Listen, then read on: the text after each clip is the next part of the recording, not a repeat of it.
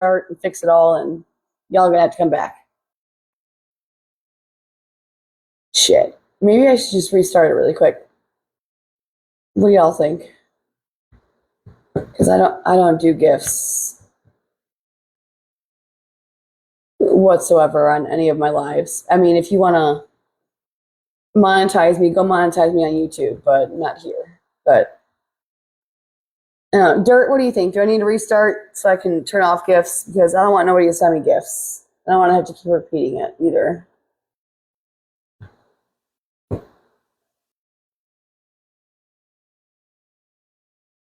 She said no. Okay. Please don't send gifts. That's not what I'm on here for. I'm just on here to talk shit.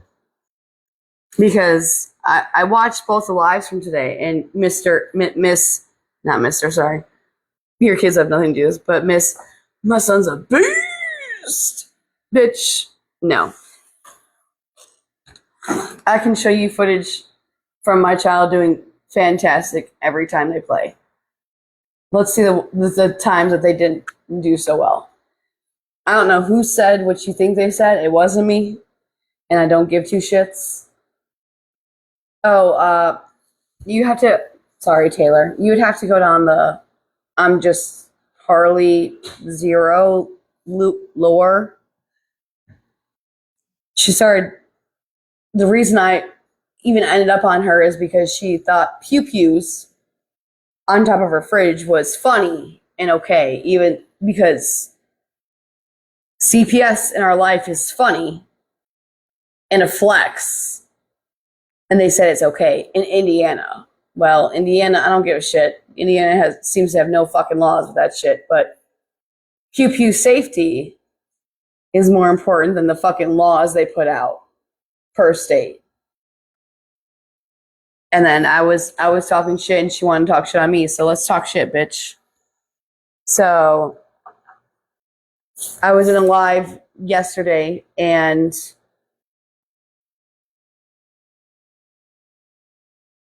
Indiana is very affordable. You know why? Because they ain't got no goddamn jobs other than Toyota.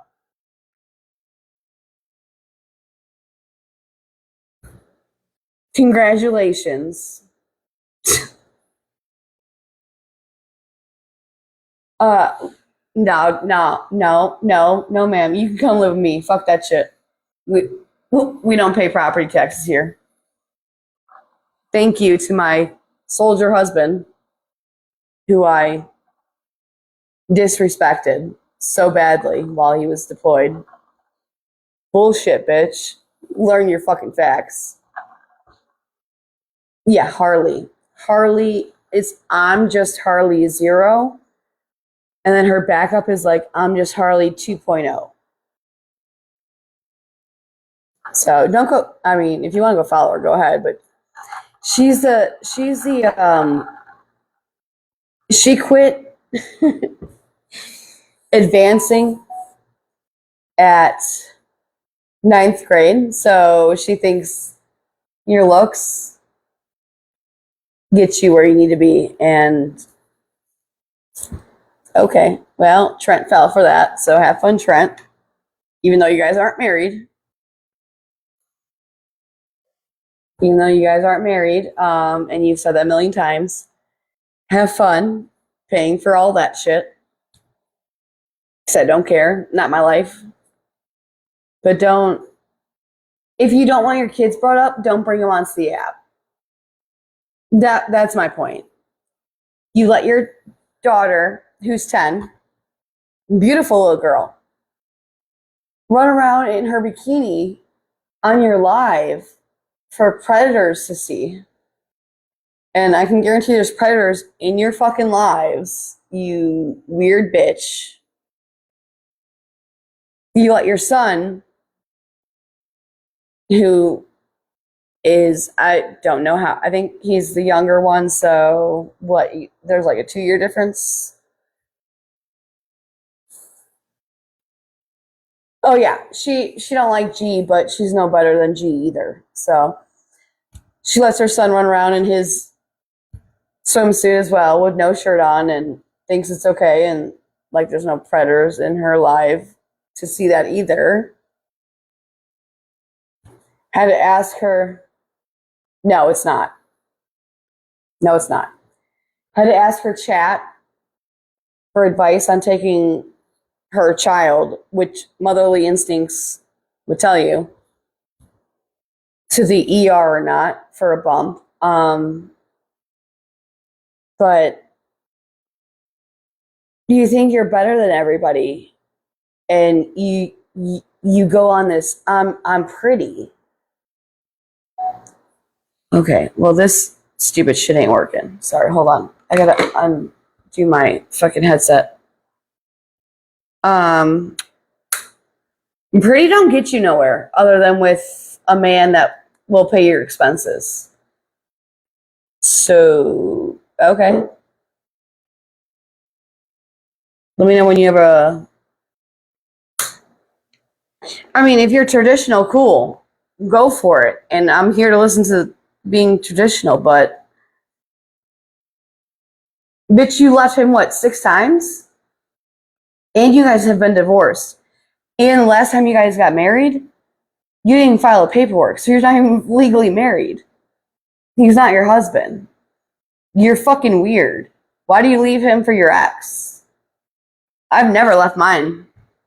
We were together for 10 years. So, talk about my husband and my life again. My double wide 2-story trailer with my roaches that I supposedly have. What? And my dental health. Okay, and? Ma'am, how about you quit doing what you're doing and we'll get to an agreement where I won't talk shit on you because you're a fucking idiot. Like Gabby. And then maybe you won't be so annoying and cringy to fucking watch. How about you give us something there? And yes, I know it's not doxing if you say someone's first, middle, and last name, address, phone number. I get that. And I've explained that to people, but why are you being a see you next Tuesday? A see you next Tuesday to do so. You basically gave where you lived. So that was on you. Just like when I gave out my stuff, that was on me. Nobody doxed me. I did it myself. I'm just Harley Zero, that weird bitch with black hair and duck lips, which I wouldn't speak on her looks with all them damn zits and craters going into her face had she not talked about mine first. I was just teaching her about gun, like pew pew safety, since she was an idiot. But hey, all's fair in love and war, right, bitch? So, and I've watched these lives. Oh, girl, because you on a totally different side of TikTok. You talk about your own children. Like, just stop doing it. Stop showing them. Nobody will have anything to talk about for you.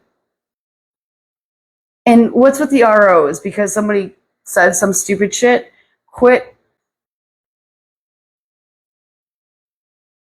Thank you, Taylor. Would you like to get up here and say so? Because I know your husband was military as well. And we understand pew pew safety. I'm here for it. If you want to get up here, I ain't got nothing to argue, but hold on. My son's coming up.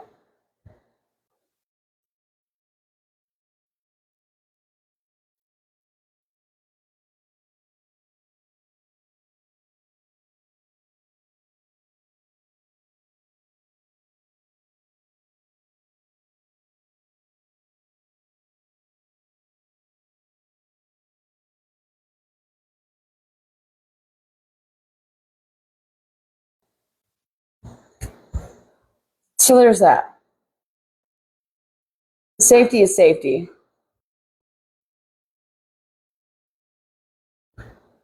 Mistakes happen. Just like you have an in-ground pool. Either fence it off. No, fuck that. Just fence the damn thing off because those covers, somebody can still fall into. So I disagree with that 110%. I don't care what Indiana state laws have to say. Accidents happen and it's not fun when you're responsible for a drowning of a child.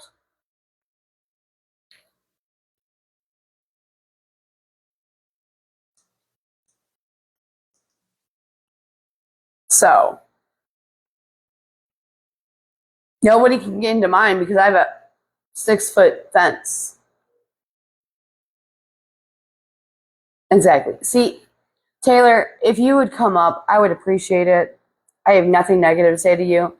You're understanding the points and maybe can explain them better than I can because I'm not, I'm very aggressive and to the point where you're more softer than I am. So maybe if you explain it, it'd be different, but people don't like the way I explain stuff.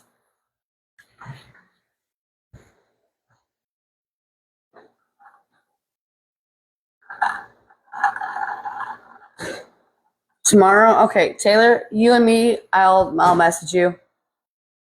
I'll make a point of it for us to do something tomorrow, but as of right now, the lives I saw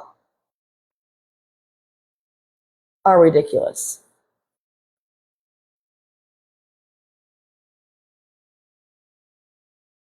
Like, you look dumb. You look as dumb as G does. And then being like, call them. I miss them. Why? Can we make it not a flex to have CPS in our life? CPS, DCFS, DCF, whatever the fuck you want to call it. And my brother just talked. I'm not alive. I don't know what he said. Kid Popo. Kid Popo. That's all he's gonna say because otherwise I'm gonna kick him in the mouth.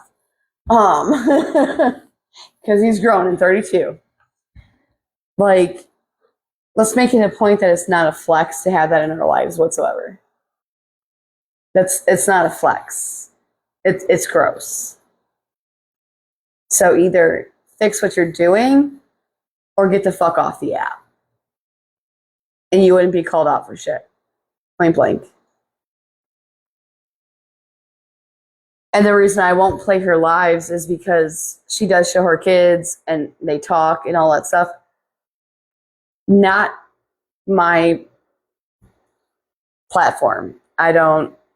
If my kids talk and you hear them, that's not my problem. Most of the time you hear my brother, who's 30, 33, you won't hear my kids. You won't see my, yes, I've done fucked up shit, which I've said before, 110%. But do you see it anymore? No. So I wouldn't have anything against you had you just, instead of attacking me, been like, oh, I guess she's right. No, you went for my looks right away, which cool. Go for my looks. I'm an ugly, fat, pink-haired troll with fucked up teeth. And you think that hurts my feelings? You say I live in a trailer. Okay, if you think so. And now I have roaches? Bitch. Okay, bet. Like I said, show up or shut up. Until then, you ain't got nothing on me. I don't care. Oh, thank you, Lisa. I appreciate that. But I mean, just to go with what the hell everyone else wants to say, like, I'll even turn the damn fucking. I think I have a filter on. I'll turn it off. Oh my god, put the filter back on. You look dumb. Bitch, put the filter back on yourself with your big ass fucking zits all over your face. You look like Gabby. You act like Gabby. You're about as bad as Gabby is. And she only got one kid. You've got two. that you're showing off to the world, to predators. So that's all I'm saying. Oh, I don't know what the fuck I just did. I touched something. My bad. And I know, I get it. You spoke with Kaylee and she said it's we're not gonna bash Harley. Well now okay. I don't know why this ain't connecting, but cool. My fucking stupid headset ain't connecting. But does Kaylee know everything you continue to do? Because same as Gabby, I'm pretty sure she wouldn't agree with that since she's your backup. Kaylee, why don't you come on up here and explain to the people why you don't back that shit up? Because I've never been against you. I've listened to what the hell you had to say and move forward from that. But it seems like everyone thinks they can use Kaylee to move forward. So crash out Kaylee. Like, if you don't allow Gabby to do it, are you going to allow this dumb bitch to do it? Probably not, but just saying. And no, it's not for the views. It's not for the money. I can't believe I forgot to turn that shit off. But, like, and if you're going to talk about my looks, I'm going to talk about yours. Like, we're going to go match for match, baby girl. I don't mind. I ain't got duck lips. I ain't got none of that shit. But my man don't mind what he gets. So, at least it's clean and don't smell like fucking tuna. And I don't sleep on a goddamn couch. I sleep in bed next to him. Unlike some. Alright, I'm gonna take this stupid speaker thing off because it's fucking with my damn headset. And I had to let the dogs out really quick. So, anyone, I'm pretty sure I shared it out. So, anyone want to come up here and say their piece on this shit? Because I know I can't be the only one. And I really wish you would quit hiding behind Kaylee. Like, Kaylee, don't do the shit you do. Am I gonna make Kaylee the next biggest thing? I mean, Kaylee does that by herself. She don't need my help. So, but I'm pretty sure she wouldn't stand with the help shit you said.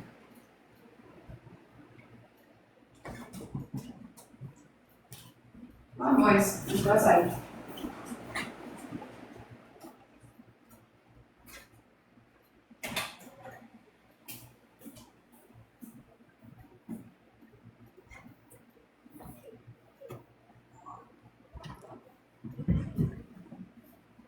So, you can call me what you want. You can call me and make fun of me. Girl, I'm not in elementary or middle school no more. I don't give a damn. It took me a while to learn, and I got there. I don't give a shit. My man still comes home to me. He also doesn't ask to see what the fuck you look like your man does, so just saying. He's not interested in seeing what other bitches look like. So there's that. Most of the time, he don't even get involved in any of the TikTok drama because that's what it is. It's women's drama. But all right, since my man don't do nothing but sit around, even though he's doing what he does, so you can do what you do. It's fine by me. Learned almost 3 years ago. Let it go. Y'all don't know him. It's fine with me. If you knew him, you'd still try to probably talk shit and can't because my man's more of a man than yours is with Toyota.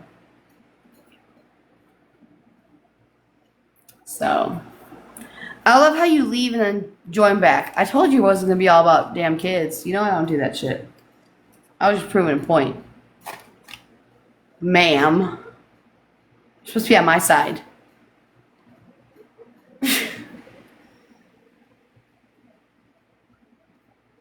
I need some Prozac. Who's got Prozac? Shit. Hit me up. I'm just kidding. I don't take that shit. I am, however, medicated for my fucking craziness, but it took a few years.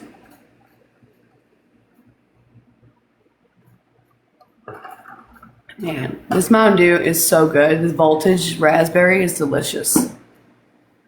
Especially over ice. Oh my gosh. Y'all need to try that one. Whew. That just hits perfect. So that's what I'm coming on to say, because I was watching your stupid lives, man.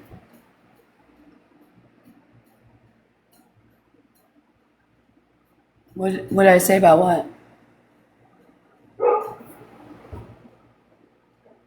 Oh, cause girl, I'm gonna call myself out before I let other people call me out. Get the hell out of here. I don't give a shit. You think I'm ugly, fat, and a troll looking like a bitch with no dental health? Let's be for real. I don't give a fuck.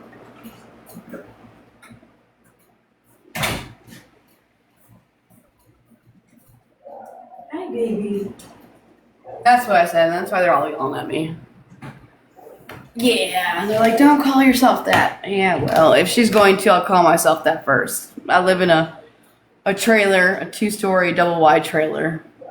Okay, does that make you feel better? You think you built the best house in the world, and really it's only worth what everyone's going to pay for it. So that's materialistic. The house I live in, we own. It's still material. I could take a sledgehammer to it all. It's still just drywall, beams, all that. It don't mean shit. Like, and yes, if you want to, I can give you can DM me. I'll give you my full name. You can look up my motherfucking divorce and my motherfucking custody agreement. Because I, right here, have full custody of my children. And that man hasn't been seen in 10 years. So yeah, I've been divorced. I've also got remarried. Say what you want to say. You ain't got shit on me. You want to look up traffic tickets? Because that's all you're going to find. Have fun. Can't find shit on me. But you, I'm pretty sure we can find something on you. I just don't dig that deep because I ain't got the time nor the energy.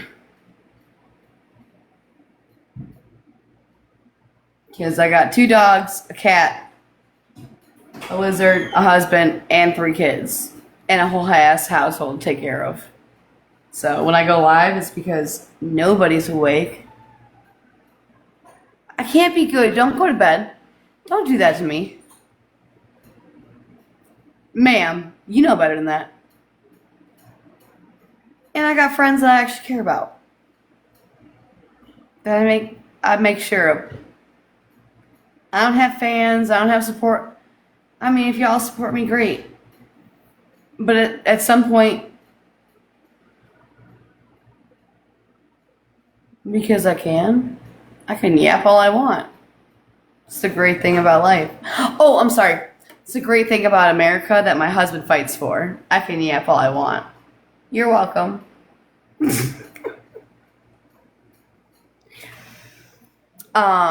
But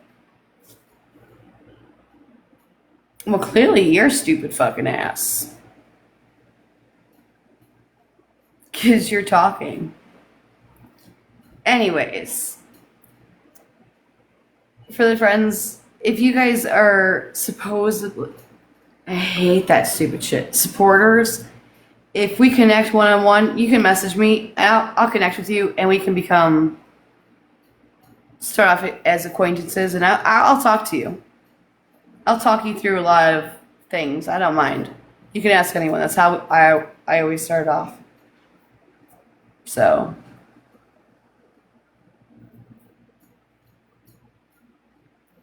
But Garrett James, what would you like? I mean, you can come in a box. We can talk. I don't mind.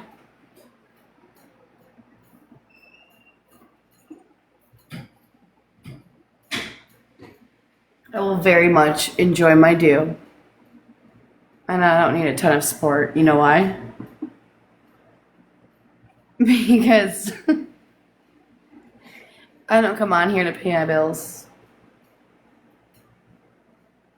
I come on here just to fucking talk shit. See the difference yet? Hey, my bills are paid. I'm good.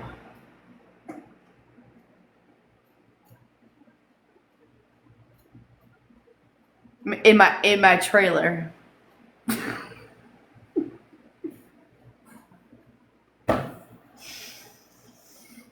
Oh. If you don't like it, I mean, you can leave. But I mean, it's fun to stay. Because when people actually get in the box, it's fun. We talk a lot of shit. It's great. I don't have supporters. I mean, if y'all want to be friends, we can be friends. Just DM me and I can make it into a friendship.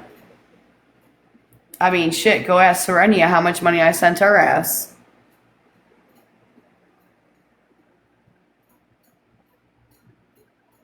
Because she needed shit. But go ahead, Garrett James. Why don't you go find that one? Emmett Carter, Serenia. Go find them and ask them how much money I sent them. I ain't got supporters. You're either here to listen to the bullshit of me talking shit, or you're going to reach out and we can become friends. Which I'm cool with too. Ask Taylor. Me and her talked our shit out. So, don't really care. Me and Dirt had a full ass falling out, and we still talked our shit out. Like adults. I don't need supporters. See, I fucked up. I forgot to turn off the damn GIFs on this live. I usually turn the damn GIFs off. But whatever. Shit happens. The only supporter I have is the one that goes to work every day and gets deployed overseas to fight for everyone's freedom. So, okay. Have fun, Garrett James. Let me know when you find that. Oh, I hope not. I hate the gifts. I have to claim them at the end of the year. It's no fun. I don't need them. I don't want them.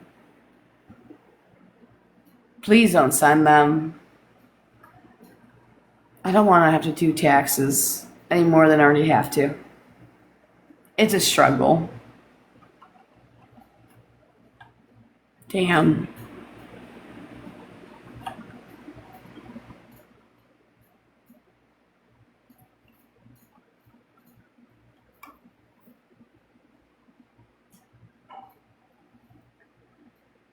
Anyone else want to troll tonight? I'll wait for it. Why did you send a gift? See, that's why Dirt, I told you I need to restart. Now I gotta go claim this shit on taxes. And I didn't want to do that. Damn it.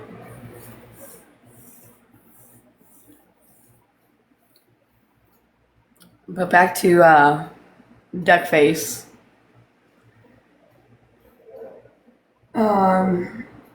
So she had two. I know it fucking sucks. But I guess I gotta do what I gotta do to claim that 2 cents on fucking taxes. Shit. Lord help me. Cause I don't know if y'all know, but Illinois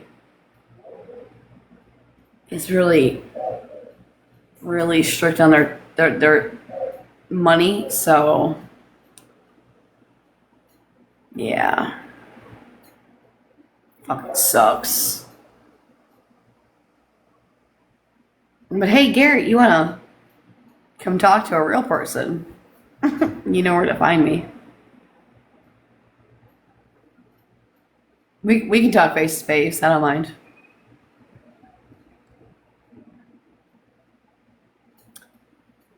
So in the meantime, and I really don't care about my views or anything like that, just so everyone knows, I don't care what that dumb see you next Tuesday has to say. I'm letting y'all know now, she's an idiot. I should not know what your 10-year-old daughter's bikini looks like, nor your son's swimsuit. Maybe stop showing them is the point. And I don't care what anyone said in the chat.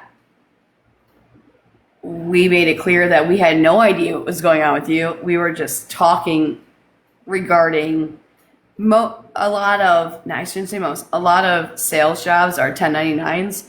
I also said that Toyota is actually a really big, very big company. And we were discussing that and all that stuff. So you look like an idiot. Nobody was calling you out or saying you were on it. We were discussing all this stuff. So, hey, ninth grade education, go get educated on when people are discussing things. It might help you out a little bit better. And quit putting things out there for predators to find, because it makes you look more like a loser than you already are. And I really don't care if your husband pays for insurance or not. It doesn't affect me. I don't give two shits. Taxes are taxes. They get paid every fucking year. It doesn't matter. So have fun. Maybe do more cooking than eating out. That might help you. Proud that you lost some weight because of your surgery, but wearing those skimpy, tight clothes aren't helping you any. Being a mom, they make you look immature, like you're still stuck in ninth grade to get something. Maybe quit talking about your exes on live too. That might help you. And, you know, Trent, maybe you shouldn't be asking what other women look like.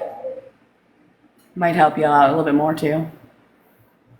I don't care what you think about me. You wouldn't be my type either because you look like a pansy-ass bitch. So. Sorry,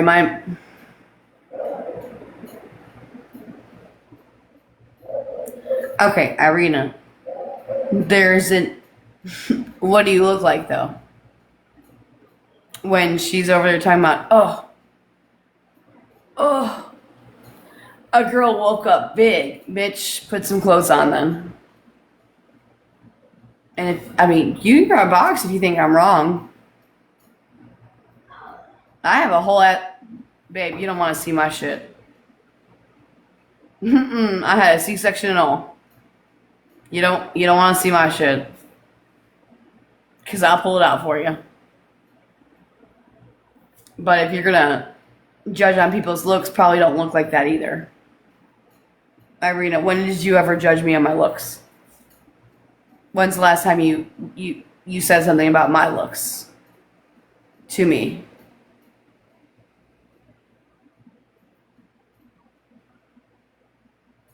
Yeah, I damn shit.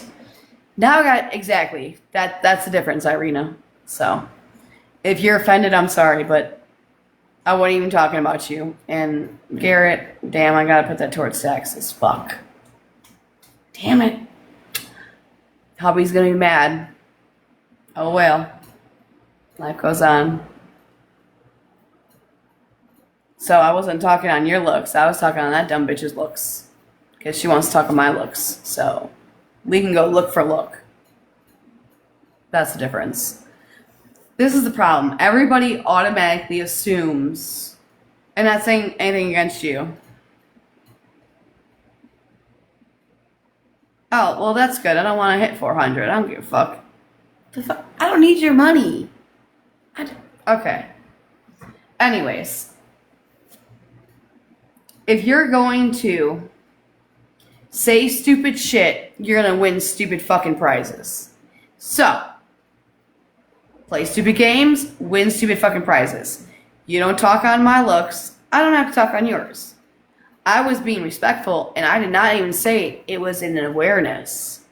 I was saying we're going to learn something today. Okay. About pew-pew safety. That dumb bitch turned it into something else and went with her own narrative and then with what her chat was telling her. If you knew, you would know. Otherwise, you look fucking dumb. Just like, oh, I just heard that we were on Medicaid. Nobody said that but somebody in the chat. Me and Nicole were chatting back and forth about what it takes to be on Medicaid and shit like that. So, you look stupid. I don't know who has said anything about your kid being sucking at sports. I don't give a fuck. Your child is what? 8, 9? Maybe quit pushing him. Just saying, like, maybe lay off, because I feel like you're trying to live your dreams through him at this point. Because by the time they hit college age, they're going to be no good to play. Because you're going to overdo their bodies for all that. So, heads up. If you know, you know, but clearly you don't. You think you know all, but hey, you know, what the fuck do I know? Just 3 motherfucking kids and did it myself, but cool. But you do you. Looking like a fucking idiot. I don't give a shit. Maybe quit showing your kids in bikinis and bathing suits. Might help you with the predators. That's all I'm saying. You do you, boo. Just like fucking Gabrielle Jacobson does. Have fun. Y'all look dumb. So, that's what this is all about. And if you don't like it, that sucks to suck. And if you think to keep restricting me is going to get me off live, bitch, I got plenty of other accounts. And I've got a YouTube I can go live on. So, you look even dumber. Have fun. I don't care. I'll be fat, ugly, bogus ass teeth, troll looking pink hair, bitch, and still do what I want to do, because y'all don't run the universe. So,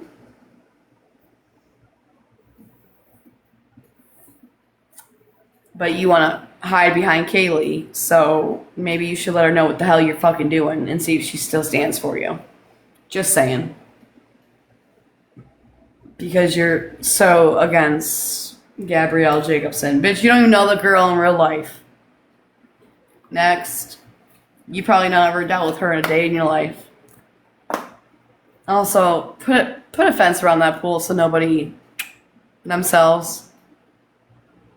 You are not new here, Extender. You are not. You have been in my lives before. We are talking about I'm just Harley 0. I'm not a friend. I guess you just follow me. Well, I mean, we could be friends if you wanted to be. That's your choice, not mine. And yes, I am about to smoke a fucking cigarette in my goddamn house that I fucking pay for, that I fucking own. You got a problem with it? Take it up with someone who gave a flying fuck.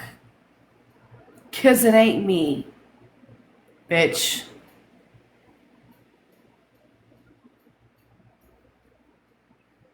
You're funny, extender. You're funny. I love that. Unfortunately, I have to put a fucking filter on because this is why I need to just fucking do straight YouTubes. Y'all need to go follow my YouTube. It's Spit Talking Queen as well. Because I'll do what the fuck I want on my motherfucking lives. Hey.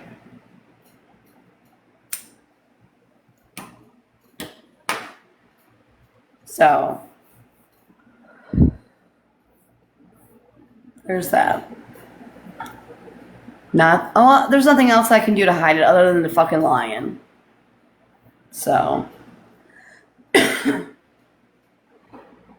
already got 2 restrictions so far. I don't think I need a 3rd. Well, I mean, it doesn't matter. I don't give a fuck.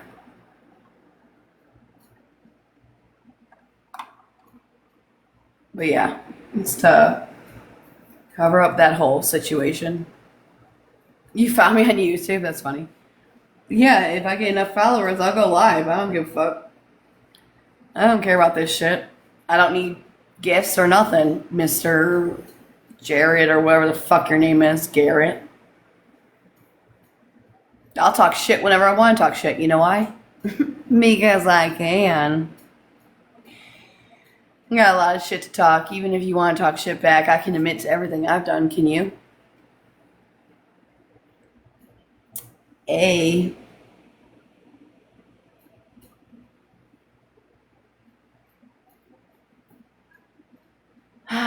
That's the difference between us all. But, okay, so off that stupid subject because she's about as useful as a fucking wet paper bag in a fucking rainstorm.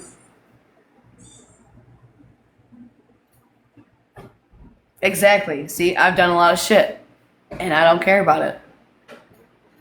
I won't apologize for it. So, I'm not into the whole Gabby lore no more because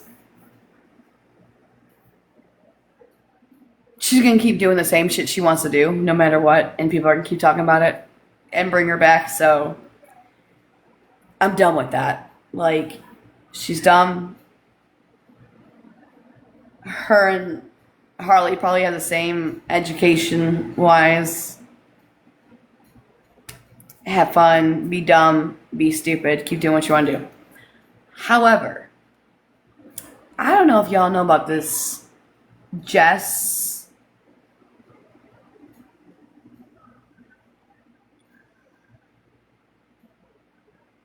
Oh yeah, like I'm done with that crap. It's the same. It is the same story over and over and over again. Like it won't stop. So no, I don't know. What is the Tiro's apartments? No, I was nope. But do y'all know about the Jess and Fifi and what's the other one's name? The 3 sisters. Today I have watched Jess be with the breezy girl woman whose name is whatever. Who's a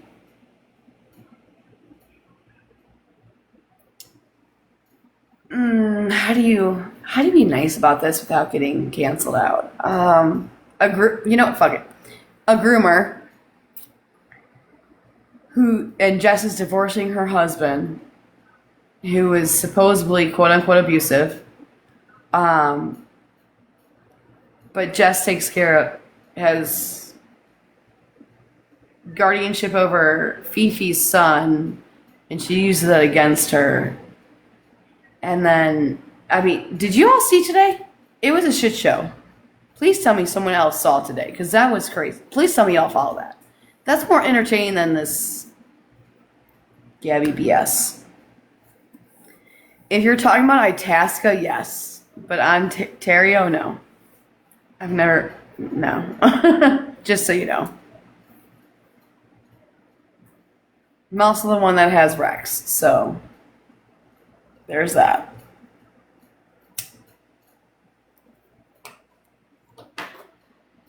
And yes, I had to relight my cigarette because it went out.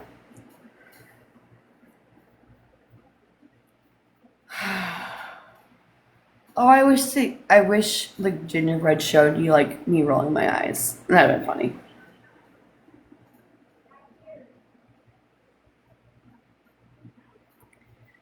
Yeah. So besides duck lips, that's what. Oh, and then I've been like researching.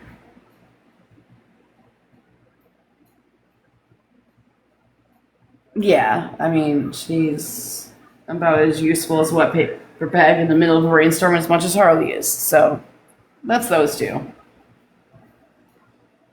They probably couldn't fight their way out of a fucking paper bag, but whatever. So I've been watching those two, and then I've also came upon the lore of like the resilient Jenkins. That's crazy to see. That is that is that. Oof, that's a rough one to go down. On top of, I've also been watching the true crime on what's the girl's name? Hold on, let me find it really quick.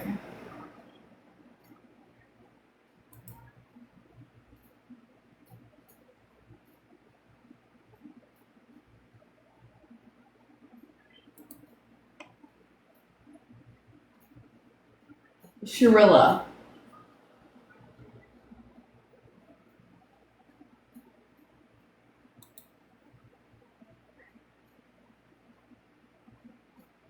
Again, in Reddit. Shit. Mackenzie Shirilla. I went down that rabbit hole too. That's crazy as well. I think we should talk about that. And I'm gonna make YouTube videos and all that stuff on those. So if y'all wanna keep up with me on the true crime stuff, that's one I am going to be speaking about because I kind of, how do I put this?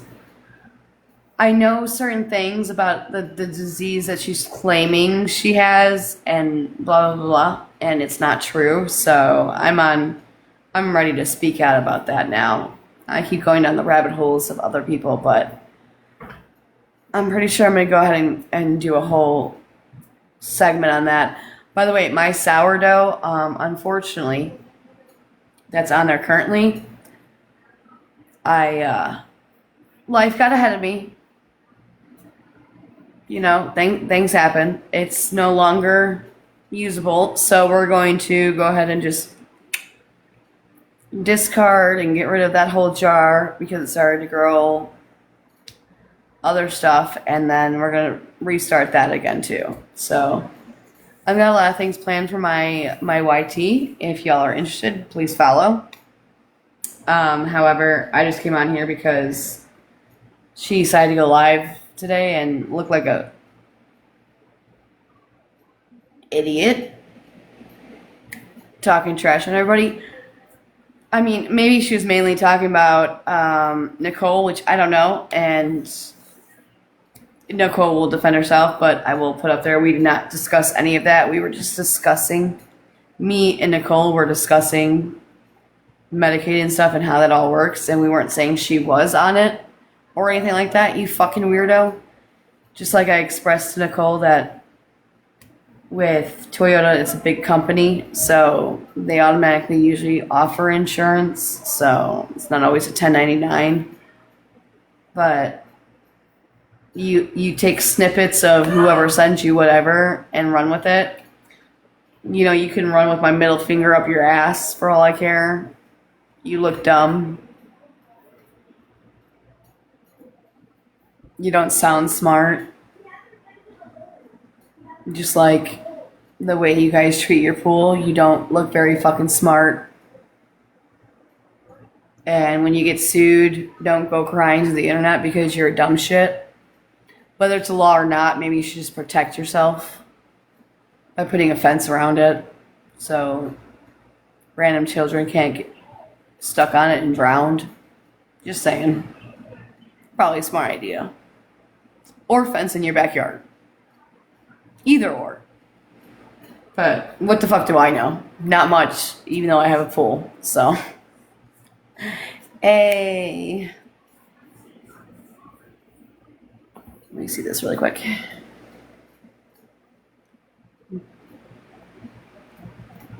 So.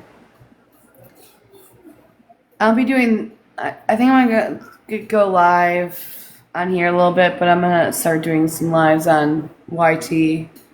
I've kind of a little bit learned how to use some different things. I'll still be working on those, but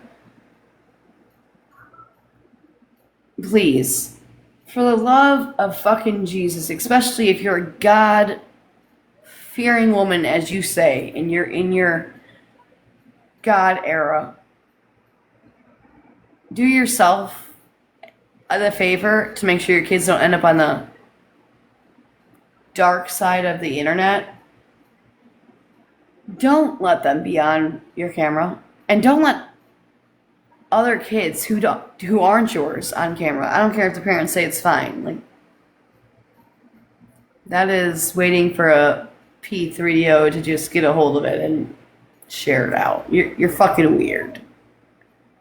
But what do I know? What the fuck do I know? I'm clearly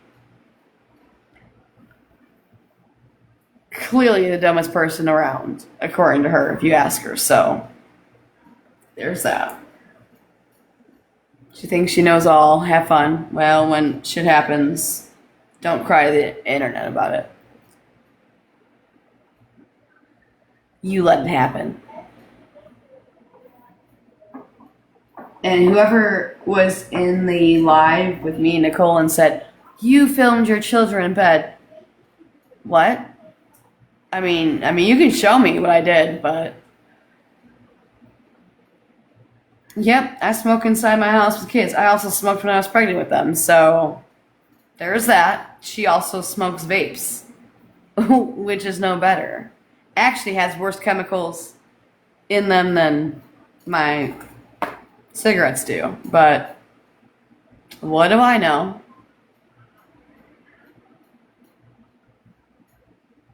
I only had to cremate 2 parents and know the ins and outs of that to be embalmed.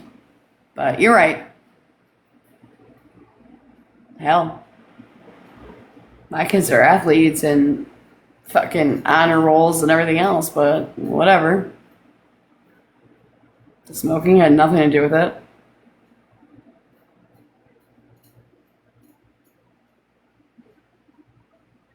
Hell, you want to know how my mom died? I'll tell you.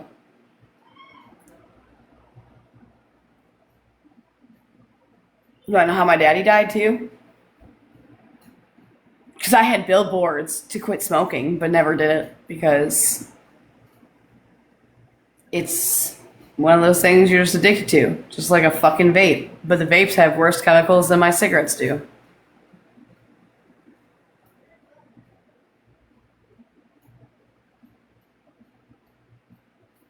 So, what's your point? My kids can still be embalmed. Can hers?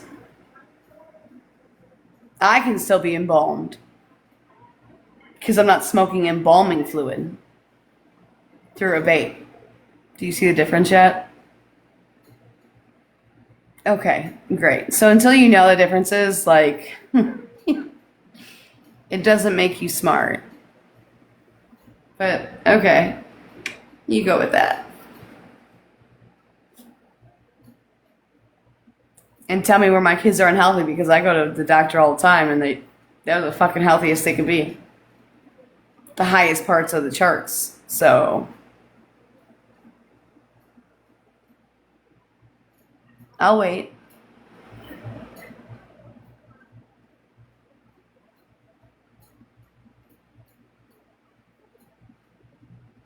Classes. Okay.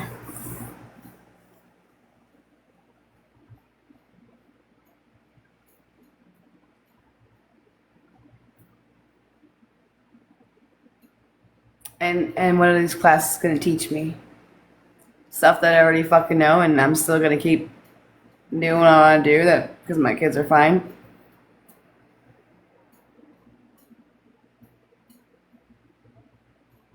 But alright.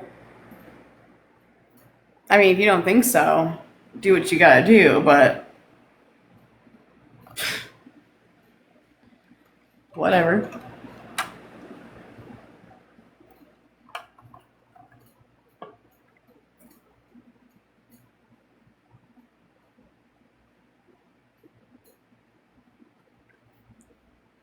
Reading comprehension. Okay.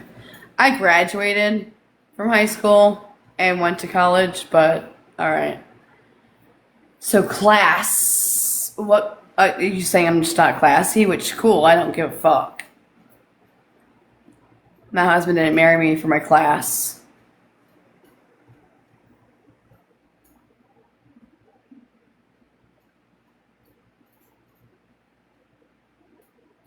Why don't you go talk to Duck Lips over there who didn't even finish the 9th grade? She might need some help with reading comprehension and enunciation, along with the other dipshit over there that was homeschooled since 4th grade that can't read, write, or enunciate. But okay.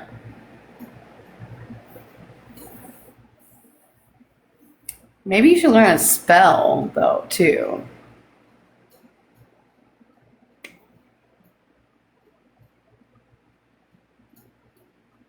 That's fine.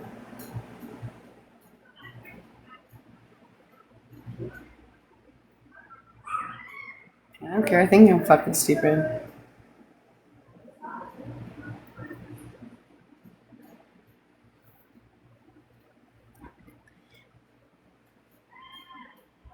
Well, I mean, you added extra S's, but class is just CLASS. That's class. So that's misspelled.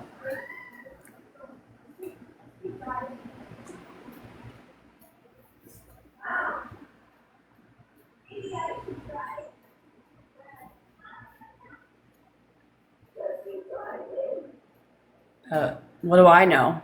I'm sorry. I'm dumb.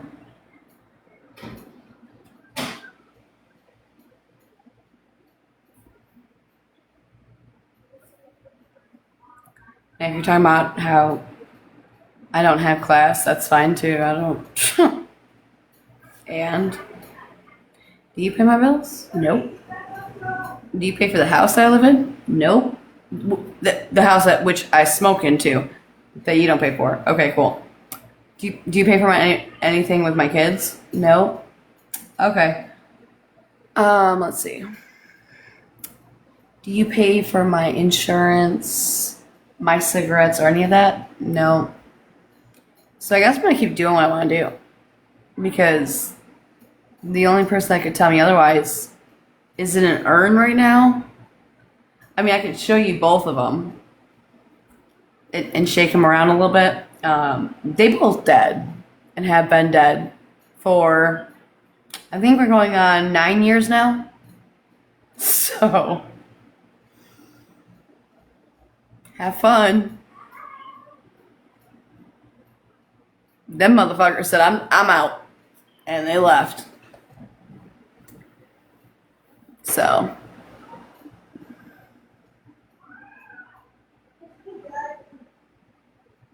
let me know when you can tell me what I can and can't do.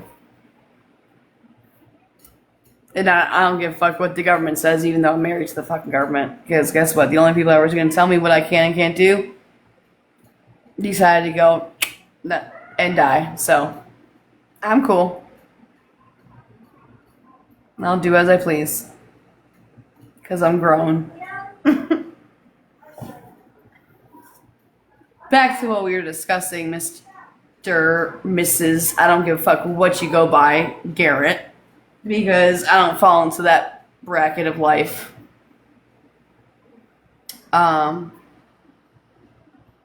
I don't give a shit who I offend and who I don't offend. Because you know what, you soft bitches need to go figure out sticks and stones. But that's besides the point on my end. I can't fix stupidity.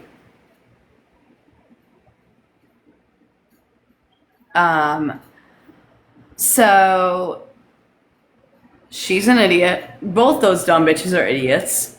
Jess and Fifi are going at it over some dumb shit. And Breezy's a fucking groomer. The husband got on a live that Jess is currently divorcing on Fifi's live today, screaming at her.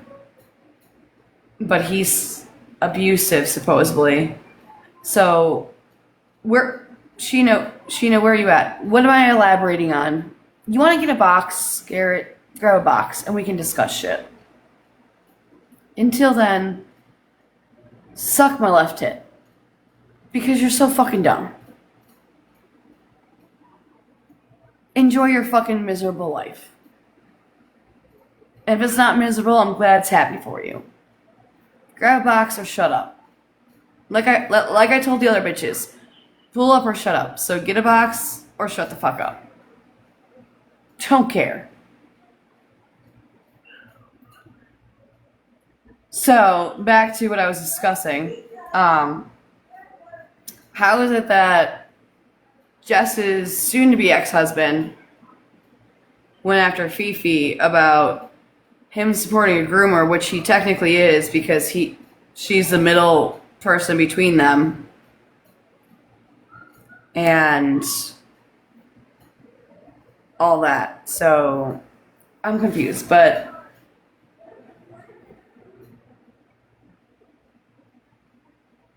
okay, great. Again, box up or shut the fuck up. Like, I don't care. I got a whole 15 people in here, and you're one of them. Would you like to leave so it's down to 14?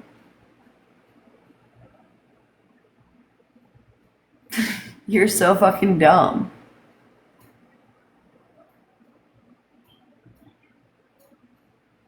Again,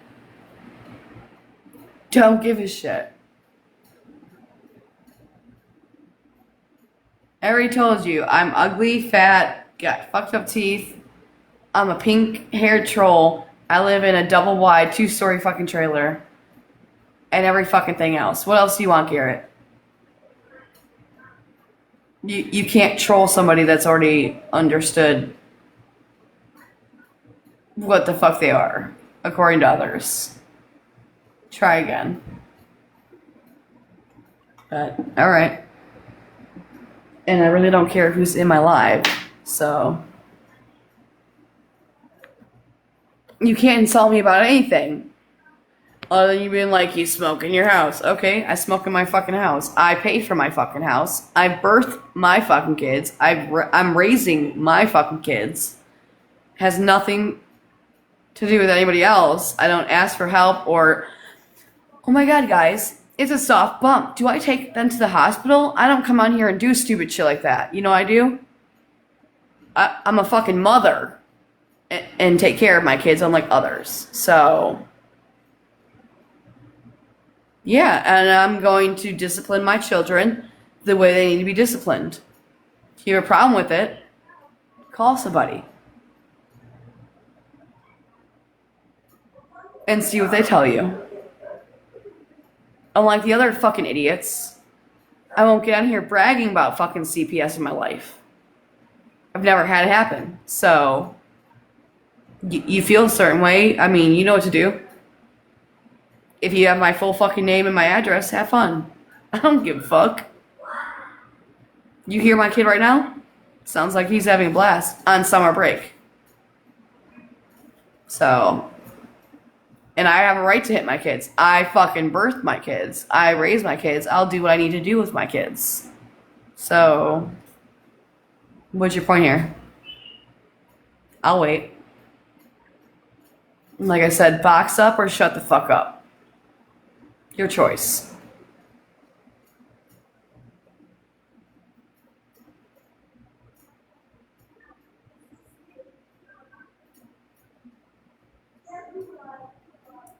Thought so. Anyways, back onto what we were discussing with my 14 people. because I need to be fucking TikTok famous for some reason. Okay, well, just because I love you so much, we're just gonna do that. Have fun. Love hearing from you. So either now you can either box up or shut the fuck. Well, I guess you have no choice but to shut the fuck up. But what do I know? At least you're not blocked. You can watch the whole show and come in on another account, and I'll just go ahead and mute that one. So either box up or shut the fuck up. That's the difference.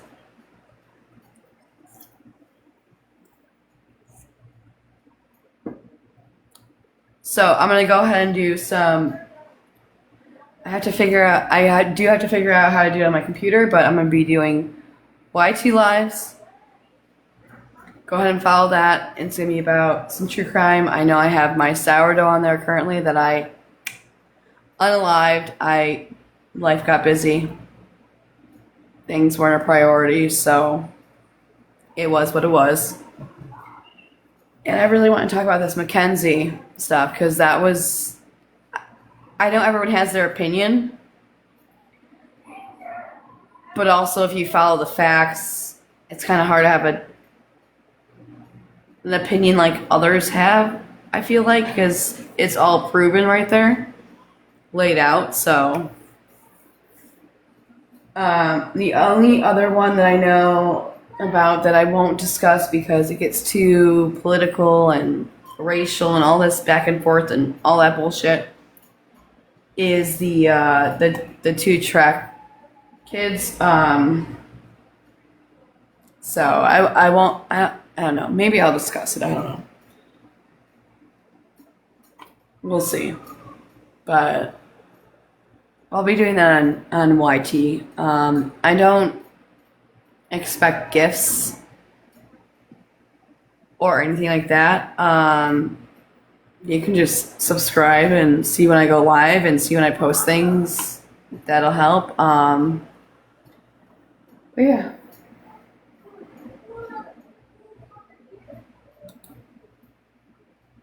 That's what I think I plan on doing. I mean, I'll go live on here now and then. I know I've been in people's boxes and stuff. So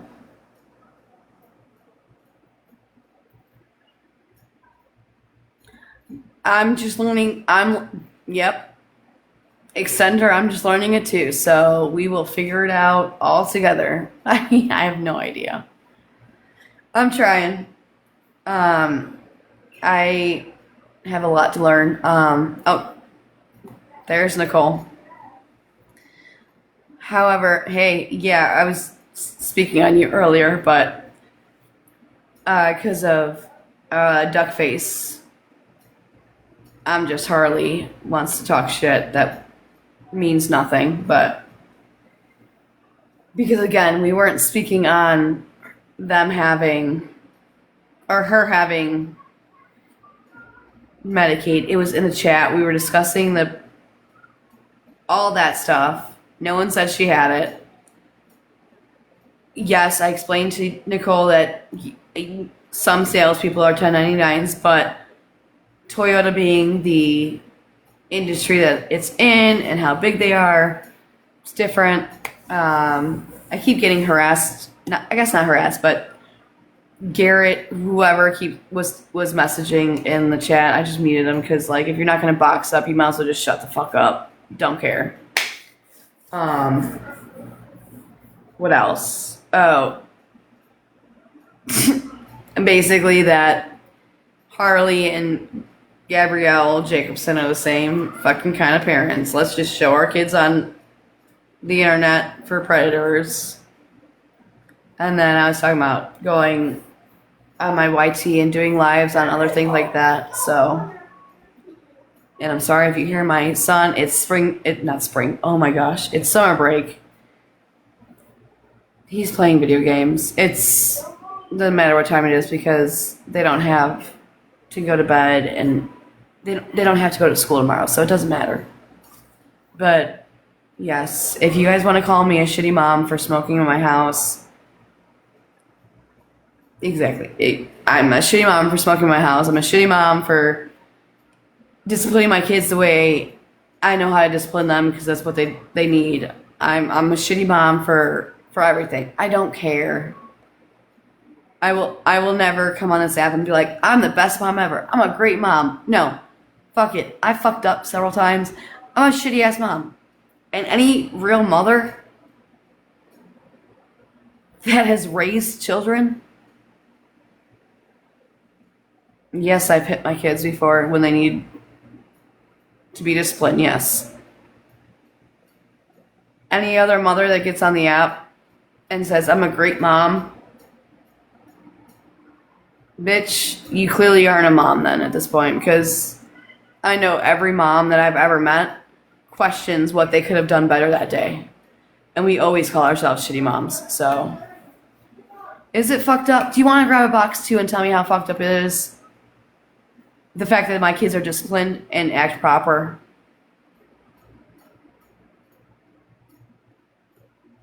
I've already admitted to this, I don't know, what, 2 years ago? You can grab a box and tell me how shitty I am. I don't care. But until you birth them and raise them, I mean, I guess you don't. Okay, well, that might be for your children, but gentle parenting is for gentle children, which I don't fucking have. So,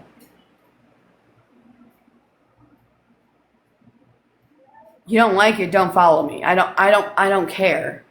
I will discipline my kids the way I see discipline. It's not abuse either, so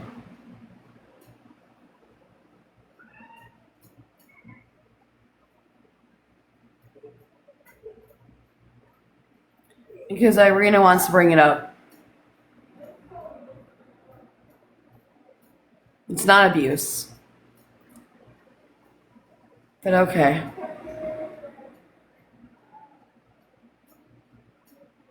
I mean, hey, you know what? I'll make y'all a deal. You can come live my life, and I'll sit here and watch you. Come live my life for a week and see how I abuse my kids. Go ahead.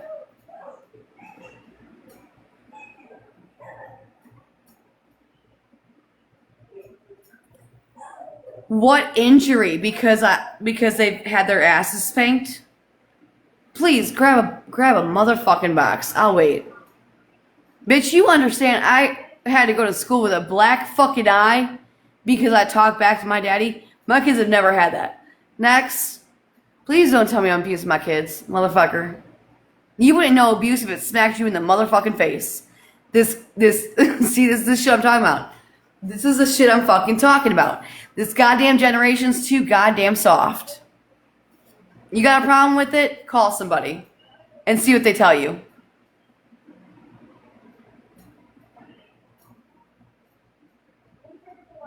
Well, I can't help you if you were abused, but go ahead. I wasn't abused. I was raised correctly. I know how to act outside my motherfucking house. Did you? Or were you the asshole that acted like an asshole and got your ass beat for it? You see the difference yet? Because my kids don't. My kids know how to act outside my house and know how to be citizens. So, they ain't abused. But if you think so, call somebody. I'll wait. Oh, fuck yeah. My parents were the greatest parents ever. Best fucking believe it. You want to see them? Because they're dead now. If you want to talk to them. Okay, great. I'm glad you didn't have to hit your kids. My kids require other discipline. So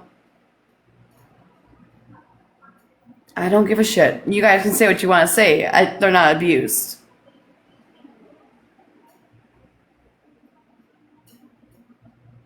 Who beat my? Okay.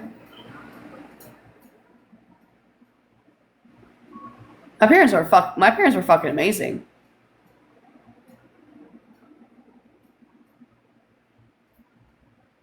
I bet you they will.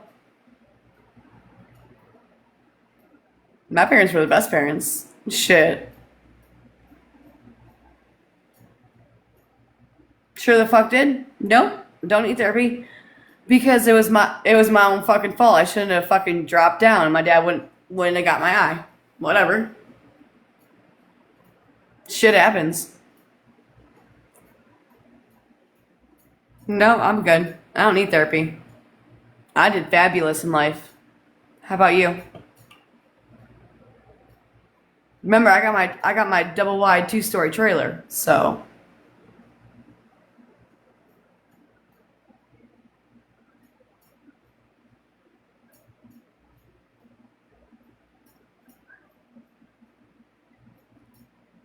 I don't abuse my kids either. They got their asses spanked if they needed it.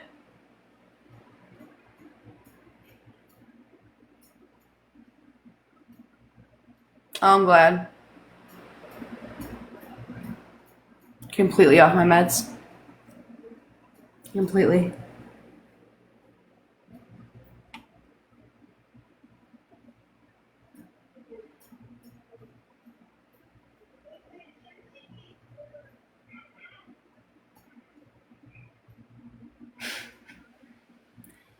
It doesn't faze me. I mean, you think what you want to think, but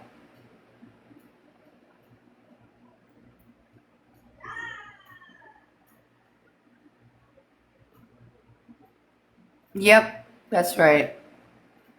That's what happens. Here goes saying, hurt people hurt people. Birds of a feather flock together. Yet y'all watch these people who actually ignore and don't take care of their kids and put them online for predators to see. But I'm the issue because my kids know respect. I'm deflecting. No, I don't lie. I've hit my kids. I don't need to deflect on that bitch. Like, okay, and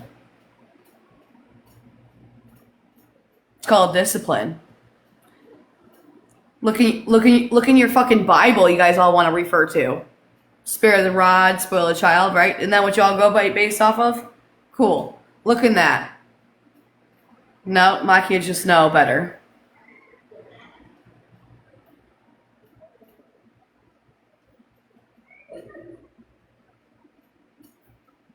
Okay, well, shit. They still gotta get disciplined. They still gotta know right from wrong, correct? Well, my kids needed a good smacking, so that's what they got. Next.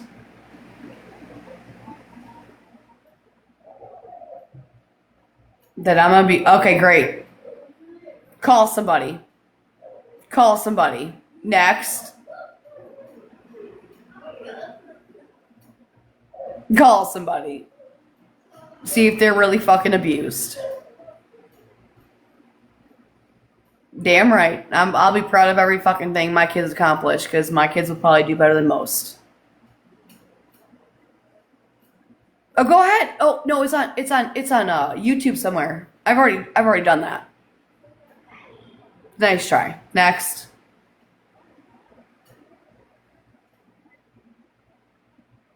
You're welcome. I'll see them not fucking show up again.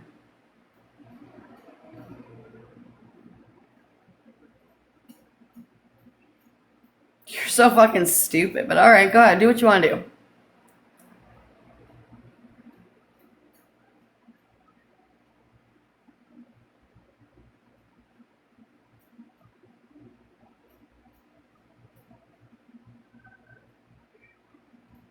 Yeah, it's called discipline. I truly hope they get away from me too. Too bad my daughter already said. But all right, whatever you say. No, I'm saying I discipline my children, but that's cute.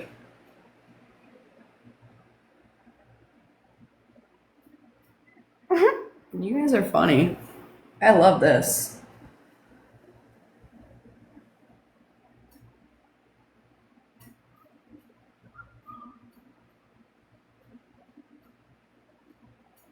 You're right. Okay. Well, you guys do what you want to do. Let me know when CPS gets back to y'all. If that ever actually ever happens. You fucking weirdos. I did say that.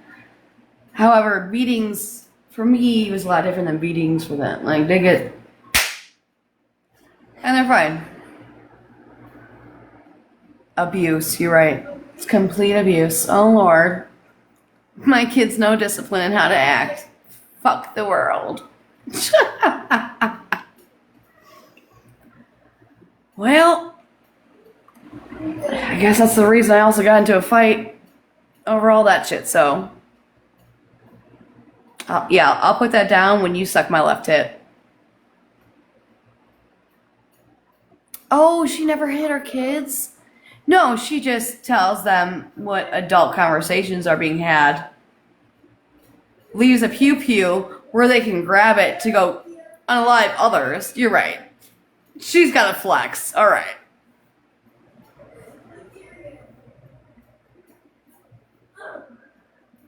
But that's cute. You're right. You guys are right. Hey.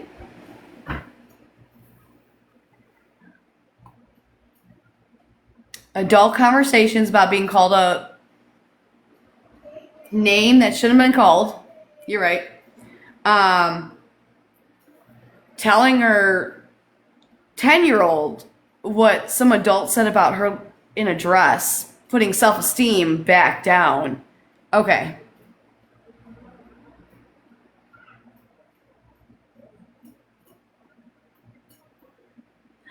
I do, but I wasn't drunk, but that's cool. I also remember telling them to taste my water, but she's never done one again, Irina. Please, grab a motherfucking box. I still beat my kids. Yep, sure do. 15, 13, and 9. Yep, I beat my kids. You're right. Irina, grab a box or shut the fuck up. Because you seem to really love that shit. I'll listen. Go ahead. I'll wait. And I'm proud of whatever the fuck my kids accomplished because it was thanks to goddamn me, not nobody on here. I don't have to ask you guys when to take them to the fucking hospital or anything like that. I honestly know how to fucking parent. Oh, see? Yep, go figure. Alright, well, when you can grab a box, we'll come listen to you. Otherwise, have a great night. So, either y'all grab a box and talk, or you can bend over and I can show you where my fucking foot fits. Your choice. Pull up or shut the fuck up. Don't care. Remember that. And I'll keep drinking my fucking Mountain Dew all day long to be drunk. Dumbasses. Can't face somebody that's already been through this. Oh, you can talk in the chat, but you can also grab a box if you want to accuse me of something that you have no idea what the fuck you're talking about. Yeah, I know, it's all on live. So, for my kids' sake, shit. Damn! They have a really shitty life, huh? Alright. Cool. So, by whatever the fuck your name is, you want to grab a box and say shit, or would you like to also be muted next?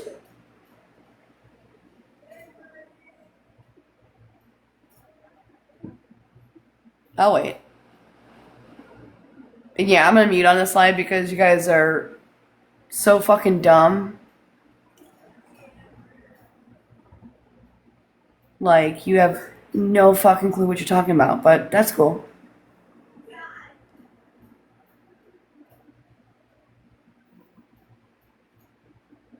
I'm a coward? I'm a coward now. Okay. Yet, I just muted. I don't block, so you can come in the next live too. But that's funny. Unlike others. But okay. I'll be a coward. That's fine. You're not going to keep saying the same shit over and over again when I just explained everything and you guys feel a certain way. Like I said, box up or shut the fuck up. Too fucking coward to grab a box? Thought so. Because you have nothing to say to me.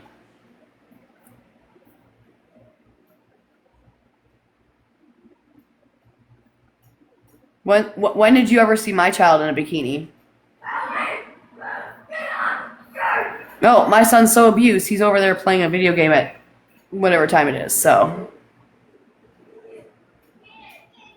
I didn't say you can talk in the chat. I told you all to box up or shut the fuck up. You didn't want to box up? Shut the fuck up. Is what I said. Your choice. Box up and say what you gotta say and we can go back and we can talk, or you can just shut the fuck up because you're keyboard warriors that have no idea what the fuck you're talking about. Let alone could probably raise kids. No, I didn't say that. But that's cute. No memory issues here. Try again.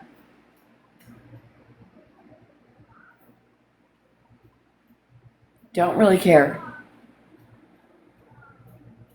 My child sounds so abused down there, playing a fucking video game. You're right. You guys are so fucking stupid. Yes, my kids are disciplined, but yes, everyone's seen my bare ass. I've already admitted to that. Yes, me and my current husband now have had said things to each other that were not so nice. And yes, we both told each other to ourselves. Anything else? Anything else? I'll wait.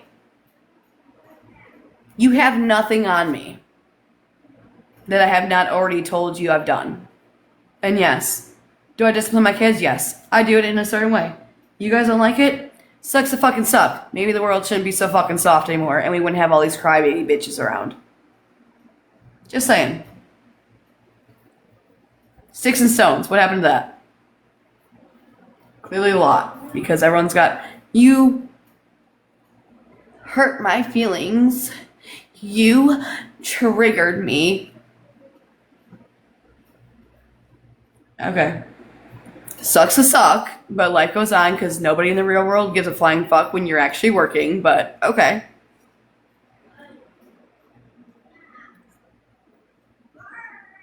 So again, from the 2 minutes ago that you think I have a memory loss, either box up or shut the fuck up.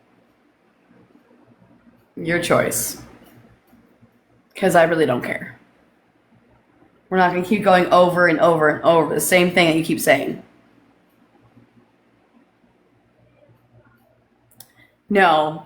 What I'm doing is drinking a Mountain Dew, pacing back and forth, and letting my dogs in from outside.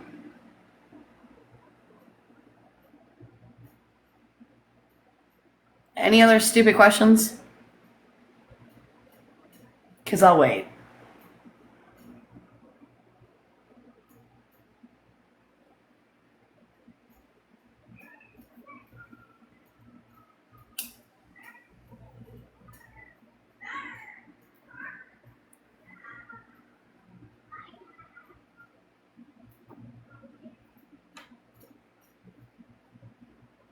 Oh, what was the question for, dumbass?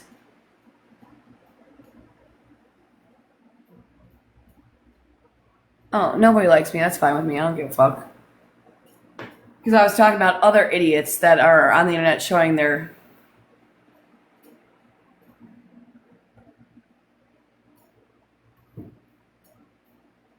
kids in bikinis and bathing suits and talking stupid shit that she thinks she knows all, and along with G that does more than I do, but I'm abusive and don't take care of my kids. Why ask stupid question if you don't want a fucking stupid answer? That's the point. It's not a lie. It's a stupid fucking answer for the stupid fucking people because I've already admitted to this and I don't give a fuck because you don't pay my motherfucking bills or for my motherfucking cigarettes. See the difference yet? All right, Teresa. So you gonna box up, or are we gonna just shut you up too?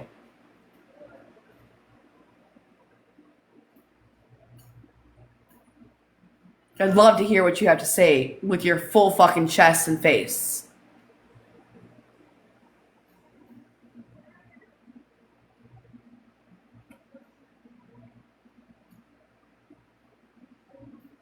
What do you mean we could maybe fit? I bet we could fit maybe one more fuck. What? Oh. If you're talking about the way I talk, it doesn't. I'm not.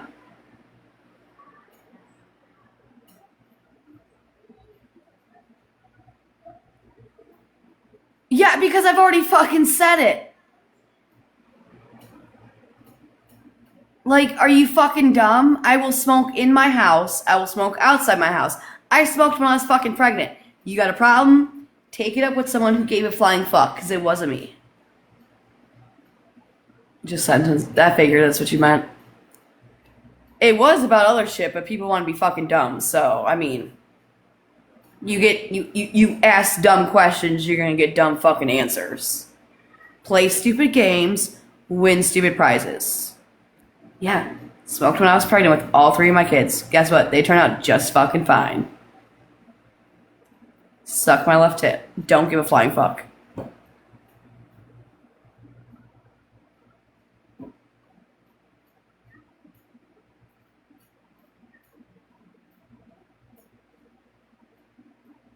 All my kids are fucking athletes. My fucking daughters, everything else, but okay. You want the right one? Come suck on it. Okay. It's a big flex for me. I mean, if you want to suck on my dick, I'll go. I mean, I gotta make sure it's okay with him, but I can go ask him. Do you guys want to hear his answer? You want to suck my dick? I'll go ask him if it's okay.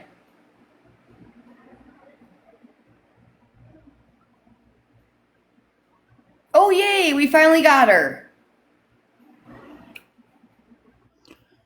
Girl, why are you talking So it's about okay. dick sucking and tit sucking with your child there?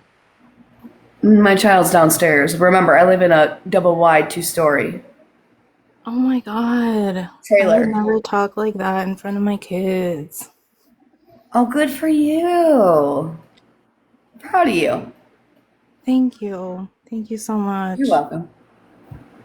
So, what do you, why aren't you sleeping? I don't need to. Okay. Last I checked, it's my. I mean, do you want me to go to bed? Would that make everyone feel better? A little bit. Okay, Actually, no, because what? no, I'm an no. abuser and a drunk, No, don't right? go to bed. Don't go to bed. Don't go to bed. We're all so fucking bored, and this is just like straight up entertainment, so don't I go to bed. figured. That's why I keep going.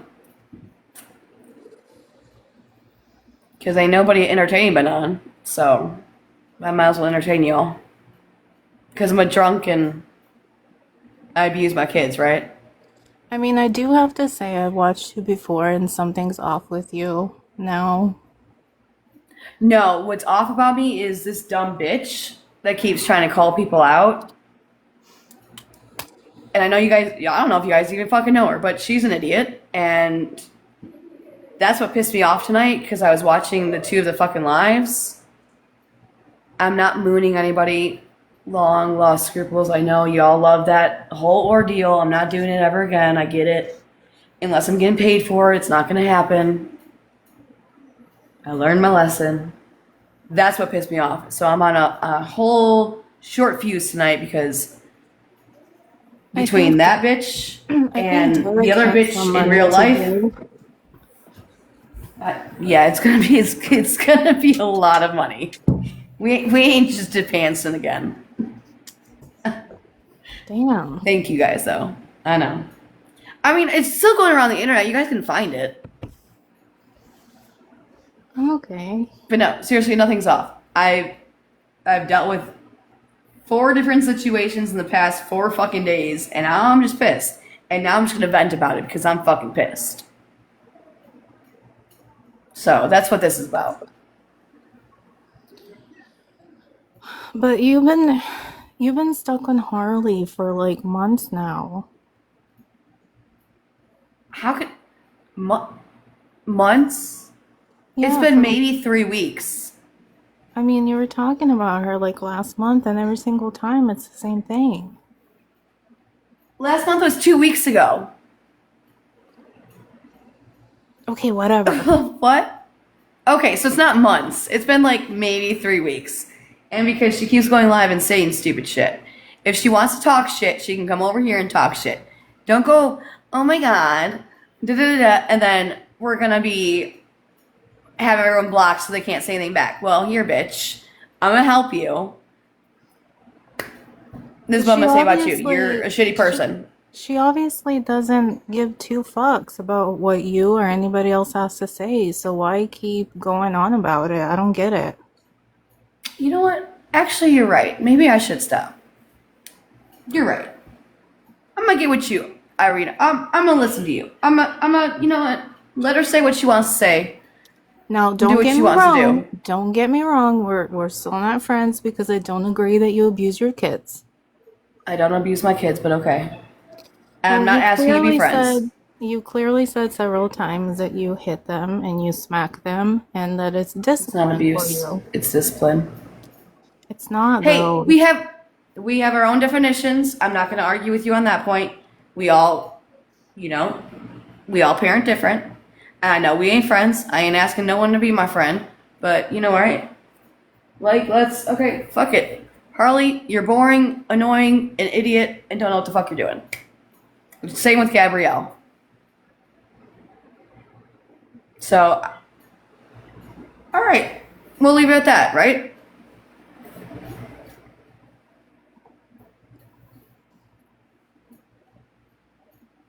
Well, she muted, so.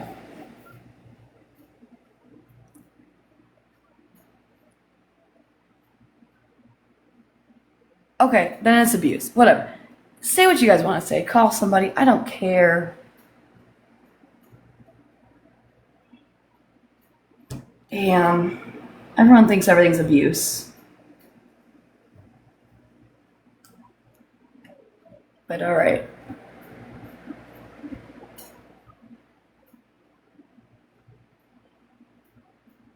I don't care. I don't. You guys are going to say what you want to say. Think what you want to think. Who's this Derek guy? He's cute. I have no idea. I don't really care either. My man's sleeping Derek. in the bedroom. So,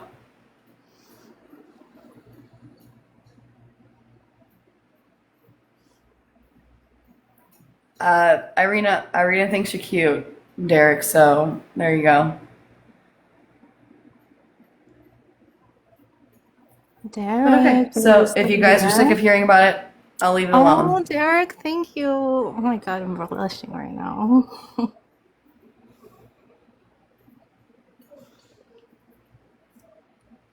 Stop.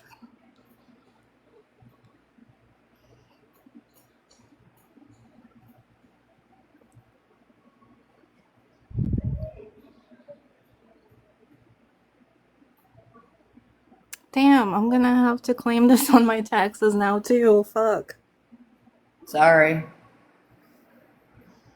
I told you I should have restarted so I could have turned off the gifts, but nobody believed me. No, I like the gifts. I love the clout.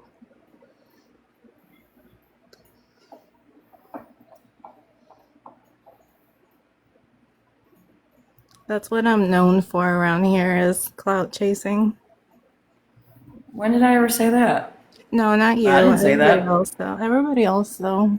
It's fine though. I Okay. mean, I'm just stacking my money. That's how you do it.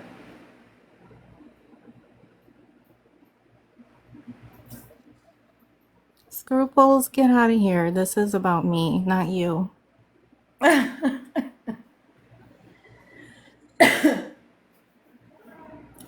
So, all right.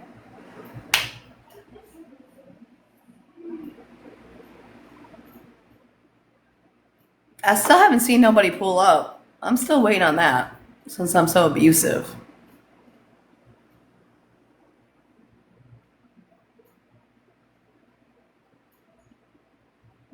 Oh, Derek, do you want me to do like what's it called? NP and what is that called when somebody sends you an ice cream cone and you like make the sound?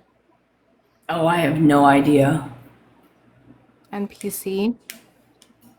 Sure. Okay. Let's do that. Let's do that.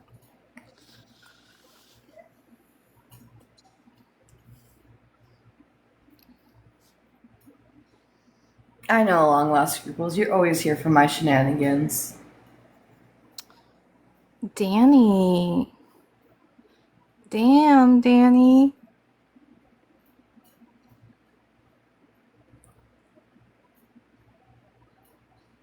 I'm so glad they're sending you that stuff and not me. I don't want to claim that shit on taxes. That's Ooh, spicy. ridiculous. Ooh, corn. Nom, nom, nom, nom, nom, nom, nom, nom, nom.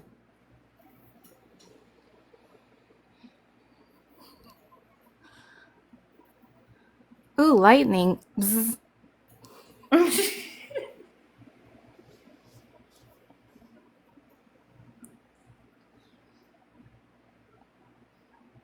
Ooh, corn. Nom, nom, nom, nom, nom, nom, nom, nom, nom, nom. Spicy. Spicy. Ice cream. Mmm. All right, I'm gonna go. All right.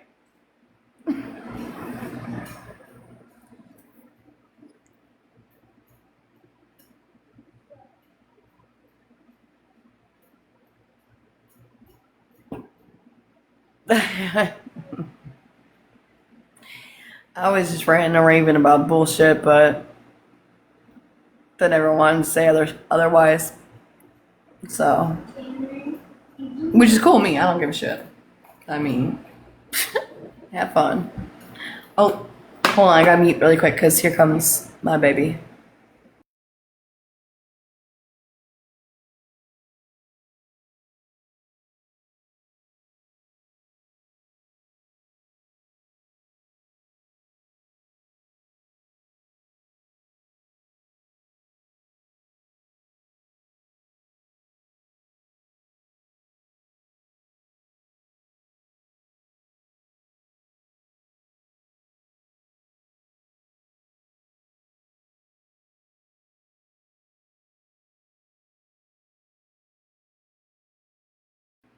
Sorry, he's doing his business, so I'll be right back if y'all wanna.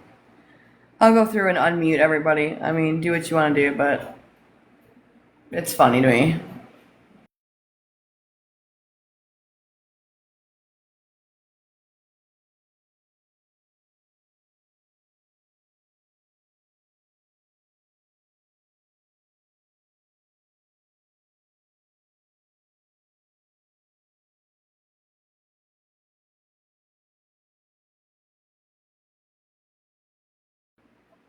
Okay. Everyone's unmuted. I don't care anymore. Whatever. Do what you want to do. Say what you want to say. Thank God you're in my ear, so nobody can hear anybody.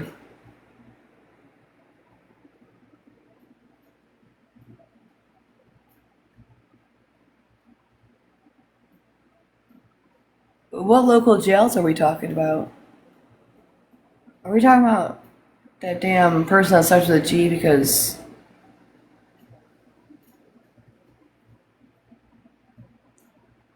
let's find something to talk shit about. Even if it's not true. Okay. Oh, I've teared. Please stop sending gifts. I appreciate it, but don't do that. I can't hear comments, but I unmuted them from being able to type. Do we want to talk about this wonderful Mackenzie? Because that shit was crazy. That shit's crazy too.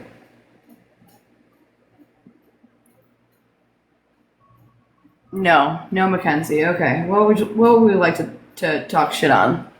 Because I'm all for talking shit right now. Although I might have to mute you guys I have to pee. So you guys didn't hear you didn't hear about that? It was like in 2022 where she unalived her boyfriend and her boyfriend's friend. I have no idea about the Karen drama. I don't follow that crap.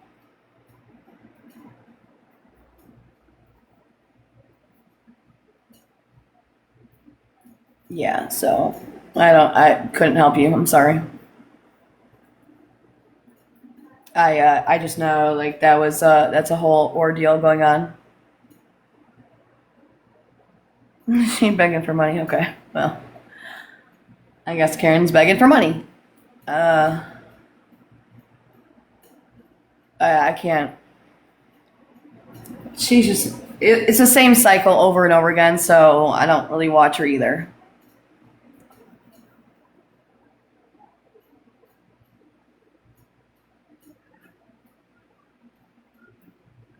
So, but Karen, I have no idea. I don't really watch Karen. Never have. I don't watch.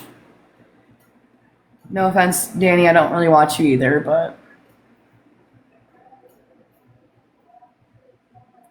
however, I've never really watched the other twins with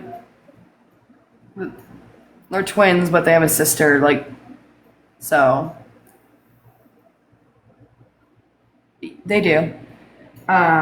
Like I've watched Fifi, Jess, and Sheena recently, and I don't. I think those are pretty drama filled themselves. I've learned about Mackenzie. She is a true crime talking about. No, not that Danny. I know you're not. Sorry. I didn't know she was in here. I was just gonna let her know I don't watch her either. I don't find them interesting anymore. But I was talking on.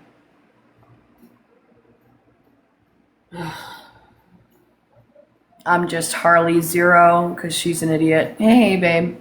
Hey, Brie. Um,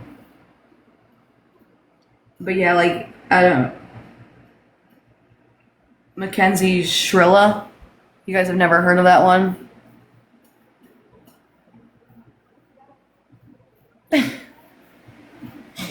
Guys are mean. Let her change. If she wants to change, let her change. I hope she changes. I hope she does for the better. But, babe, what? Babe, what? Did you want me to switch the thing, or you want to just keep trying to drag me? Like your choice. I don't give a fuck, honestly.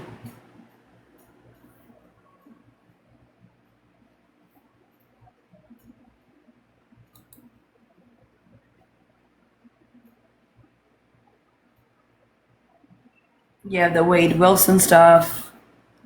I gotta do some more research on that, actually.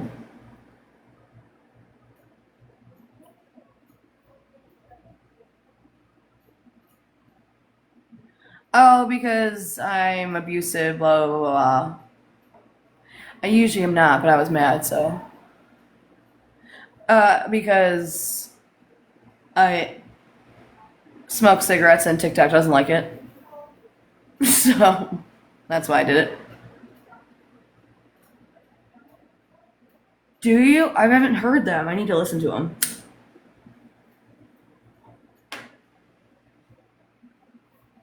I gotta listen to the Wade Wilson stuff. That man needs a whole new lesson. I do love true crime. Maybe I'll start doing that more and more on my YT, but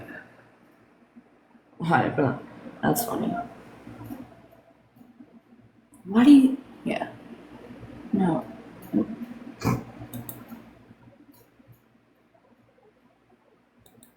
I just wonder. Okay, so I have a stupid question for the 36 of yous. If people will quit, I know what people are doing and all this, but if everyone would quit talking and watching Gabrielle Jacobson, don't you think she would just disappear? I'm just asking. Honest question. Just asking.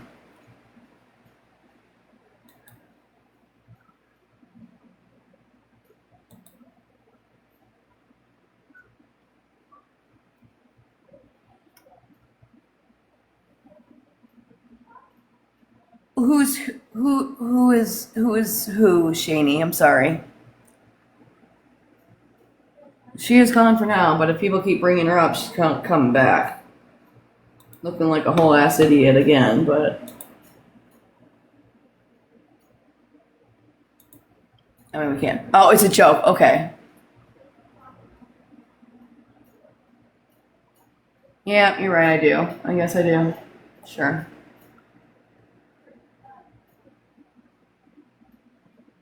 Yeah. Right. Extender. They can save her. Okay. I know what other people are trying to do, so. But I was just asking, like, if people would just quit fully talking about her, do you think she would just disappear or no? Honest question.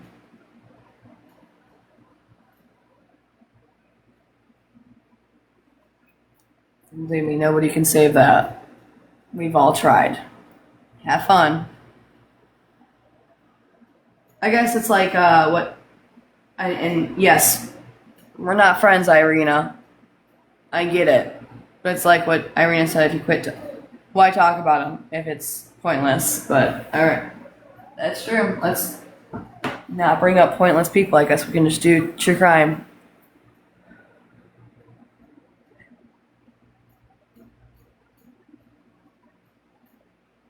Oh,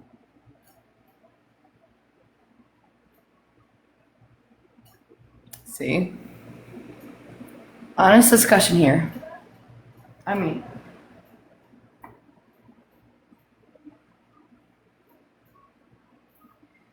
but Bree, can I ask you what do you like particularly specifying about shit that people do to her make her look make them look worse? What are you talking on? Because I know what I did, but I also had to deal with her in real life and deal with all that fun shit. But I'm just asking.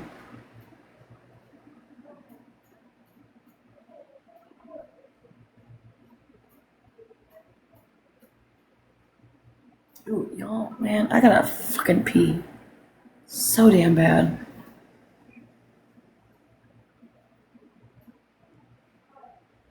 Oh, okay. Oh, okay. That makes sense. Yeah, I was just asking. I mean, if y'all want to have a real discussion, we can have a real discussion. I don't know. What do you want to have a real discussion on? Other than how you think I'm so horrible a person, because guess what? I'll be the villain in your nightmares. I don't care. Whatever helps you. But is there anything else we can talk about? Because you trying to dog on me is not going to help anybody. Because I'm just going to laugh in your face and tell you, okay.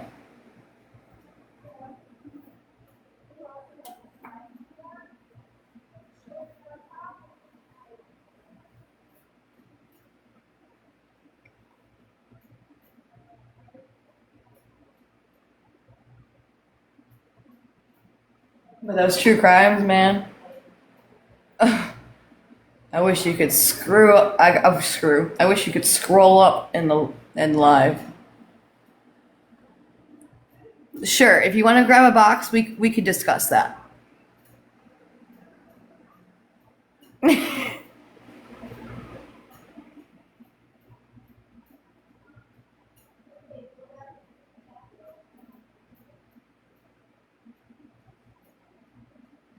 If you grab a box, we'll discuss the dangers of all that.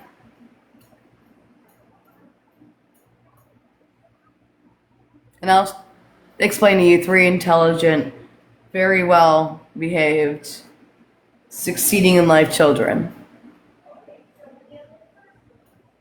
Does it happen for everybody? But no. But my kids are fine. Oh, okay. Cool. So, next subject. How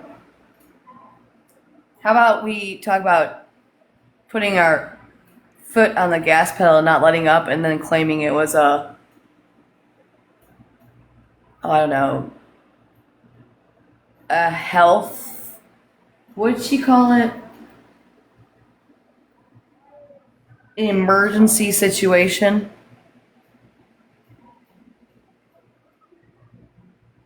Medical emergency is what she said. POTS. Yeah, I know she called it POTS, but she said it was a medical emergency.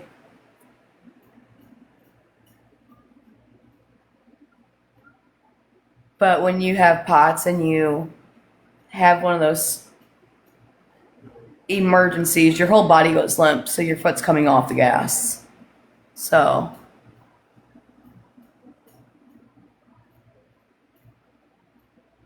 that was proven already in a court of law by doctors. So, and then people were saying it wasn't premeditated, even though she had gone down that road before the what was it 2 or 3 days before she did what she did and got that sentencing, which is ridiculous, but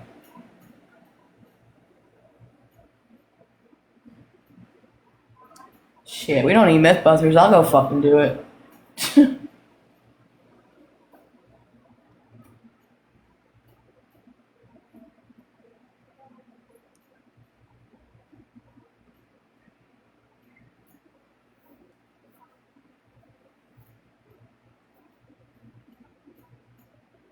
Okay. Okay, but even with all the evidence shown,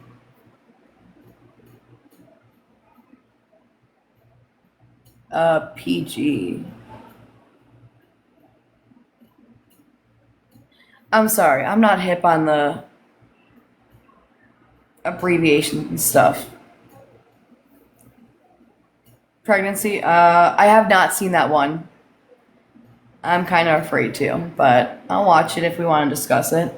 And as for extender, just your opinion. I'm here for everyone's opinion on that. I just feel if you're going at such a fast rate and yeah, I heard something about that. I gotta watch it and dig deep into it. So, but for Mackenzie to be going at such a high rate of speed and there's bumps and your foot's not letting up, maybe it was the heat of the moment, but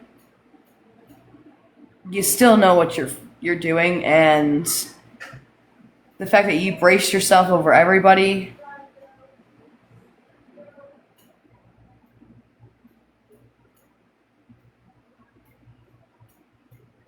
Wait, just why risk yours? Risk your what?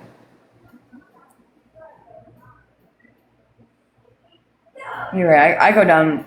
I mean, I have a certain way to every store and stuff like that, so I go down the same. I would see. I think she already knew she was gonna be fine. Is the issue? I don't know. I don't know, because she braced herself for it and shielded herself, and it was proven. Yeah. So I mean, I don't know. And then to claim that she's innocent and claim that it was a medical emergency, she should have got longer, in my opinion. In my own opinion, she should have got longer sentencing, if not put to unaliving. You want to take the lives of two others, you deserve. Every action has a reaction. So,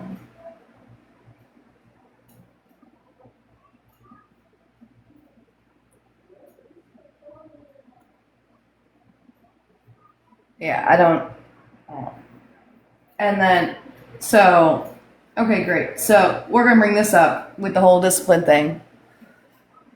Yes, they discipline different, but however, she was a spoiled brat being raised up because she was given everything she wanted and never told no, and all this other shit. And you see what happens. My kids, however, I discipline them a certain way, and they know the reality of fucking life. So, but somehow I'm still abusive, even though they know what's right from wrong and how to act and how to be upstanding citizens compared to some 17-year-old, almost 18-year-old. No, she was not actually. They proved that wrong.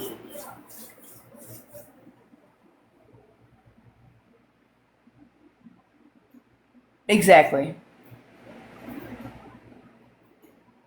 But I don't know if we understand what I'm saying. Like, so here's one side of the whole ordeal, which is let's not do anything and give the child everything. And then you have, I guess, what you guys would consider extreme on my end, where my kids are just disciplined correctly, in my opinion, correctly, and know right from wrong, and know how to be upstanding citizens, and all that. But, like, so, other kids are all different. Other people can discipline their kids the way they want to, but I am not from the South, actually.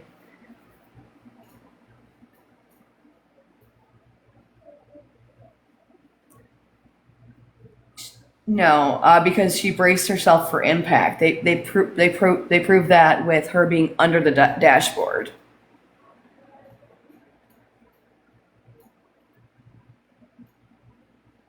See, just that's just common sense, though, Brie. And if you watch the damn movie, they're like, well, they never said she couldn't drive. Hey, common fucking sense says if you're gonna be passing out, maybe you shouldn't be behind a wheel. Oops, sorry, knocked over my can. So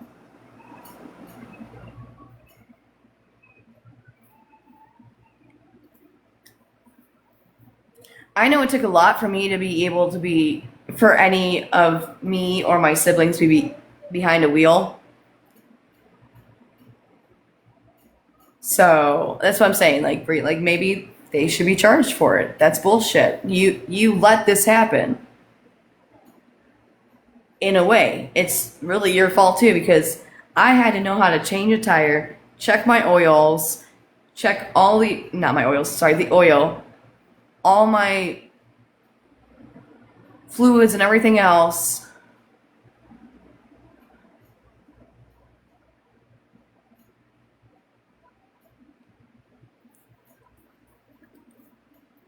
And know that what I was behind the wheel, it's still considered a weapon. It is over a ton. Like you have to be full control. I don't know if you maybe that was just honestly some of the YouTubes I've been watching. It might not have been in the documentary, but the way when I was listening to the YouTubes and everything that came back from them, they're like her body was under. I'll have to watch it again to make sure, but she ended up under the dashboard. So I'll look into that to make sure I'm correct. It was either the documentary or the YouTubes I've been watching. But she ended up under the dashboard. That's how she ended up living. So, but that's I had to know everything. Like there was no.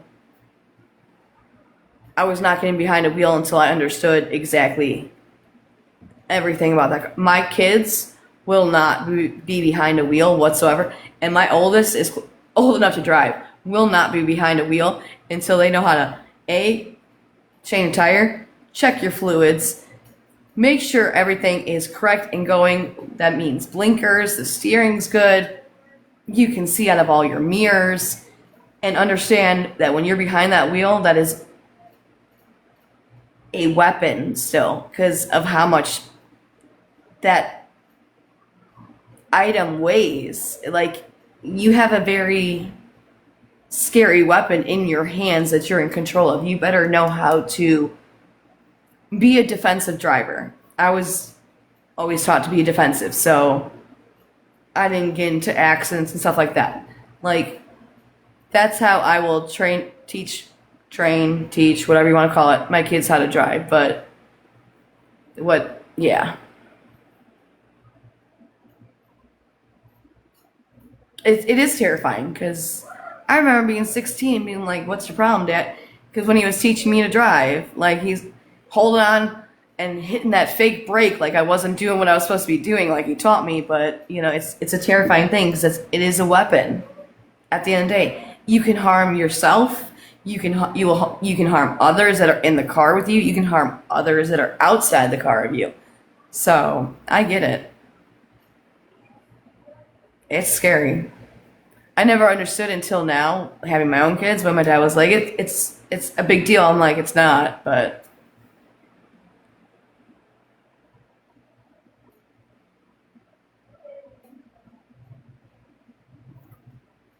I think, well, okay, so the state that I'm in, technically, you can get your permit at 16, but it takes you 2 years, so you have to be 18 to get your license here now.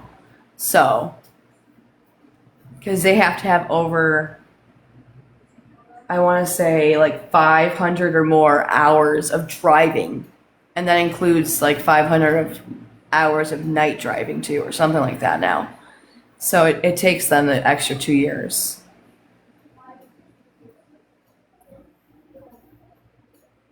Oh, no, yeah. They changed it here. So,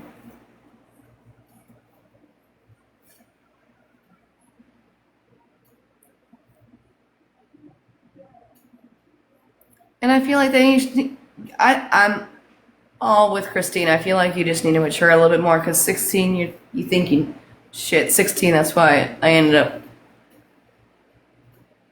whatever happened to me. But 16, you think you know all and you don't.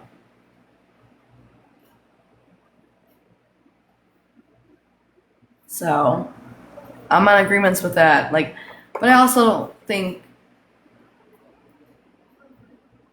have opinions on, how they change the ages for things. I also think they should have changed the age for going into the military, but I have no say on that. So if you can't drink or smoke a cigarette till you're 21, you shouldn't be able to join the military until you're 21.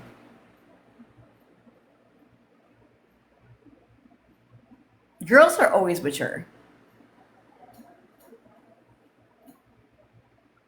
And you probably shouldn't be able to vote till you're 21 either, because I feel like being 18, it's just not. But my opinion only. My opinion only. My husband will disagree with you. He's military, so.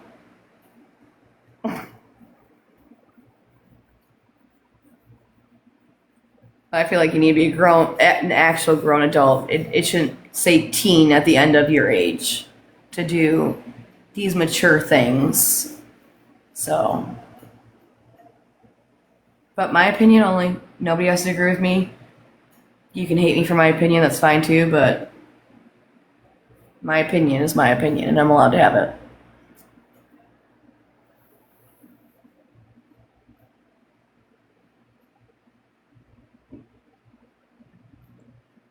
Okay, I'm gonna put you guys on a mute. I have to pee really bad. Does someone want to get in the box to talk to everybody? So it's not silence? But I really have to pee.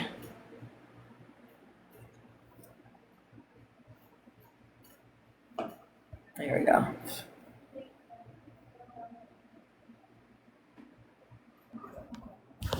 Actually gonna talk? I'll join you. I'll talk. It was too much for me to text anyway. I'm laying in bed.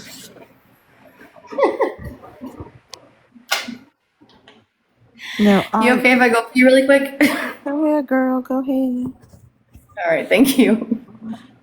No, see, when I was younger, which I'm probably older than a lot of guys in here, but we were just at 15, walked in the DMV and got our license and walked out. No driver's education, no nothing. And our parents just put us on the road and let us go. Looking back, that was like really dangerous. We didn't know what we were doing. We studied a book and that was it. Took a 30-question test, I believe.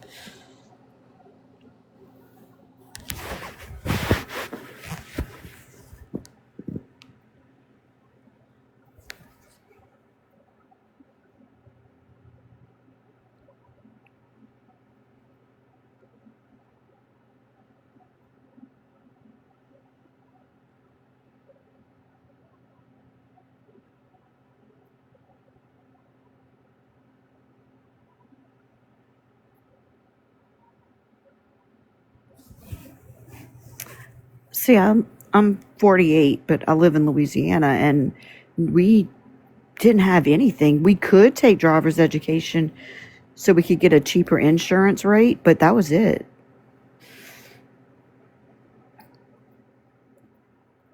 My mom literally brought me to the DMV.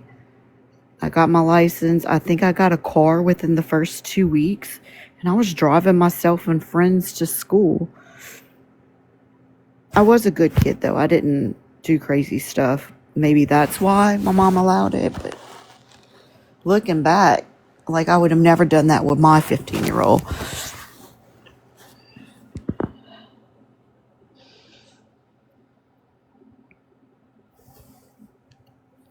But I do feel like a lot of things are different now. Oh, I appreciate you so much. Oh, not a problem. So I agree. So girls are typically more, like, let's be honest, girls are typically more mature than boys, which it just happens. I don't know. It's genetic, whatever. But a manual. Holy crap! Oh, that was my first Let's car. not talk about manual. Really? Yes, and I remember getting it, and my brother, we live about 10 to 12 minutes into town or so. He literally brought me into town, dropped himself off with his wife at her work, and told me to go. And I was all alone trying to practice and drive this car that would literally roll down at the red lights because I was letting off the clutch too fast, or I was letting off and it was dying or rolling back. Terrifying. Oh, damn. Terrifying. So funny. I've never actually learned how to drive a manual, other than my husband's. Yeah, I don't know how to. Mine's always been automatic. I love a manual, a good race car manual, though. I like a Camaro or something. Okay. Oh, Christine, same. So many times. Alone, so scared, embarrassed.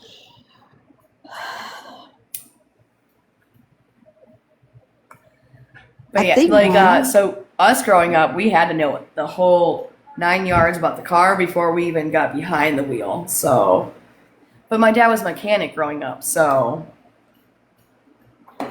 we my knew everything mom, about a car.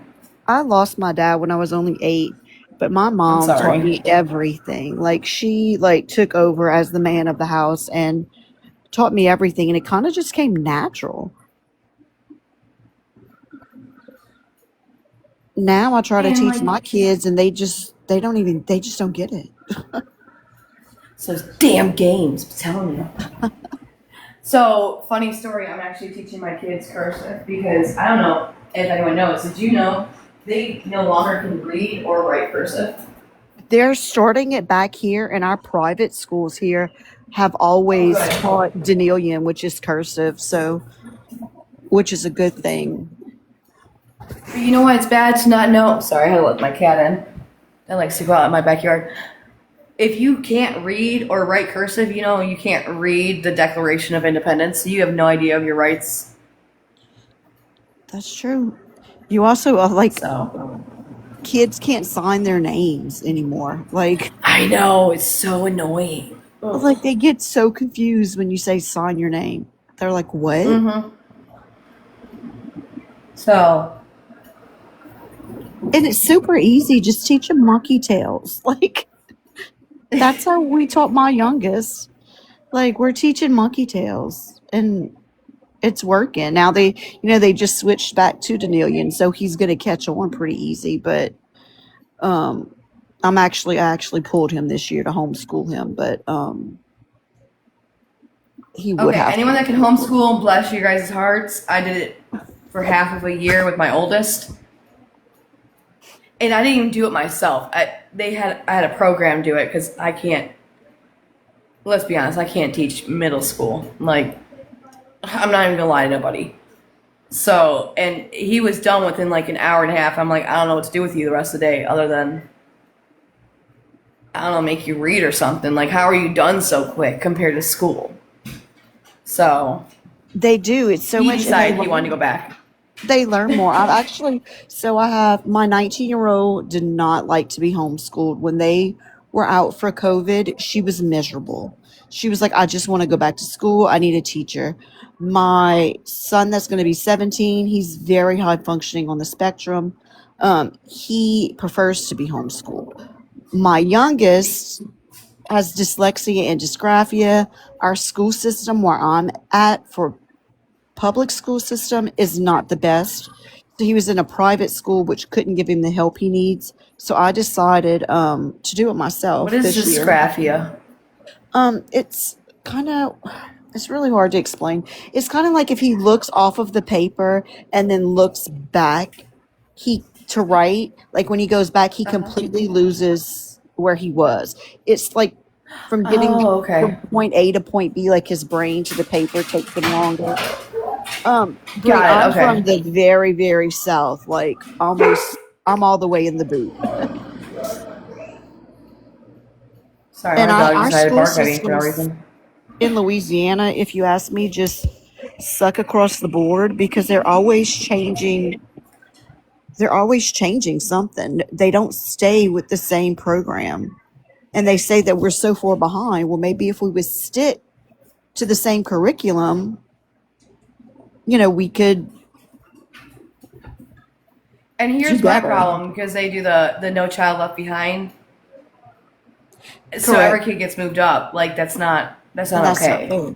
And in a brick and mortar school, our kids aren't robots. All kids don't learn at the same speed, the same time, and that you can't expect that. Oh, really, Bree? I'm really curious now. I'm in the 985 area code. I'll tell you that much. Oh yeah, y'all don't want to be stalked. Please don't put out your Yeah. address, because it'll happen. There's a lot I've of. done that. I love seeing people from Louisiana, though. It's pretty cool. Kaylee's from Louisiana and homeschools hers and her kids, which, I mean, hers are younger right now. Like, hers are like pre-K and stuff, which is cool to me. But, like, so I know you guys know Dirt. She's from South Dakota, so she's north, and she homeschooled, like, homeschools. It's all her, all the time. And I'm like, I can't do it. I love my kids. I went to school to be a teacher. And I can't. I had kids, and I was like, nope. Not with the disrespect these kids do nowadays, because I already got into it with the grandma like 2 days ago with her grandson being disrespectful and getting on the phone like he grown, talking to me like he grown. I was like, no, sir. I don't know you. You don't know me. I did not grow up in the South. It's just the way I was raised. And you remind me of people in the South because we're like, I don't know, just the way you talk just kind of reminds me of you being from the South. So with that being said, right, with people coming in here and being like, well, you're abusive, so are people all from the South abusive? Because I know they go tell their people to go pick a switch. I don't do that. I use my mama hand. switched my butt so many times. I mean, I don't feel like I was abused. I feel like I was just taught to Discipline? respect my elders, that there was consequences in life. And yes, I went to school with a black guy because my dad was disciplining me, and he had the side, like the hands, because he was a working man. He used his hands. He was a mechanic. His hands were the size of softball mitts. He told me to pick up a piece of paper. I told him I wasn't going to because I was 16 and knew the whole world. And he got up to go, like, swat me on my ass, and I dropped down and he caught my eye. So no, I wasn't abused. My parents were the best fucking parents ever. I learned to respect my elders, and I made it this far in life, knowing how to enunciate and read. So, I'm just saying. I mean, listen, I mean, everyone parents differently, and who am I to judge? I'm not judging anyone's parenting. You know, I mean, unless you're physically like abusing your kids. I Which mean, my kids have no marks on that's them. different. Like that's just totally different. I think some of us just use that word, "Oh, I'm gonna beat my kids." Is you know what? And Yes. it sounds I'm glad you bad. understand. You know, So it for people sounds that are in bad. here, they understand. Like that's just what we do. That's how I was raised by boomers. So Same, my yeah. whole thing is different. And the only reason why I don't even judge on parenting, I judge on what you're doing with your kids currently. That's why I brought up the whole thing. Why let your child, knowing there's creeps and you've been told several times there's creeps, why let them be in a bikini showing the world? Like, stop doing that. That's all I was saying. People take things in their own way. It's just I just ignore Oh, jeez, people. Bree. Bree was raised by a Marine. God bless you. Whew.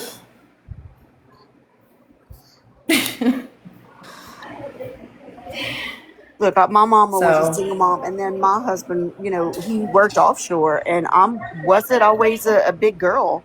I was tiny, and I had two boys, and I had a daughter that I knew was going to be bigger than me. I did not play with them. Like, you know, I put the fear of God in them. I'm going to be honest, and if you want to judge me, judge me.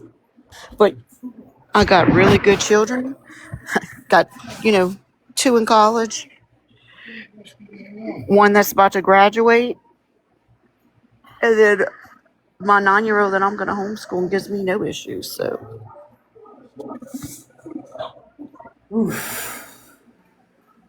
and I damn. raised one that's about to be 25. She's not mine, but I raised her from the time she was 13 till she moved and went to college up north, and she's now married, living a great life. And I mean, I must have did something right. That's all I'm saying. Like, I get what I say comes off aggressive and everything else, and okay, we'll call somebody. There ain't no marks on these kids other than the ones they put on themselves for playing sports. Like, my youngest plays soccer. He's got bruises up and down his legs. I mean, he was playing soccer over the summer. What do you want me to do? I can't fix that. He's abusing I have a himself whole more than you've pool. ever abused him by playing soccer. Yeah. Oh yeah. I have a whole fucking pool they go into and they wrestle around and shit. Yeah. They're siblings and they're kids.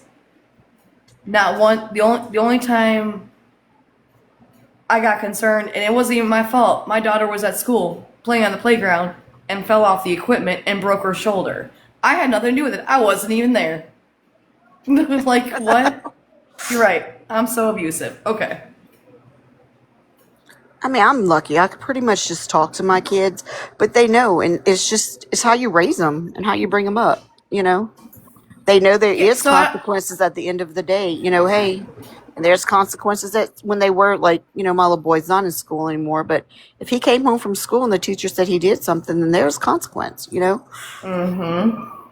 yeah, they hate when the school calls me because I'm always like, what did they do first? And then it's like, oh no, they did. Someone did this to them. I'm like, oh, well now, how do you want me to react? Like, what are we doing?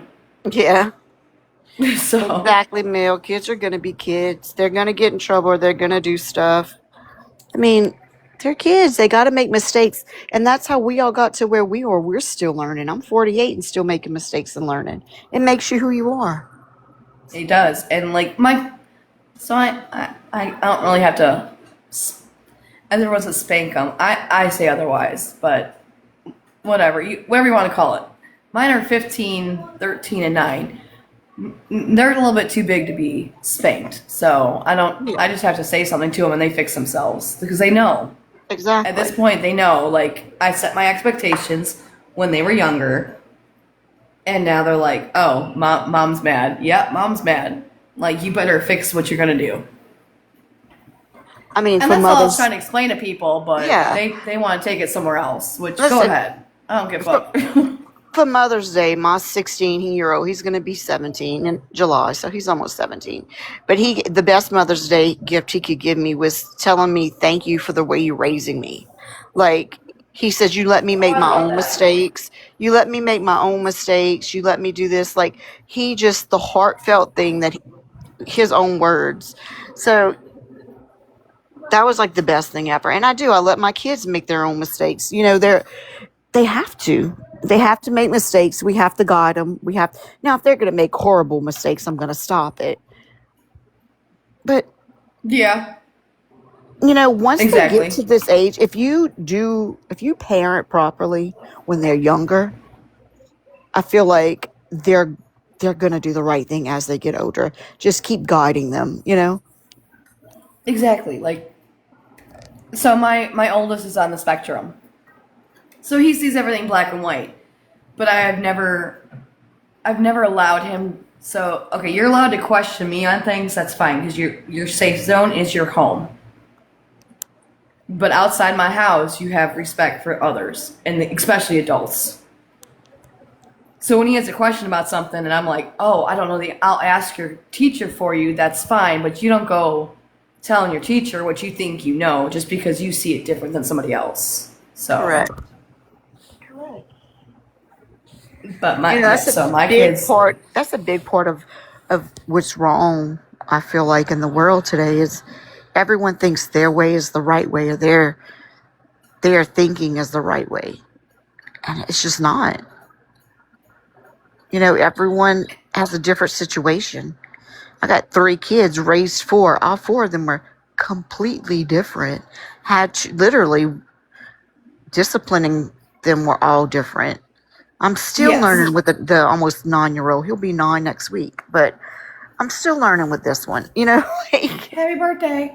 It's just, in parenting, the more we go, it's just not the same. The world's not the same either. No. So, and see, to me, the world's just too damn change. soft. I agree. It's too soft. There's no consequences. I agree. But I agree. also, every child is different. Every child needs to be disciplined different. So what worked for my oldest didn't work for my middle, which is my daughter. I mean, she's besides the war zone that happens in her room with her clothes and trash. I mean, those girls, that's they'll different. get you. I know. Those girls will get you. My son on the spectrum, he's actually my easiest one. Oh, I wish. My daughter's my easiest, minus the room. Oh, my daughter, she's a really good kid. Oh, look, my 9-year-old just walked in my room and just climbed in the bed with me. He just butted in the conversation. He said, "Happy birthday!" She said, "Happy birthday." Thanks. I said, "Thanks." He says, "Sissy's the worst one."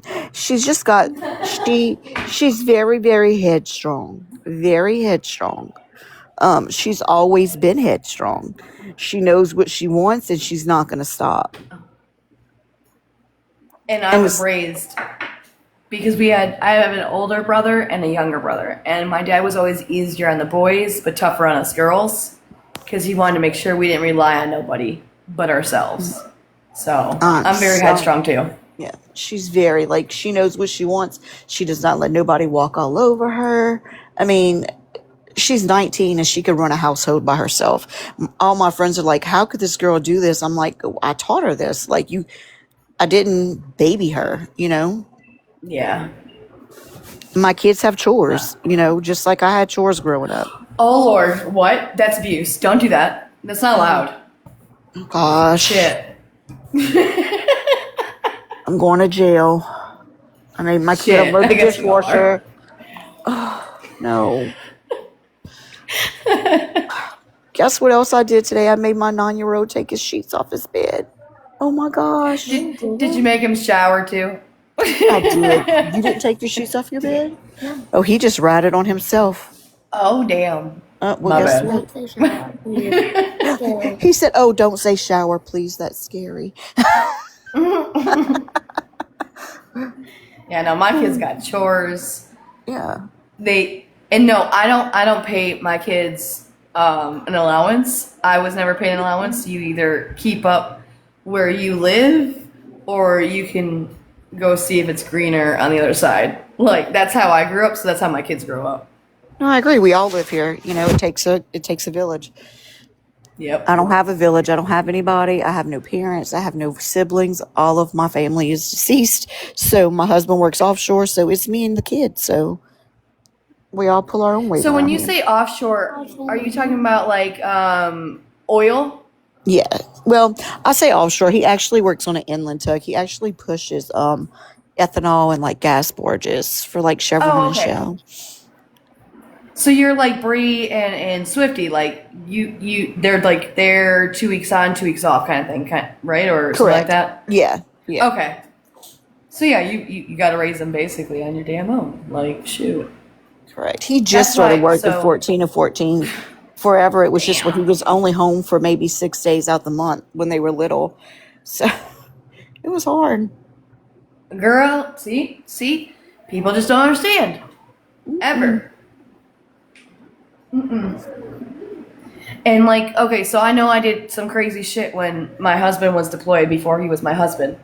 But so he was gone for a year, but I was taking care of a household with my kids and my pets, but I was also having to worry about what was going on overseas because he was in the middle of the war zone. And nobody understood that at all. So yeah, I lost my I did. I will admit to it this day I lost my crap. It didn't matter. My kids are still fine. Yep. Girl, us women gotta do what we gotta do. So I met us at a tug company, not a rug company. But then she put liquid nitrogen. So does he tank? Oh, no energy. Okay. Because there's like stuff that they push on the boats, and a lot of them, like there's tankermen out there that tank the barges. That's what I was asking. okay. And I don't know if you guys know Dirt's story, but her husband, because he works with, so he puts all the stuff into like the hospitals for the safety of like you can't take the baby out without an alarm going off. He does all that stuff. He's that's gone nice. a lot of the time too. So because the jobs are everywhere else but where they live. So she does it all by herself too. I'm like, I don't know how y'all do it. And then she was like, when Mike was deployed, she was always telling me, I'm so sorry for complaining. I was like, don't be sorry. You have a different situation than I do, and you've been dealing with it longer. I'm just losing my shit because that was the first time he was ever fully deployed of us being together. And he's been in since he was, I believe, 18. So It's hard. It's hard to get used to that lifestyle. yes. So and kudos then to all you women that can do it, because he gets deployed again. Someone might need to come live with me. I'm Girl, just saying. But then you get used of it, and then when they come home, you're like, okay, you're messing up my routine. Yeah, he just did that because he had training. It's called AT. He was gone for 2 weeks. Now he's home. I was like, can you go back to work now? I missed you. I love you, but can you go back to work? I can't stand you being at home.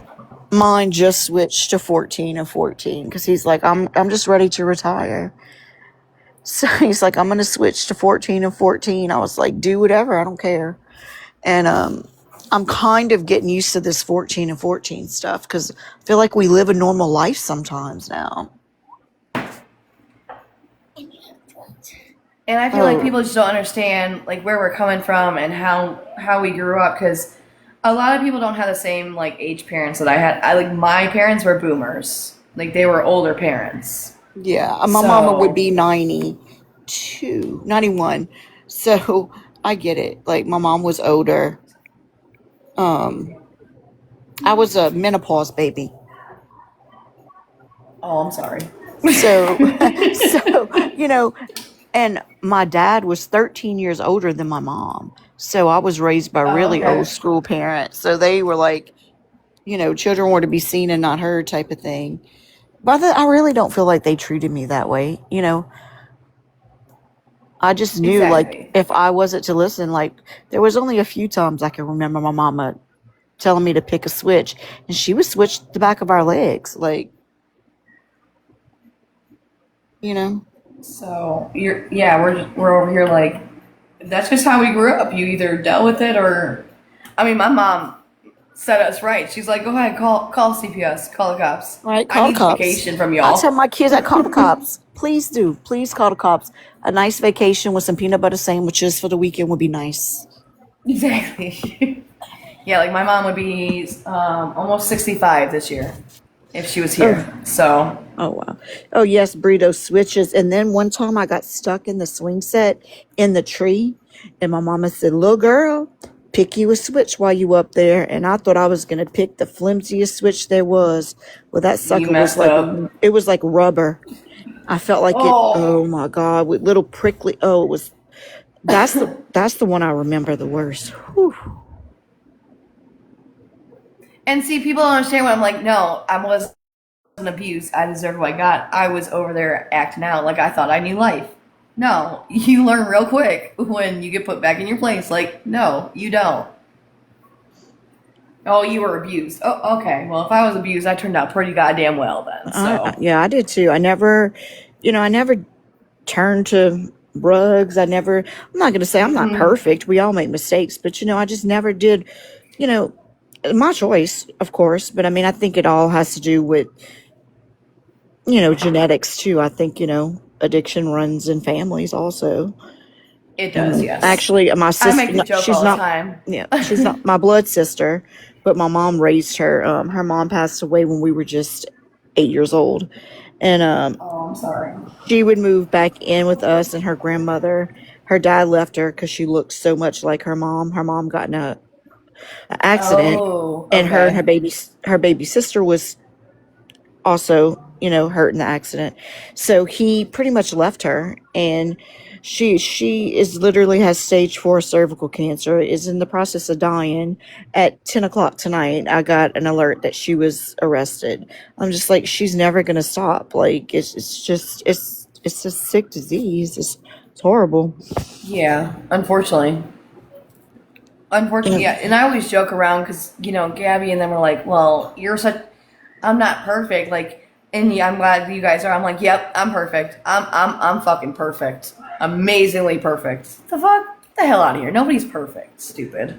No one's perfect. I mean, And I'm really sorry about the cancer. Cancer always, it breaks my she heart because it steals the greatest souls.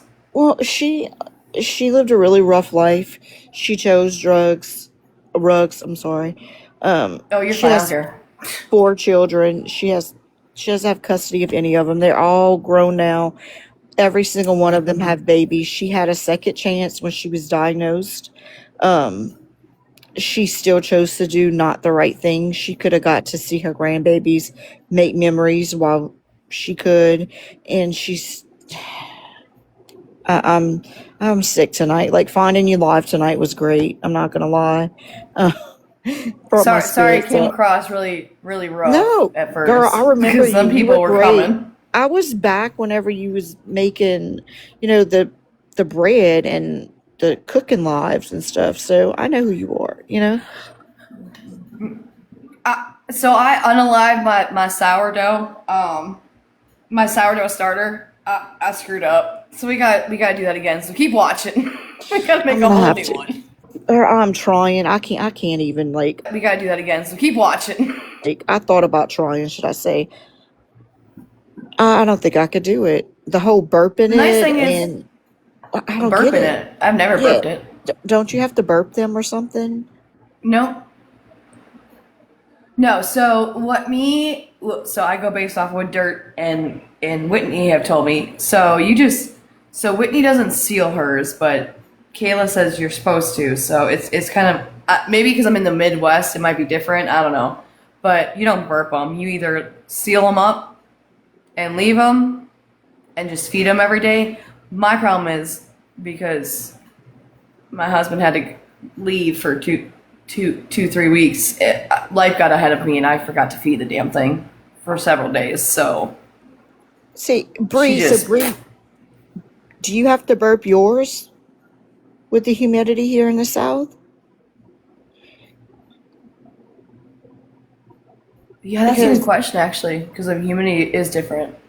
no, it's horrible. And the heat and the humidity right now, it's hard. So you don't. Okay, so I don't know. Maybe I'll try it because It just seemed like it was so hard to do everything that everybody was saying you had to do. I was like, oh, I don't know if I have time for this. I don't know if I have the patience. Now, once you get it so the starting part's the hardest. Like it's going to take the most amount of time to like focus on and do. But once it's started, that those damn things live for decades. Really, I'm gonna have to try Yeah. it.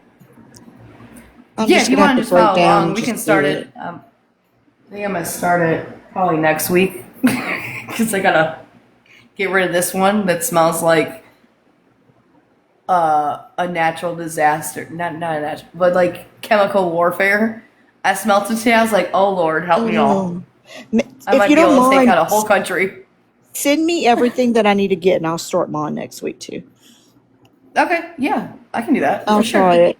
Tell me what I need to get, Because and I'll if try you it. follow my YouTube as well, I try to post the lives I do on there for that. Oh, okay. And oof, I was like, if I post this, then I have to throw this whole thing away. I got to restart. Everyone would be so disappointed. I'm like 32 days in, and I was like, nope, it ain't working. Oh, see, But I love okay, bread. so Oh, I love bread. brie, if you put it in the fridge, it'll last. Like if you put it in the fridge after it started, it'll like slow itself down and consolidate itself until you need to use it again, and then you just pull it out of the fridge, let it warm itself up, and then you feed it. From what Dirt has told me, so because she's had hers for 5 years now, but it took her, I think, 2 years to finally get one started. So, oh, you're talking about starting it again? Okay, never mind. Was Dirt the one who cooked all the like um natural food more? There was someone who used to No, cook that cooked like really natural food. I don't know. she used to before her kids were born. She was a vegan, a raw vegan. So she wouldn't eat meat and she would only eat raw food, like raw vegetables and fruits. And then with kids came, Yeah, everything changes. but yeah, she does do. She doesn't believe in Western medicine, so she tries to do a lot of stuff naturally. Yeah, I I love her to believe death. she used to be on the lives though, right? In the mornings. Oh yeah, she's always in my Yeah, lives. yeah. Okay, She's yeah. the I'm one with the pretty sure. garden. Yes, that's exactly who I'm thinking of. Oh, I wish I could be like Yeah, her when I grow up. me too. I'm Like, trying. I feel like she has so However, much I did make the energy. joke today. I don't know how she does it because she got those two. She got two youngins and she homeschools them. Oh wow. And she does, and she cooks and bakes. I'm like, girl, can I be you when I grow up? Because I suck. Like, Oh, Bree, I and that's want to why like, I want to. I'm seeing that Bree saying that I want to buy a cow from someone and like, cause you could have them like that's the do that. best. I've really been thinking about that. Now, so I go to a meat market, and instead of me having them like do their butchering or whatever, I just do it myself at home. If Hmm. you can get the stuff to do that at home, and you buy half a cow, you can butcher it yourself and put it the way you want it. That's an idea, but I don't think she's talking about raising a cow and eating. I think she's talking about buying Yeah. from a local farmer. No, no, I'm talking about buying it. Yeah, from a local farmer, But no, definitely. my sister just bought from a local farmer. She got some steaks and stuff, and she said it was the best ever because the farmer was local to them, and it's more of they don't use everything that stores use with all the hormones and all that stuff. Like, and then she's like, it tasted amazing. I was like, cool. I'll work towards getting there. But I made the joke, I think it was today, to my husband. I was like, hey, since they already think we live in a trailer, can we just go buy a trailer and put it on some acres of land so I can just have that I want? So he's like, yeah, okay, babe, okay. I'm like, you're a jerk. I don't think I could. I don't think I could raise it. For sure. But I could definitely buy it and have someone else do it all. And Now I can raise it. Can I oh my kick it? No. gosh, But I need If to know someone where else can do it for me, okay, I'm good. Bree, I want to know where you're getting this raw milk from. I'm curious. Is it good? I've never had it. Oh, we used to have well, of course, I said my, dad passed away when I was younger, but we used to have like 28 acres. Doesn't seem like a Okay. lot, but I mean, we It had is. goats. We had goat milk. That was the best milk I ever remember drinking. Okay, Now, my Bree, we are daddy, not growing up, for we are not if I'm not even I'm 20 minutes away from there. oh, damn. Okay. My Literally. daddy growing up, they his aunt had a farm that they would go work every summer as he was growing up. So he had raw milk. I've never had it. Oh, So it's so good. Now I don't know I've if also never had fresh eggs. oh, I've I only had had store bought eggs. I bring, I gave a cousin of mine all of my chickens. I had almost 30 chickens, laying hens. And last year the heat was so bad, and I have two autoimmune diseases. One of them Oh, keeps me out of the heat, and I just didn't feel like I yeah. was taking care of them. I like to spend time with them. I'm weird. My chickens were You ain't relaxing. weird. I just thought You're you're a pet parent. my cousin has a farm, and she came and got them all, and I loved having fresh eggs. It was awesome. See, where I live, I'm not allowed to have chickens or any of that stuff. We're not by city ordinance. I'm not allowed to have them. See, we're unincorporated. We could have anything. Yeah. I was like, I really, but then I was talking to Dirt about it, and she goes, "Yeah, chickens are actually really hard because they come with a lot of diseases that can, Yeah, make them unfortunately pass away." I'm like, "Oh, I didn't know that because we're not allowed to have them, so I've never even had the chance." I had one that was egg bound and got paralyzed. And okay, Oh, I'm screen. I'm screenshotting that. I heard that. um. Anyways, oh no, she was egg bound and she couldn't use her legs. And for like 20 something days, I kept this chicken in my house. And finally, she walked again. I Googled it and researched what to do. And I literally like made her a little sling and would hold her up and bring her outside so she could be with the other chickens and set her in the grass. And she started walking again. We called her house See, chicken because after that, she wanted to stay in the house. of course she did. Once they get the luxury of the inside, that's all they want. Oh, she was rotten. Wait up, wasn't that the tall neck one? No, that was Calliope. Yeah, But Calliope. no, I've always I House want to chicken do with that, and I know we the can if we really wanted to Yeah, I because thought she had a tall neck. there's land here in Illinois. Like you can go buy land and stuff. Like it's not a big. But my kids, with them going to public school and stuff, I'd rather them get their education. And me and Mike will Yeah. move to where we want to go once they're out of my house, and we'll live our lives the way we want to once my kids are good to go. I But want we to always put move our damn kids first. north. I want to move to Wyoming or Montana. Sounds Oh, just crazy. don't move to Illinois. Just don't move to Illinois. We got 3 taxes on groceries, so don't move to Oh, Illinois. Jesus. Yeah, 3 different taxes. I just want to move to where people actually have winters. Like, we don't have winters here. It's like hot for Christmas. You're wearing shorts for Christmas. Who does Okay, that? I want to be where you're at then. Shoot, because I hate the winter. Here, The mosquitoes will carry you away here. It's crazy. they're big here too. So I'm used to the big mosquitoes. But these winters are rough. And I remember my oldest was maybe 6 months old, and we got the horrible winter storm, and they called us Shiberia for the longest time because it was Oh, below like 20 degrees, -20, and we had snow coming in. And they're oh, like, "Oh, it's Shiberia because Chicago." I'm like, "Yep, it's something, all right. that is the It's life I cold." could live. Bree, I just went to Austin 2 weeks ago and I loved the area. I had never been. I could live maybe not in the city, but the outskirts. I love Texas. Texas is awesome. And Texas loves Texas, y'all. Yes, Like, they do. I have never seen a state that's so proud to be their state. Like, Hey, every single place you everything's see bigger is in Texas. Texas is just so proud of themselves. Did you know that Texas has their own grid? So they can Yes, technically stand alone if they wanted to? they can't, but they go out so often. Texas, like, if it gets too Yeah. cold, like, that's kind of scary.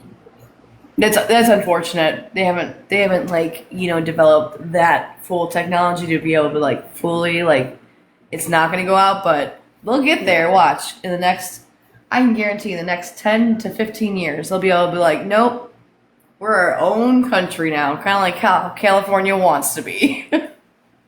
So, Bree, you were raised in Austin, like around the Austin area? Oh, Damn. girl, it's so awesome.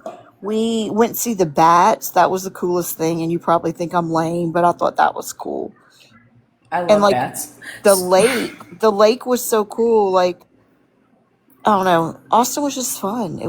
I loved it. Everything about it. So not to give too much away, but when I was working at the apartment complex, we had a bat thing. I don't know if anyone knows about bats, but there's a certain time of year you cannot mess with them because the babies. Yeah. And I had to call my uncle out, who's an animal trapper and does all that, because he doesn't euthanize or anything. He lets them, he rehomes them in areas they belong. And he's like, I can't do anything until the end of September. And I was like, what?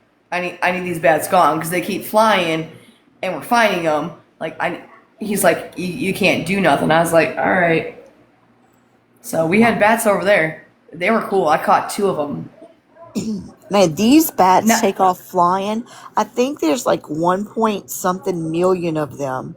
And they all stay under this bridge. And at a certain time of the year, they take off flying around dusk time. That might be it. okay. I'm not sure, Bree, but I Yeah, because know they're it's nocturnal. yeah. I know one of the lakes that we went to, there's a lot of boys that disappear and drown in that lake. Oh no. It's very good. That's actually something you might could look into for one of your YouTube shows. It's There you go. Let me write it down.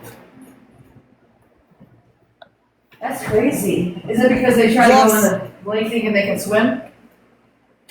I don't know, Bree. Yes, that's where we went with the bats, and then they took us. So we did a bike tour instead of on the boat, and our bike guys took us all over through, like,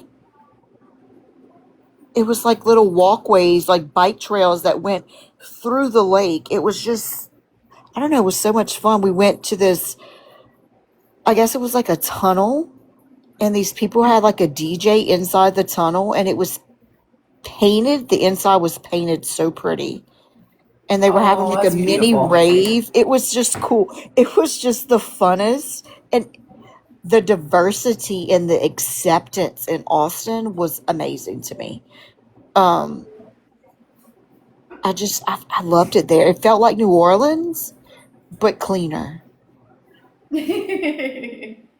Okay, you gotta tell me what's so not clean about New Orleans? I've never been, and There's me and my nothing clean. sister There's nothing are clean planning about on New going. Orleans. I mean, I love New Orleans. I love my city, but there's nothing clean about New Orleans. When you get your drink So, glass, maybe like uh-huh. your straw coming out the wrapper, that's clean. Okay. The reason, so we really want to. So we love like the New Orleans. Is it Creole or Cajun? Creole. They're Creole. more Sorry. Creole. Yeah, Cajun is more where we're from, probably where Bree's in that area. Um, they're more, we're more Cajun.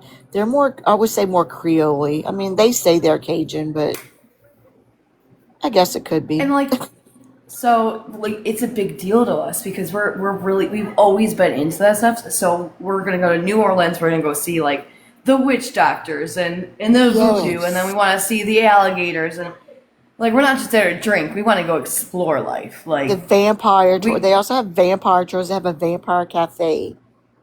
yeah, and like and like the haunted houses and stuff that that's Yes. what we're into. Which I know I'm not. No, Sorry to tell y'all, I'm not religious. Never have I been, never will be. So. I love to chase and hunt ghosts, so I get it. You have to go if you come to St. Francisville. It's a little drive from New Orleans, not that far away. You have to go to the Myrtles. Definitely think you should sleep there. It's so much fun. You said sleep. You funny. It's fun. I love it. Like my husband and I, before we had kids, would go to different hotels and plantations that were supposedly haunted, and that's what Mm-hmm. we did. And my kids love it too. Like I guess they were born into it. I guess it's the culture, Okay. you know. But New Orleans And is when we amazing. Like it's really so great. we definitely want to go there. We definitely want to go to Salem because we're all Yeah. about the like the witch trials and stuff. We love Yes, that would that. be. I would do So, that. Would definitely do that. um, I wouldn't say we're like Wiccans or like how some of the people on the app are like, oh yeah, we got witch. No, we find it fascinating and we just kind of vibe with it. I don't know how else to describe it. Like that's just how we are. Like my daughter's, we were always taught you never bring a Ouija board into your house. My daughter's got a Ouija board for her birthday. I'm like, Yeah, cool, we're the same way. have fun. My She new also thing got the is tarot collecting. cards. My daughter reads tarot cards. My new thing is like collecting porcelain dolls I find at thrift stores. Man, no, take them back. Nope. Mm-mm. My mama used to collect it. Oh my gosh, the porcelain dolls are scary. They are. They're scary. I found the creepiest girl this weekend. We went to Biloxi and I brought her home and she's so creepy. I love My her though. mom used to collect. There was like a whole thing. She would always collect porcelain dolls, and we're like, Mom, these things don't blink. They're scary. They're gonna haunt us. But their eyes follow She didn't you care. everywhere as you go. Yes. She didn't care. She collected, I think she had a total of 30 of them. I was like, Mama, I love you, but they ain't moving in with me. They're creepy. It's true, Bree. It's true. But the alligators here don't bite you if you swimming with them. I mean, they don't. Usually they're more scared of you. I feel like almost all animals are more scared of you than they are. Wait, they're more scared of you than you are of them. But I know alligators and all that. Like they have the death roll and stuff. Like cool, but they're still cool. Right now, I they're mean, I'd dead still all try to over. pet one. They're on the side of the highways right now, just dead alligators everywhere. It's horrible. It's Oh, disgusting. why? Because they come out of the swamp and try to cross the road, I guess. Oh, because okay, so we watch swamp people like shoot him, shoot him, shoot him. That guy, Shoot he's 'em. fucking awesome.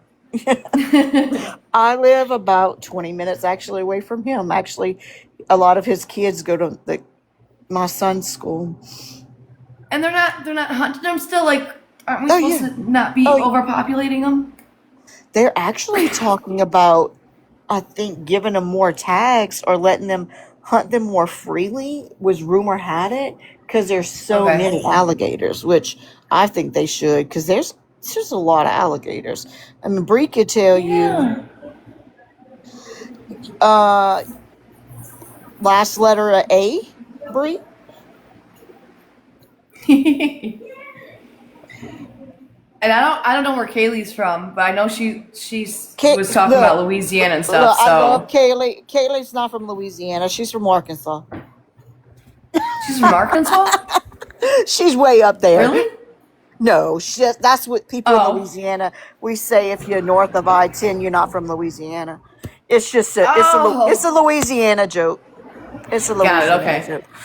But I'm over here like I I gotta go there. I gotta go. Oh, here comes Bree. She about to tell you all about it. Oh, Hello, yeah, Bree. Man, fuck swimming in Louisiana. Fuck that shit. The alligator population is 2 times more than human. Fuck that. It is true. Oh, So, Bree, while That's you're a on fact. here, my husband is from Chauvin. That is up near New Orleans, ain't it? No, That's going towards Cocodrie. I don't even know where that's at. Okay, so he's way like to the Gulf almost. Okay, I okay. am from Homa. I am not far away from there. I'll say that much. I'm in Thibodeau. I'm closer. Okay, so we're pretty close.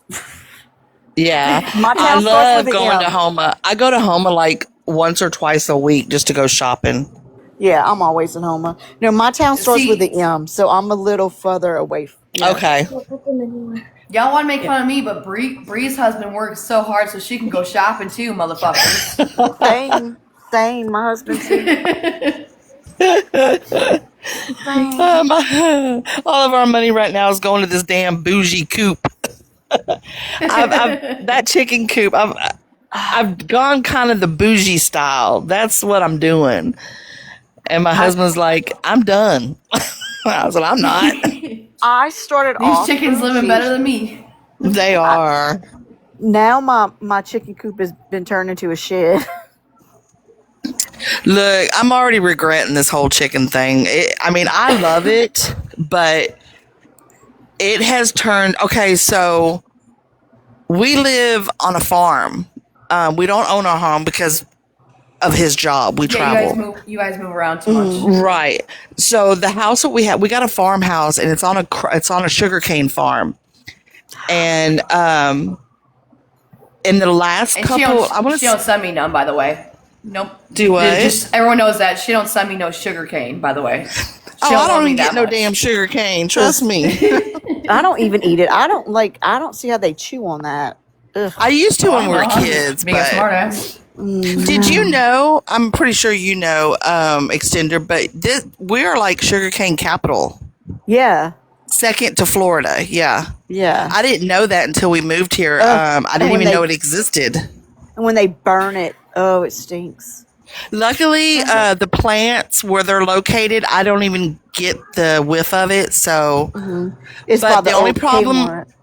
the only problem we're having right now is when they harvested last year, we didn't have a mice problem. We were told we were going to see mice and stuff, and especially having cats. We really didn't. I seen 3 of them the whole season. Damn. Now I'm seeing bugs like roaches, and I don't know if and they're all around my chicken feed, and my stuff is locked up and in buckets and sealed, and it's driving me. I spent all day today spraying my yard, doing this, doing that, because I have roach phobia bad. I can't live like that. And I told my husband, in the next week, if these She got damn a things dragon, aren't y'all. gone, I am finding these chickens a home, because they're attracting it's the feed and stuff. They're attracting the roaches, and I can't do that. We sprayed outside the home. Luckily, they're not in the house, but it's starting to scare me. I don't want them to move that way.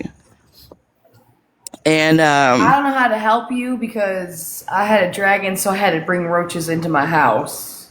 oh my god, Them big Look, fuckers. years and years ago, like 30-something years ago, before me and my ex-husband even had kids, we had to go stay with his dad for like a week while our apartment was getting ready for us. And they had a roach problem. And I remember turning on I was like a teenager, okay? I remember going in the kitchen and turning on the light, and they would scatter. And they had a clean house. I don't know what happened, but one Because if day you I live in an decided. apartment or like No, he had a townhouses, house. They spread. Yeah. Well, they were dirty at some point, but Okay. I'd never I'll seen give you the anything benefit like of it. doubt. I'd never seen anything like it. But one day I was like, you know what? Growing up, we had maids. And I remember how our maids used to clean. So one day I was like, you know what? I'm going to go in his kitchen and I'm going to clean that kitchen. I went up underneath the kitchen sink, and something caught my eye, and I looked up like where the faucet is. Swarms of roaches, like you would see bees. Oh hell And no! there goes I flipped my back. the fuck out. I say, Craig, that's it. I said, we're leaving today. We're going to a hotel. And he said, okay, let me load up the furniture. I said, oh no, the furniture ain't coming. It can stay. They I in said, the because furniture. They in the furniture. yeah, I said, Yep. nope. I said, the only thing we're taking our clothes to the laundromat, and then we're going to run 3 cycles in the dryer. And during the 3rd cycle, you're going to stop it halfway when it's really, really hot. And we're going to put it in the trash bags and tie them off and let them sit like that for 2 days. He looked at me like I was crazy, but we didn't have one roach when we got to our apartment. You need to go to Tractor Supply and to get the dye. It's dye something that's made with fossil. It's Have good for that. your Look, chickens, I have fleas. I have that. I have agriculture lime. I have the pine. I have all the herbs and spices that help keep everything away. I'm telling you you, know I who have it asked? all. It's the moisture right now too. It is. That's what You know I who to read. ask, That though? Definitely ask Huh? Dirt. She knows all that shit. Dirt Well- knows how to keep all them bugs out. Oh my God, there's a frog in I front of me. promise you Oh she my does. fucking God. Well, I got this stuff. It's You I send just it home bought it. to me. My daughter wants a frog too. Oh God, no. I just bought this I know. stuff, and it's used by exterminators. A lady at the feed store recommended it. So and you use like in the house we use half an ounce per gallon of water, and outside the house we use 2 ounces per gallon of water, because I made that shit strong. And when I tell you, I sprayed and sprayed and sprayed and sprayed. But those I are went crazy. chemicals. I'm talking about Don't give a natural ways fuck. to make sure that. Okay. I don't give a fuck. I'm getting rid of this shit because this natural shit ain't working. No, they do. They get in your feed. I had the same. And roaches issue. live forever, by the way. I just look at can't. Gabby, Well, she's I read today that roaches can live a long time without food, but they can barely make it a week without water. But they also can make it past the atomic bomb. So we're all screwed I don't regardless. We have so Look, much water around here. They According We do. going to have Wally. access to water. Well, we've been getting rain down here Oh, like have you? a day, every day for like 3 weeks now. And now we have Okay. a low they're watching out there. Did you see that? No, already? Oh, yes. Well, we're gonna get hit tomorrow. I had to put I put shower curtains around the chicken coop today, and trying to protect them some from this rain, because once it starts raining tomorrow, it's not supposed to stop for like 4 days. Yeah, it's about to get Oh, wild. see, we ran into the issue of, so we had bad storms here in the Midwest, and I'm in Tornado Alley, Yeah. and we got hit with tornadoes really bad. And it's finally, so I love summertime, but I do not like 90-degree weather because my little crybaby ass can't handle that shit. It's just how I grew up. My but- dream So it finally cooled is down. to chase a tornado. Like, I Oh, want to hell run no. the denominator Nope. and chase it with reed. Like, that is like You- a dream. Okay. No, not me. So let me explain this to you. A tornado is, so you know how people in like Florida and stuff cry about hurricanes and shit? Yeah. They Oh, I know have what a tornado week is. Notice. We have within Seconds. seconds to figure out what we're doing. Yeah. The Look, tornado will back touch in the down and go 90s back up. Look, around 97 or 1998, there was a big a tornado that hit Fort Worth, Texas, up near Dallas. Okay. Well, that's where we lived. And all I remember, those emergency broadcasts that come over the TV? I had used never to, yeah. heard I had never heard one before. And this particular day, my kids were like in 3rd grade, 2nd grade, 1st grade. They were little. And this one day I was cooking dinner. My husband was at the golf course and I heard that emergency broadcast and I stopped what I was doing and I turned around because I knew it was a real one because this was different. And I turned Yeah. around and at the same time my ex-husband was calling. He's like, get in the car and get to the freeway. I was like, what's going on? He said, there's a tornado and it's headed towards you. So he got to me and we got into the car and we barely made it up to the freeway. And you know how underneath the freeway it's got the little slopes? the Yes. concrete slopes Yes. that hold up the bridges. He backed the car up, and the tornado went yeah. over us, and it was dark. Safe as So you the be. next day, we woke up. We lived on a lake, Arlington Lake. We woke up to a dead cow from the other side of the lake on our property, Oh Yep. wow. and I was Yeah, like, it's wild. "Oh, I don't know if you you guys know, know, but they actually touched down here where I'm at. We actually had one go through the town and hit places. So I've been dealing with a lot when Mike was gone. So well, you know, I'm last like, all year." right. You know, Oklahoma gets them real bad. And last year, Yeah, Oklahoma yeah. got Tornado, some deadly alley tornadoes. right there. And my ex brother-in-law, his house was hit. He's a truck driver, and he was Oh, I'm all so the way on the sorry. other side of Texas, and he was listening to the weather in Sulphur, Oklahoma, because that's where his family was, and he knew it had been bad. It had been bad for like 2 days, and it was like 3 o'clock in the morning, and that he said over the radio it came that it was touchdown in Sulphur, Oklahoma. He called his wife. He said, "Take shelter now." As soon as they hit their shelter, the tornado took their whole home, Oh my gosh. and they were trapped in that room, and he had to call for help. He was in his truck, headed back. He had a 12-hour drive back to Oklahoma, and on the way he started loading up his truck with supplies because he knew. And he got there, and the family, you know, of course they were safe, but the only God. little room left was the room they were standing in, and they barely made it within seconds. Our Yeah, camp was it, hit, like- and then not long ago, well, our deer camp in Mississippi, but a couple weeks ago, there was a lot of outbreaks in Mississippi again, Yep. and we were spared. Thank God we were spared, not touched at all. But it just, I mean, our camp just was rebuilt maybe 2 years ago completely because it took our camp. Yeah. But Yeah, I think A so lot of far people this were year it's been 30, 35 or 40 tornadoes have touched down in Illinois alone. Not it's mentioning been the a other states. it's been a wild couple months, I feel like, for tornadoes. It's a lot of Mother outbreaks. Nature don't like us this year. Weather altogether, I believe. Yeah. The weather altogether is just getting worse, and the heat is getting worse. The winters are getting worse.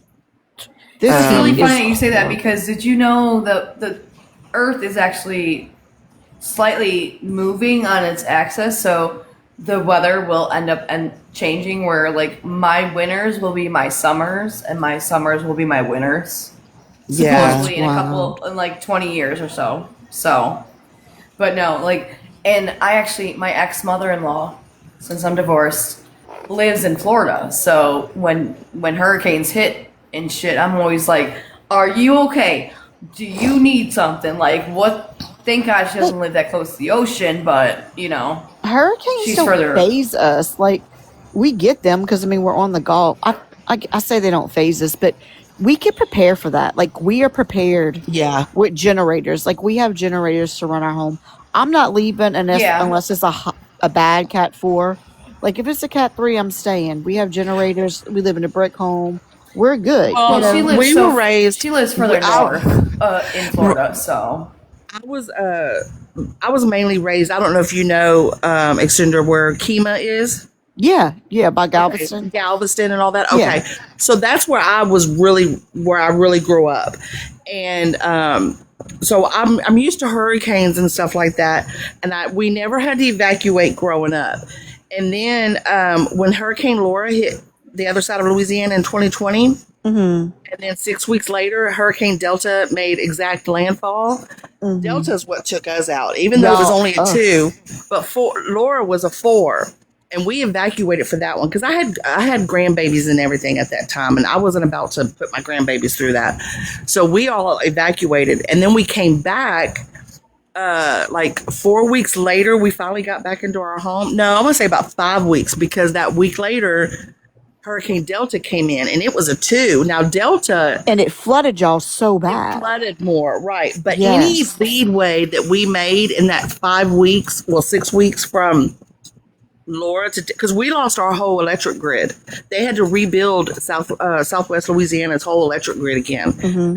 And any leadway that we made, and I lived south of I-10 at the time, it totally destroyed everything again. So I left, and I've never been back to Sulphur since.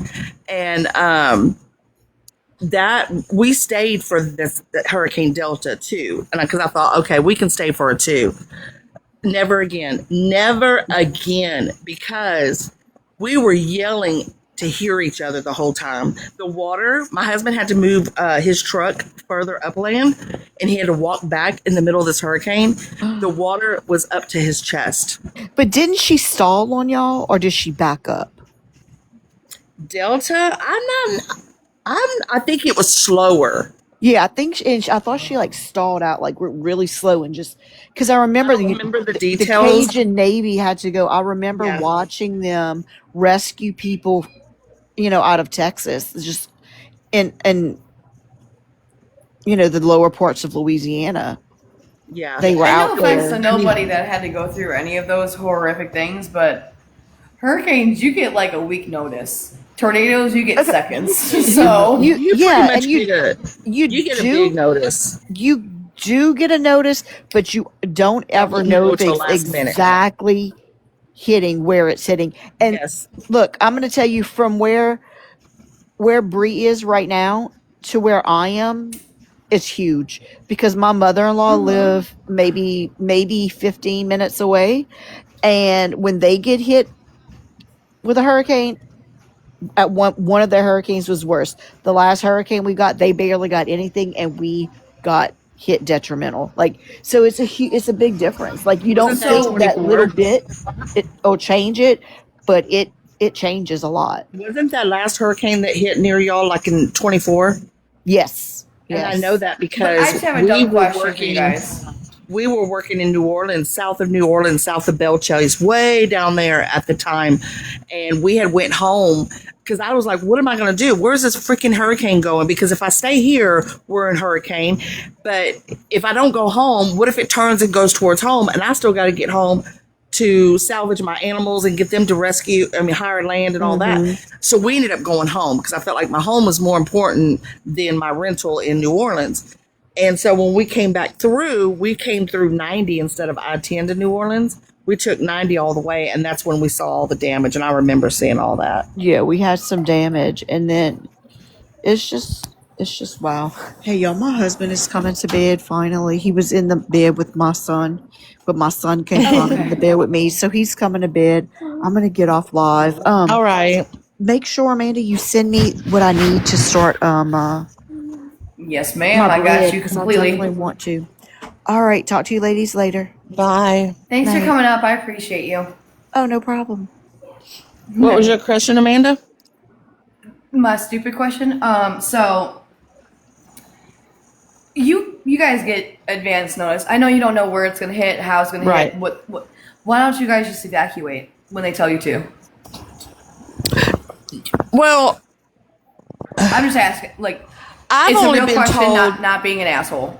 Just so you No, know. I understand. So when I still lived in Houston, that was the first time that I remember ever being told. This was after Katrina hit New Orleans, and then that other Okay. hurricane came like a month later, Rita.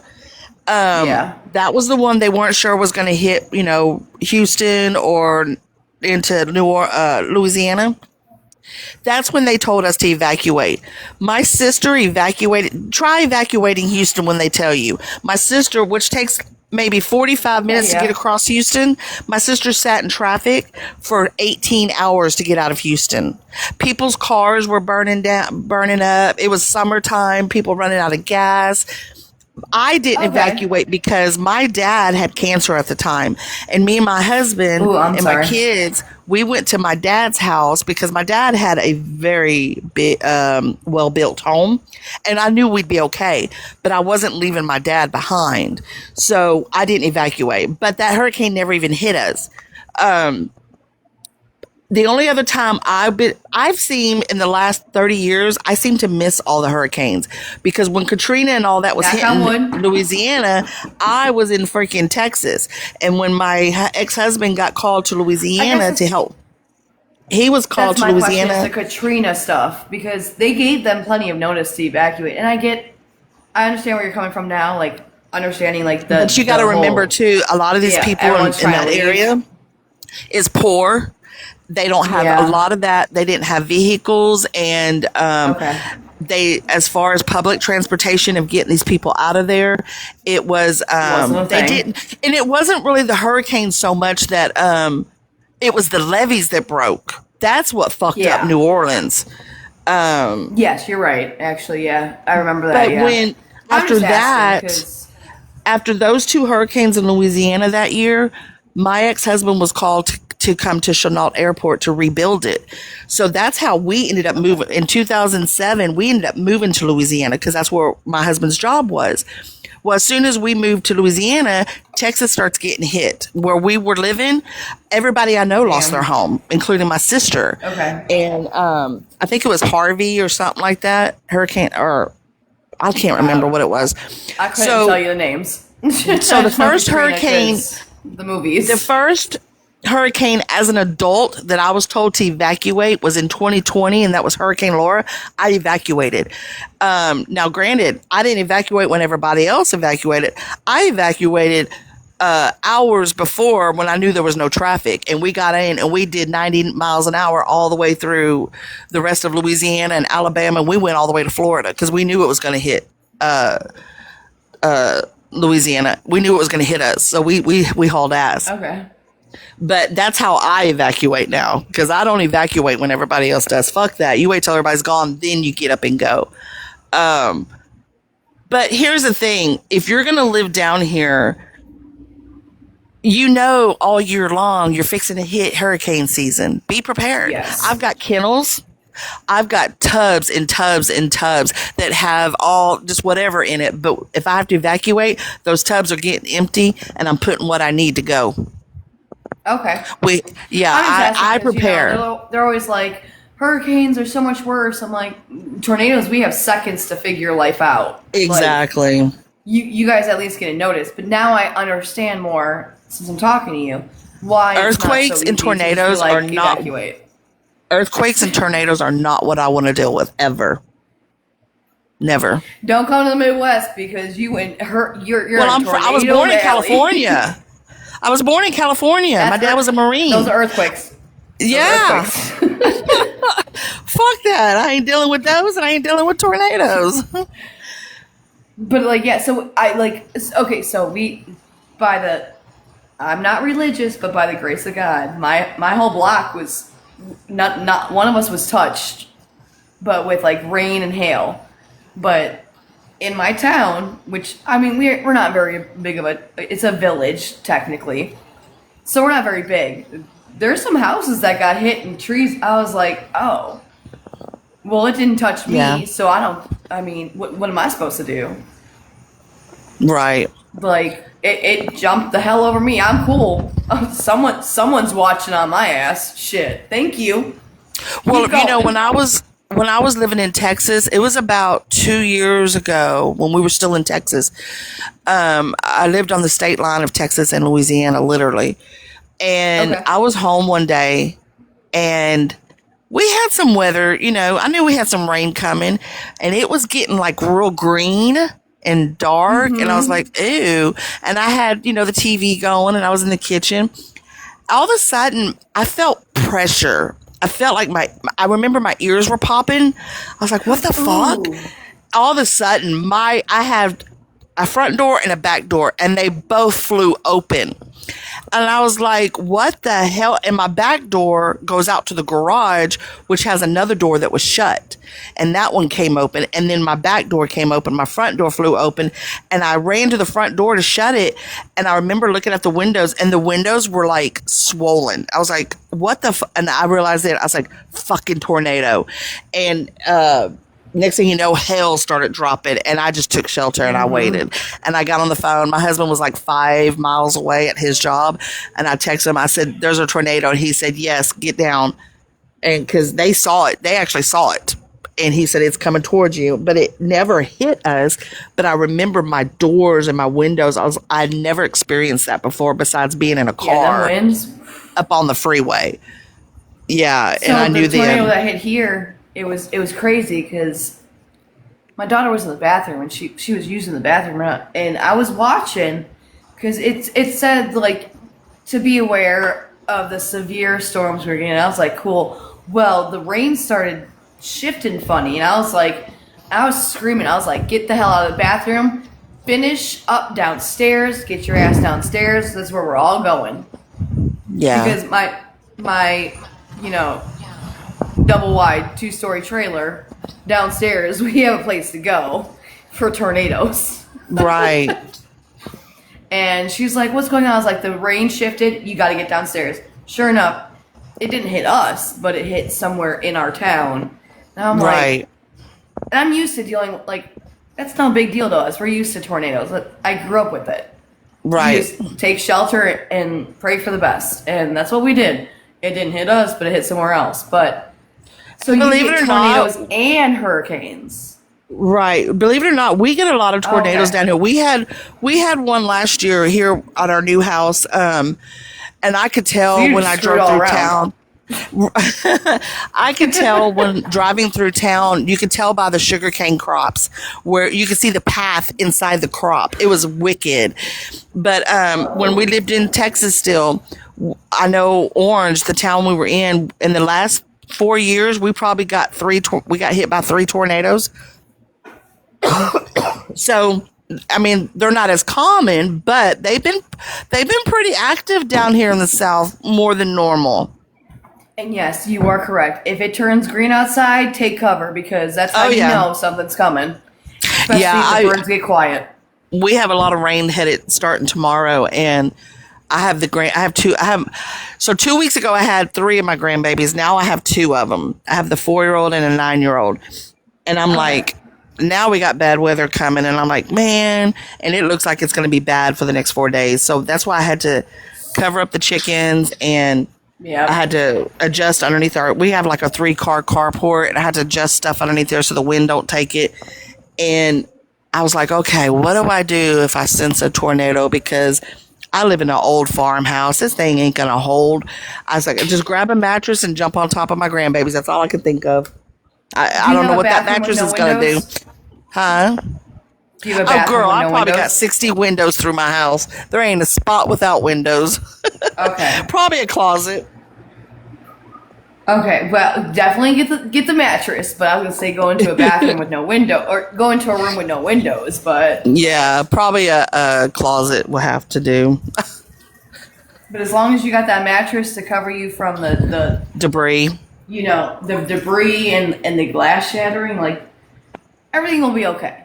But horrifying. You ask about how we prepare. I don't feel. I mean, so my mom lives. Prepare for so much. Even if you can prepare for a hurricane, you remember that. A lot of people, I don't think this way, but a lot of people, every year we go through. Is it coming here? Is it coming here? No, it's not. And people don't. They just think, oh, it's not going to come. We already had our 100-year hurricane. They think like that. I don't. Oh, yeah. I can't. After what we went through with the Hurricane Delta, and we stayed for that one, I don't ever want to go through that again. I told Danny, I don't care if it's a 1. We're leaving. And like I told you before, me and all my kids, they have the same thing. They got their kennels. They have generators if they need to come back. See, okay, Hurricane Laura, the one we evacuated, went to Florida. My son-in-law, that's married to my middle child, he had to stay at the plant. And my daughter had a brand new Buick. He kept her car while she took his truck because we loaded up the kennels because she had Huskies at the time. Oh. And she had a 2-year-old and a newborn. And so her and I drove in her truck, so one of us was always attending to the baby, and then my husband drove, and my son drove my husband's truck. And so my son-in-law had to stay at the plant during the hurricane, and a train got derailed, got thrown off the rail, and landed on top of my daughter's car. Oh my Lord. Yeah, that's why everybody's fighting. Like, they said it was only a 4. Only that motherfucker was a 5. We know for a fact, and that's the highest they go. And it was so bad, it's been in the talk to opening up another level, which is a Hurricane 6, but it never got done. And It should at this point. Shoot. yeah, I mean, at some point, our weather's getting worse. Why our weather's getting worse? Why wouldn't our tornadoes get worse? Why wouldn't our hurricanes get worse? Yeah. You know, Like I say, you don't know better till you learn better. Like right? that we're learning better. Like let's come on. And my husband always asks me, "How come you like older homes?" And I said, "Because after hurricanes, and I've noticed this for many, many years, after hurricanes, which homes are still standing?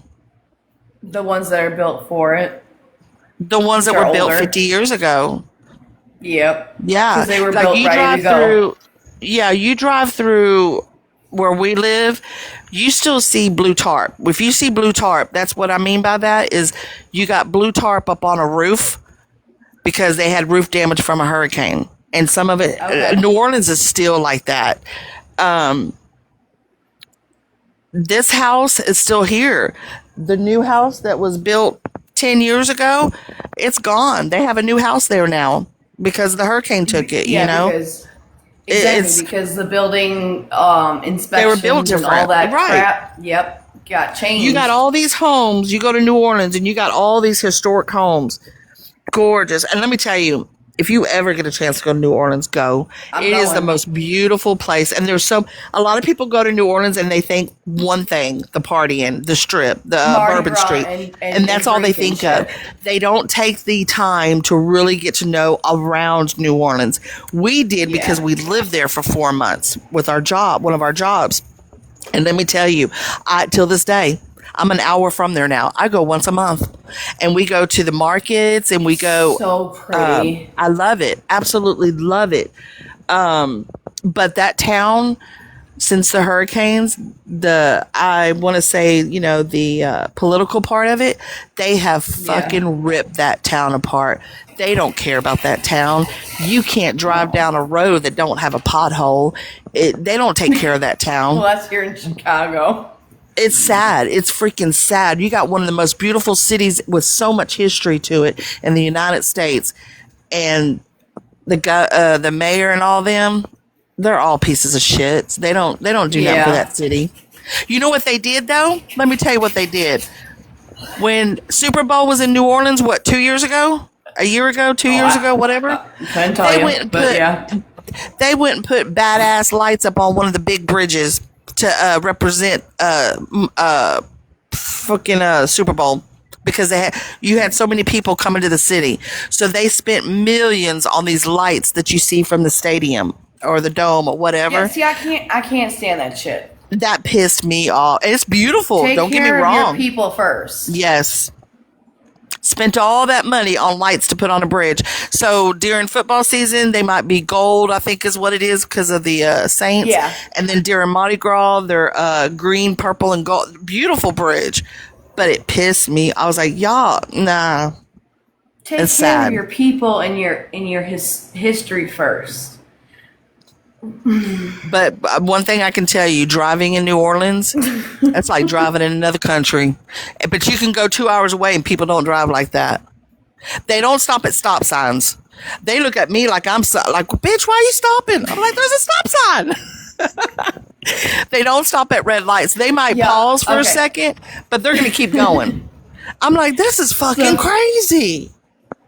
It's funny how we call it the California stop. It's a slow roll go. Yeah. When you're talking about New Orleans over there doing. Yeah, The no, we NOLA don't even stop. We just slow a little bit. The NOLA stop. When you see 3 high speed chases, 3 of them in 2-day period, you're like, oh, I want to go back home.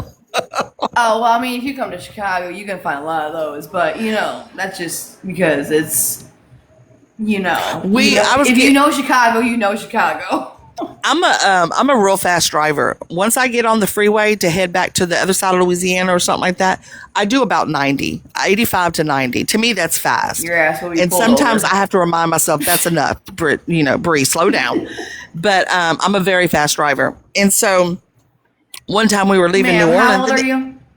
I'm 54. Okay, see, y'all see this, right?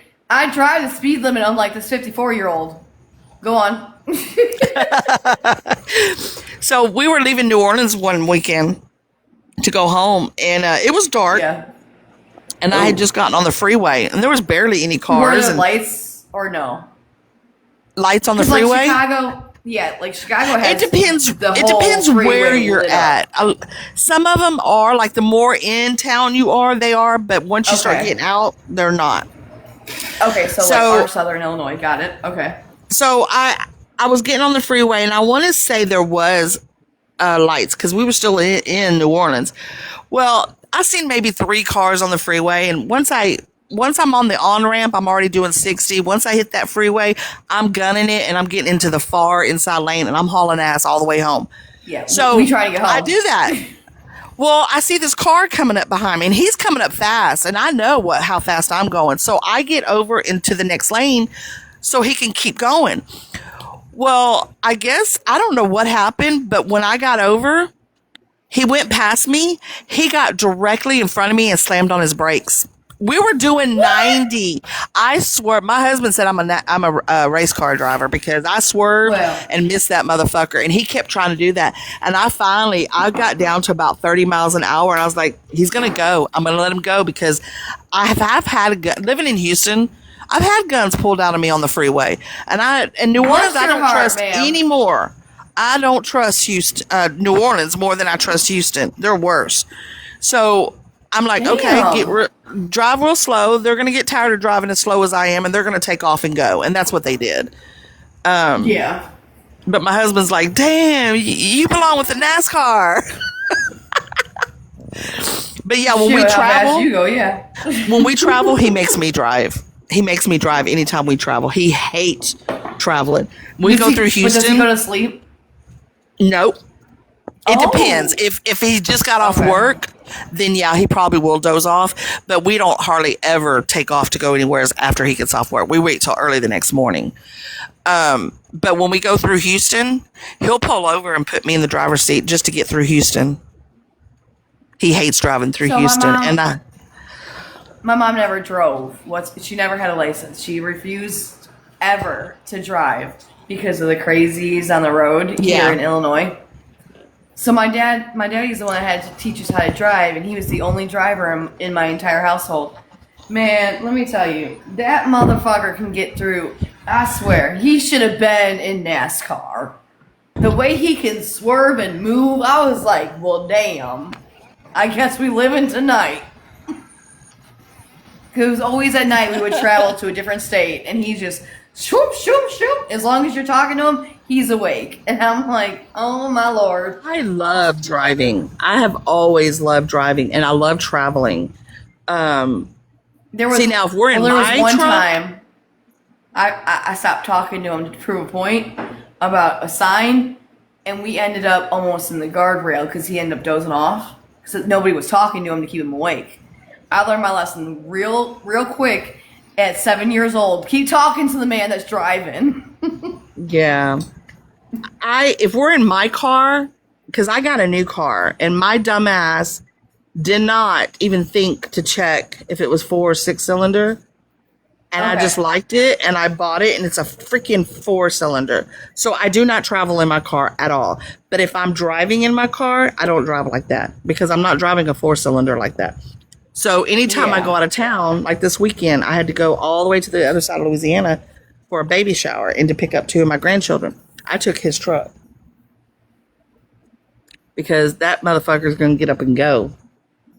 Yeah, like I don't think I've ever owned a 4 cylinder in my life, honestly. I can't believe. So we decided.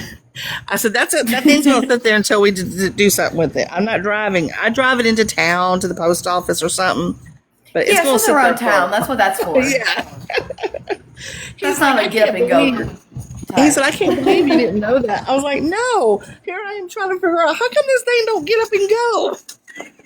Because you didn't look under the hood, Bree. You're supposed to. I don't care what nobody says. They should have said that to me. That was my man's responsibility. See, that's where I'm like. But I bet you I look next time. I bet you do. Next time. Yeah, no. So me and my sister, we're gonna get some money together. So I have to go to South Dakota because my mom always wanted to see Mount Rushmore. Uh-huh. Always. And, you know, Dirt lives up there. So she's going to take us around to those places. And I'll spread some of my mom's ashes there. And then I'm like, then we got to head our asses down to New Orleans, bro. Because, you know, we got to get that, we got to get that Cajun food and go see those witch doctors and all that. And when are you doing that? It won't be this year. This year kind of screwed us up because of the cancers and stuff that happened in my family with her husband and stuff. So, well, we gotta save up some money. We're supposed to be here for 10 years at this job. So when you come down, let me know. I got you, Brie. I got you. I'll meet up with you too. Shit. I'm like this the woman that made sure that them other idiots. I'll let you tour the whole New Orleans in the fastest car ever. The fastest tour. Because I'm like, yeah, no, we definitely got it. Because she loves. I mean, I can't. My stomach. I love spicy food. My stomach cannot handle it, but I will eat it, and I will shit myself. I do not care, because I love it that much. I love Southern spicy food. I don't care. And she loves like the Cajun style foods. So yeah, I'm like, we gotta go to New Orleans. Well, I'm getting to where I can't even my. Yeah, it's getting to where we've noticed that we can't handle the spice anymore. But I think I know what it is. We're doing peptides now, and I think between me, my son, and my husband. We think it's changed our sensitivity in our taste buds, and it's changed our taste buds because things that we've always liked and craved, we cannot stand all of a sudden. And that's only in the last 3 months that we've been doing peptides. Okay. That makes sense. Mine's just because, so, for anyone that doesn't know on this app yet, I have IBS. Oh yeah, that can really... So it's been a long time since I've been able to. But you got to remember, this Louisiana food will put a shock on your fucking bowels. Hey, if you can get me from quitting to shit, I'm for it. Cause man, I shit 20 times a day at least. So, wow. I know I'm a medical miracle because the doctor's like, really? I'm like, yeah, and I still weigh what I weigh. Like I should be losing weight. And they're like, yeah. Look, I'm like, but it don't happen. My mom was having a IBS problem, and it was so bad she couldn't even travel. She could barely get up to go to the store because she was afraid she would have an episode. Mm-hmm. And she's in her 70s, so that's got to be even harder, you know. And yeah, because I'm she has been. Yeah, you're too young for that. Well, she's been seeing a few doctors down where she's at. She's down in South Texas near Corpus Christi. Her doctor put her on this powder stuff that she mixes in the morning. Do you know? She just took a trip to Arizona in a car. She has no problem getting and going now. So for a year now, whatever this stuff is, I can find out what it is and you can look into it. But whatever it is, it has solved her problem, and she is just always on the go. And she couldn't even go to my niece's wedding because she was so afraid. She couldn't go to certain restaurants. She couldn't go. She could eat something and it would just go right through her. Now, she's experiencing everything. I've had this for 15 years at this point. It happened she had it for a long time. I'll find out what it is. Yeah, because I've got that. You know, I gotta be on my mental meds all the time, which I'm pretty sure I gotta talk to my doctor because I feel like it's led to some memory loss. Because like sometimes I just can't remember like random things that I've done. Like my daughter swears up and down me and her watched a certain movie. I'm like, I don't remember watching it with you. What are you talking about? So I think I gotta get that fixed too. I'm doing that. I'm doing a lot of that. And I'm like. And then, like, so I went to the doctor. I don't know if I told you about that, but my whole, like, ovary thing. Oh, so, like, I have, like, these cysts, which I don't complain about. Like, they don't bother me, but, like, so you remember how Gabby was like, I've got an apple-sized cyst, and we're like, this bullshit, because they would have operated. Mine's just under 3 centimeters, and they're like, well, it's not 3 centimeters, so we can't do anything, and it won't pop. So they're just waiting for it to grow. I'm like, can you just take the whole damn thing out? Like, I'm not using it. Wow. And I haven't had a period. I know TMI, but I haven't had a period in like 6 months, and I'm not pregnant. Oh my. So I'm surprised they I'm gonna be haven't- 35. Yeah, you're too young for that. So either take it all out or come on. I was experiencing, when I had my hysterectomy, I was experiencing fibroids. And I had a fibroid. Oh. Look, you know how you do the pregnant wobble? When Yeah. you get big and you're wobbling? Mm-hmm. I was walking like that at 40-something years old. And I kept telling my husband, I said, I feel like I'm walking like I'm pregnant. And I always had my hand on my back. Well, I finally went to the doctor, and they said that I had fibroids. And one of my fibroids was really big, and it just all of it needed to come out. So I went with the hysterectomy. They were going to remove my uterus and my tubes. And I said, what about my ovaries? And she said, well, if you have good ovaries, I would prefer you to keep them. I said, well, I'm going to let For you what make reason? that choice. Hormones. Your Bitch, I can ovaries take create- pills for that next. No, I don't Sorry. want to do all that. So I told my doctor, I said, well, once you're in there and you see my Yeah. ovaries, I'll let you make that decision. So when I came out of surgery and she woke me up, I was like, do I have my ovaries? She goes, girl, you got the most prettiest ovaries. She goes, you've got another 20 years with those damn things. I said, oh, thank you, ma'am. And let me tell you, I had my hysterectomy in 2009. No, take that back. Because me and my husband got together 2015. We got married in 2016, so it was the year before. So here we are 11 years later. I am in menopause, and I'm living my best life. I do get a little hot. Well, of course. That's just hormones. Especially at night. And we got our, yeah. So See, I get that too, though. I'm dripping sweat at night. Like, I go through these hot flashes like I'm in menopause. Yeah, you're going through perimenopause. So just fucking take it. So No, with you saying that, I aunt actually had to prefer go my through all that. natural. Yeah. Once you have a hysterectomy, though, if they take your ovaries, a lot of women jump into menopause like that. And sometimes it can be worse. Yeah. Sometimes. People that I've experienced that, my mom went through. My mom had to have a hysterectomy in her 20s, and she went through horrible menopause instantly. So I was just more, I want to stay natural. If I've got, why? 'cause my aunt, if my ovaries are that damn good, why mess with it? You know, just take my damn uterus and my tubes. That's all I need gone. And let me tell you, that fixed the problem. My aunt had to have an emergency hysterectomy after my cousin, I think 3 or 4 years after she was born. And I mean, they had to take the whole thing because my cousin is like almost 40. And they put her on the hormone pills. Well, they didn't do her any good. They ended up giving her like these outrageous boils. So when she got off of them, like, she was fine. So I'm over here like, well, if she can do it, I can too. I don't need the hormone pills. Just take it all, please. I'm done.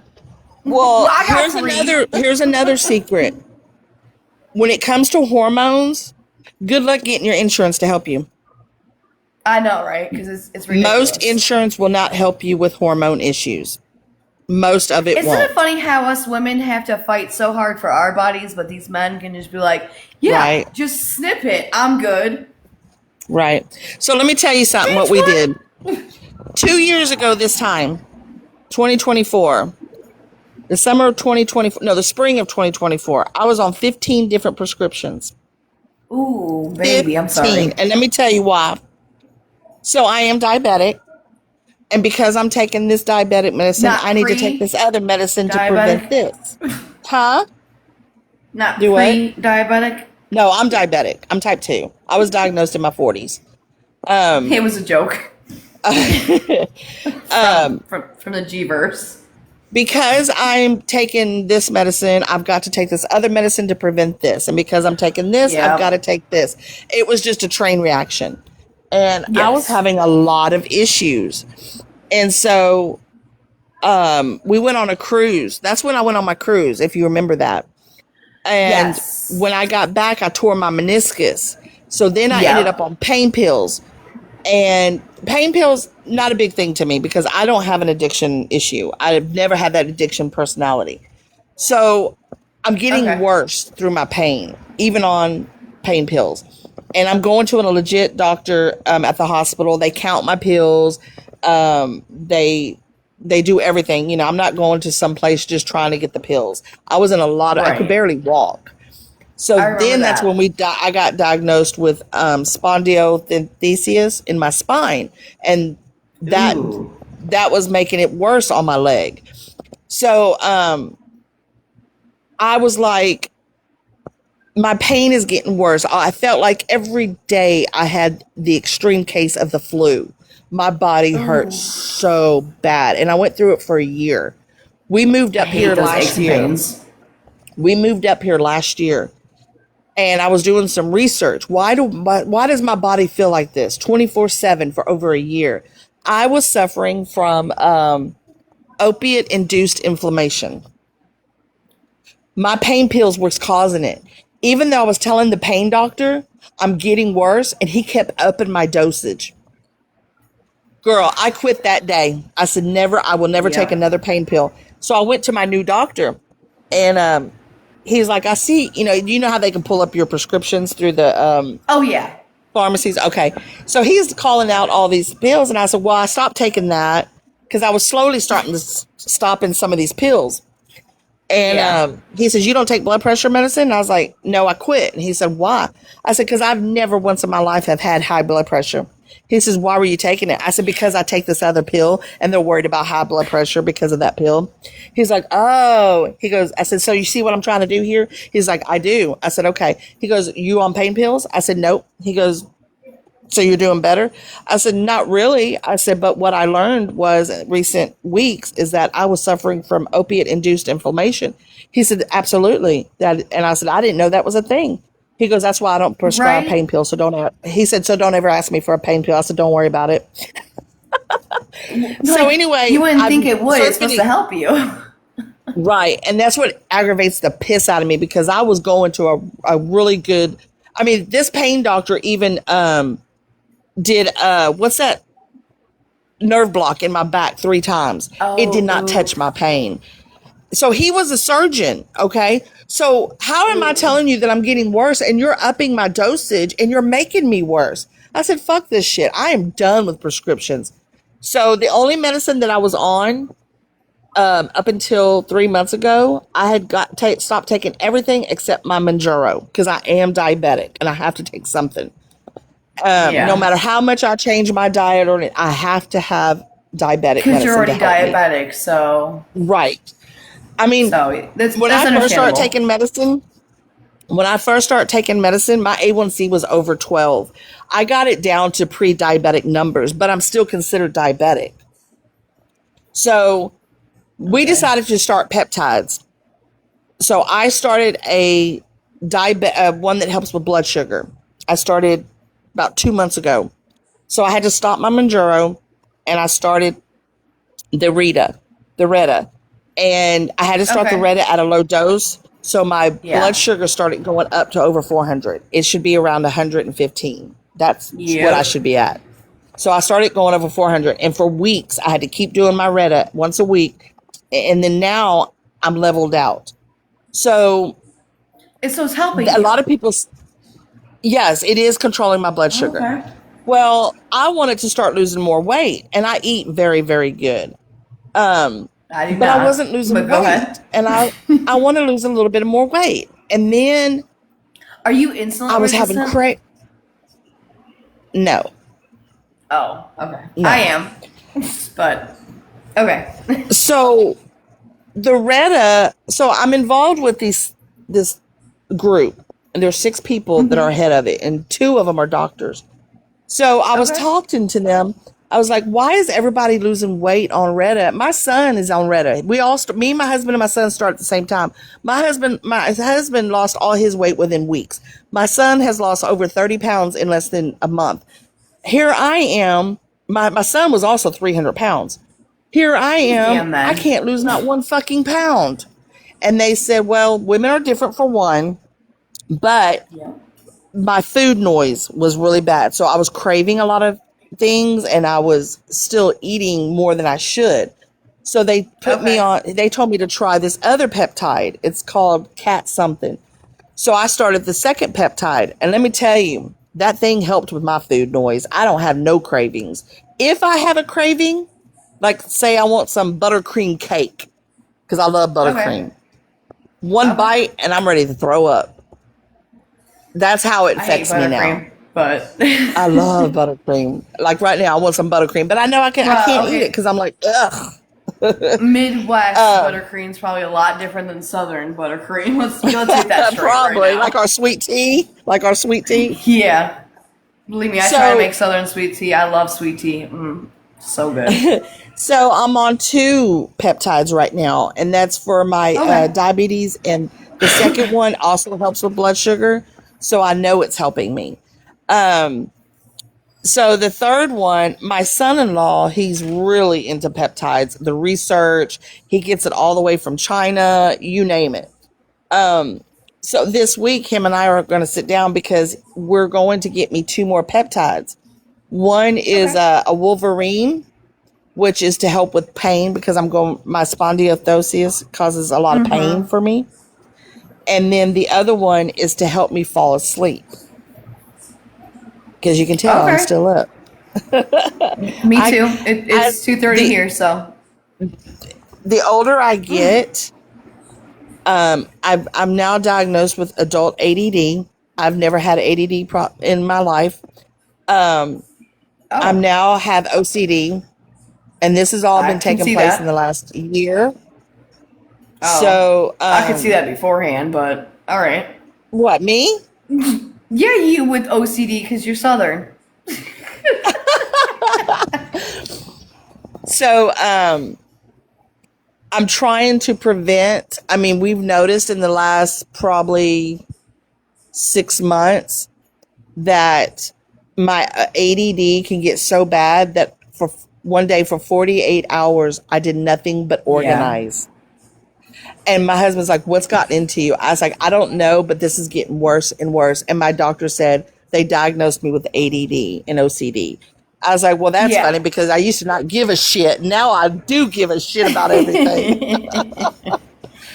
So my friend actually is on some peptides to help her lose weight. Like, she's a very blessed African American woman. Like, she's very top heavy.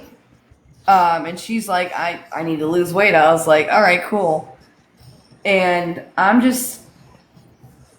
I get where, like, because, Swifty, Kaylee, all them do the peptides. And I'm like, but I have to get it okayed through my crazy doctor because the medicine I'm on, like, if I'm putting other things in my body, I got to make sure everything's okay. But I'm over here like, y'all, I'm insulin resistant. That's why I'm fucking fat. Like, if you want to make fun of me, go ahead. I don't give a shit. I'm fat. I'm fine with it. I don't care.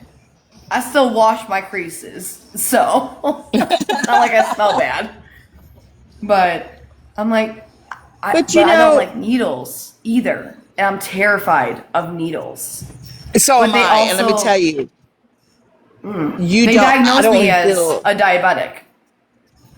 Without my blood sugar being crazy. And what are you taking for it? Nothing, because my blood sugar is fine.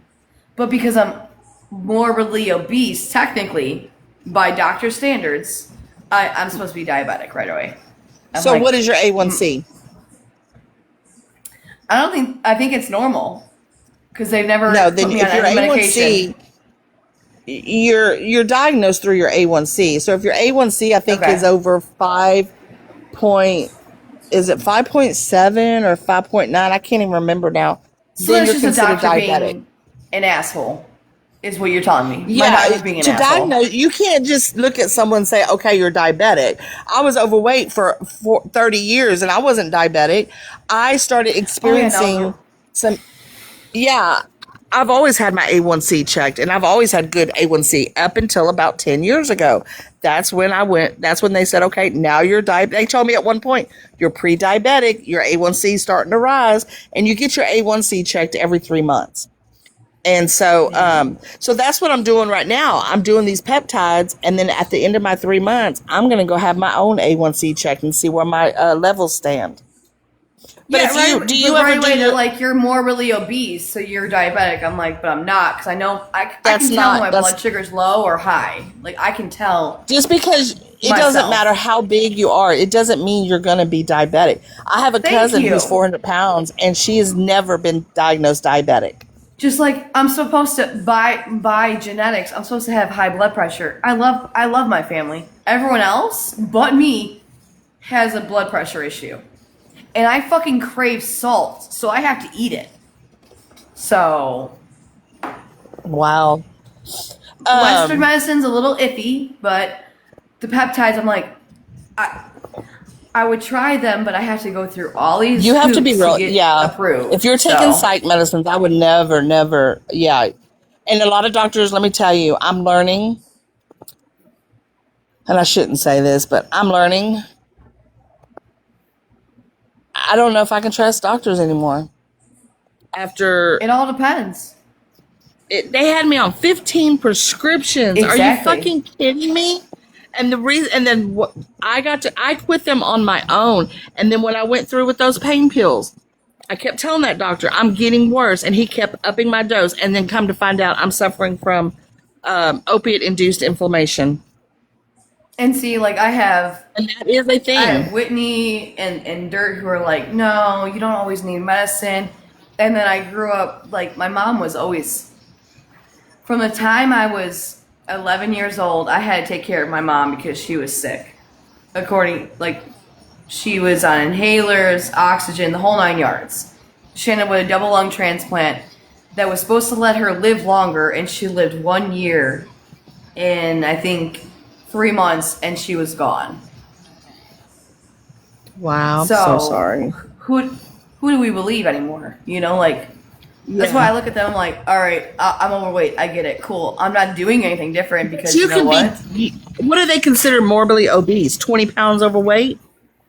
I'm 100 and I think I'm 160 at the most, and I stand 5'3". Girl, give me a break. Give me a break. I'm like, I haven't even crashed 200 yet, so I don't know why you crying. I can still move. Yeah. See, here's the thing it with all me. carries in my belly too, so Yeah. I can't help Here's the thing with me. I carry my weight very, very well. I believe it's in how you dress and stuff like that. And I'm not into it.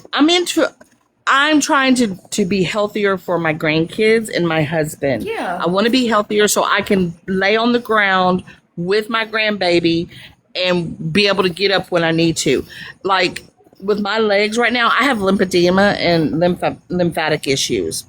So my lymphatic drainage causes a lot of inflammation in my legs. So if I was at my grandkids' house and they wanted to go swimming, I wouldn't be able to go swimming with them if I'm the only adult, because if something was to happen, I couldn't move fast enough because I'm dealing with some issues in my legs. And so that's where I'm trying to correct right now, so I can be able to. I'm 54. I'm not 80. You know, Right. And between the torn meniscus and I have bone spurs in my heels because I used to wear. The doctor said it's from wearing high heels for so long. Well, I can barely walk now. Which is a man's invention, might we add. It's a man's invention. Go ahead. Fuckers. This is going to sound so crazy because I can snow ski and I can swim. I'm very, I played ball till I was 30 years old. I'm very, very athletic. I've just developed some issues that have set me back. Baseball.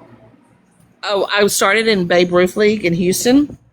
in baseball. Okay, so baseball. My dad was a Yep. coach. I started when I was 4. Back then, when girls reached 13, they had to go softball. We couldn't continue to play baseball. So then I went to Yeah. softball. And I played slow pitch. I played fast pitch for high school. And then So and then I went you're telling to- me we need a bigger ball, but the men don't. That they can't even see the 2 balls between their legs. But we as women need a bigger ball. Okay, cool. and our ball needs to be brighter. Right, like And then I the went fuck? to and then once I had kids, I started playing co-ed softball. And then Okay, when so I you moved did- back you to did Houston, that. Got it. yeah. And then when I moved to Houston after my first divorce, I coached softball for about 2 years, See, and then up that here was when it you for say me. you did ball, it's usually basketball. That's why I asked. I was like, is it Oh, basketball? I hate You know? basketball. I've never been a basketball fan. But anyway, back to what I was saying. I'm I'm a baseball fanatic, that's for sure. Girl, My I'm grandson, a let basketball me player. look, my grandson, one of my grandsons, he's 9, and he's been in baseball. Is it raining? I think the rain's starting. Anyway, my grandson, he's been playing baseball since he was like 4 or 5. And I tell him all the time, you take after me. And he's a catcher. And that was my thing. I was a catcher. Yeah, my daughter was amazing of a catcher. I loved being a catcher. And then he went to first base. I was like, yes, which most catchers do go to first base. Well, then he started pitching. I was like, you got me there because I had some weak ass wrist. I could never pitch for shit. And I had big boobs. I couldn't run for shit either. We topple over. Yeah. I just, it's funny my because in daughter high was school, amazing at like catcher, second base, and always outfield because she had the arm to throw it where she needed to throw it. It was amazing. But she quit playing. I had the legs. I could throw and I could catch. And I had the legs. That squatting boy, up and down, up and down, up and down. I've always had very strong legs. So, but here's the thing. What was I going to say? I forgot. Oh, my dad used to tell me, he's like, every time we go to a ball game, all these boys from your school are rooting you on. And then my uncle would say, that's because they want to watch her run. I was like, man. And that really hit me hard. I was like, man, y'all stop coming to these games.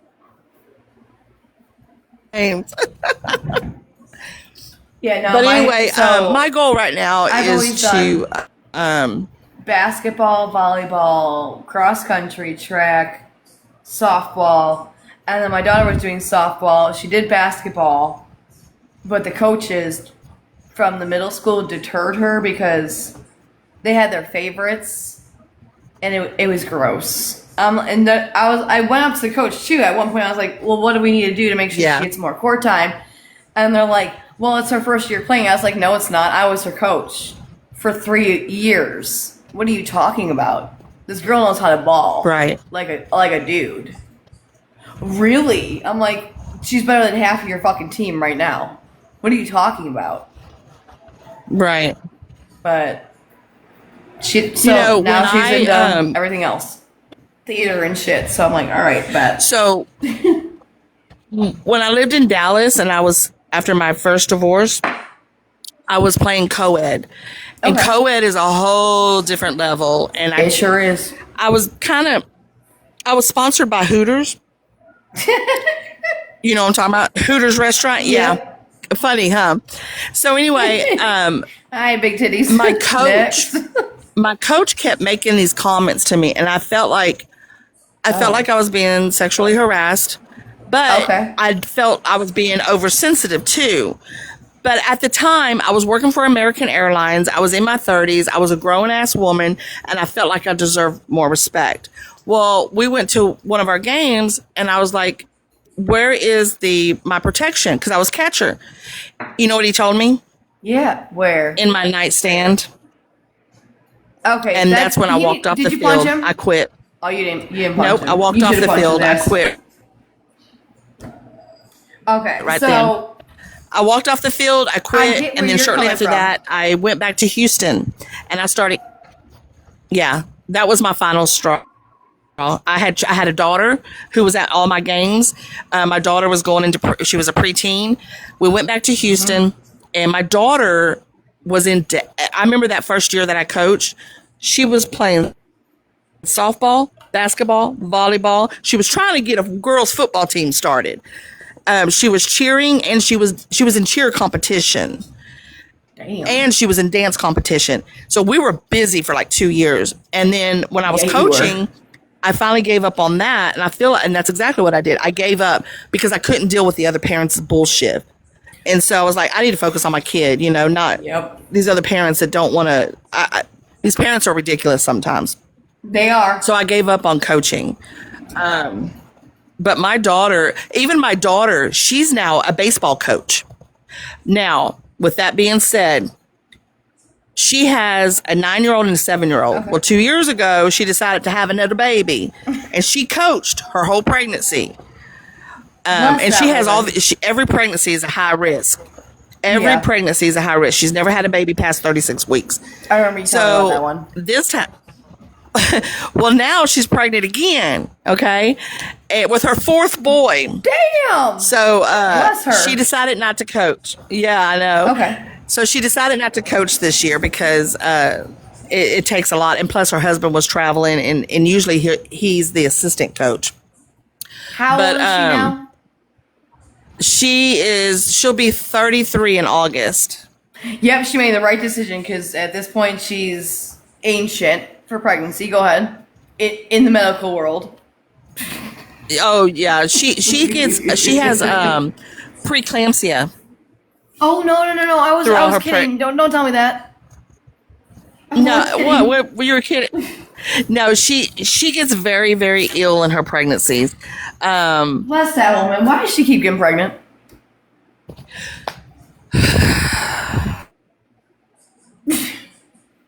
Not to sound mean, but I didn't have any issues with my pregnancy. Like I was always. Let's back up. So, Damn that woman. so she She's had her brave. 9-year-old. Then 2 years later, look, she had her 9-year-old, and exactly 2 years later,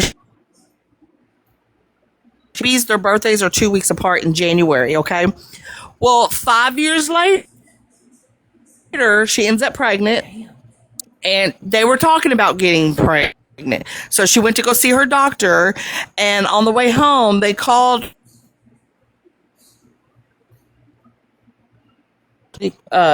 fertility stuff. So they gave her some of this medicine. They said, okay, start this medicine tonight.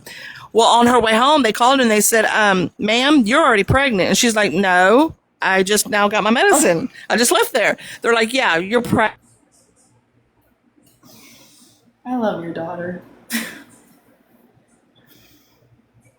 September 4th, 2 years ago. Well, here she is now.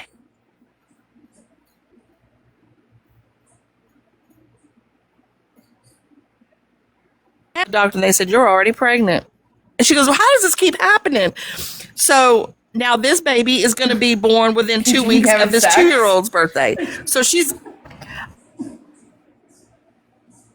Because she Or keeps sex, having yeah. sex. but look, when they did, so they went live, right? And it's her kid, her 3 kids, and her husband. Her husband's holding the youngest baby. And they do these everybody, the little boys and her, they do these poppers, and they all come out blue. Remember, she's live. She throws that thing so hard on the ground, she turns around, motherfucker. She's pissed. And then my oldest grandson throws it on the ground. He's like, I don't want another brother. But by the time she got back to her phone, she's already laughing. Okay, they started laughing about it. Right. So she's having her 4th boy. And I told her, I said, baby, I've always told you. You're a boy, I mom. said, I've always told you, you're going to be the only girl in your family because you are high maintenance and you are bougie. Y'all cannot afford a little girl. She a boy mom. Her husband has 7 brothers. And her gosh. daddy has 7 brothers. And she was expects to have a screwed from the girl? beginning. Right? Like you expected a girl out of that. So I've got boy, girl, boy. And let me tell you, them boys were so much easier to potty train, but this girl is so much easier to deal with than my boys. Minus the bedroom. I think we were just talking about this earlier with somebody. I think with me, I had 2 girls and a boy. Well, my oldest girl is not mine, but I've raised her. She's my ex-husband's, but she came into our home when she was 6 months old. He had a one-night stand with somebody and she got pregnant. It wasn't like he was married or anything like that. We got together like 2 months after his one-night stand. And as soon as she was born, within months, she was in our home and she was raised with me. Even when me and him got a divorce, she was with me. She's still living in Louisiana by me. She knows who the one she can go to is. Yeah, her mother actually lost all her rights.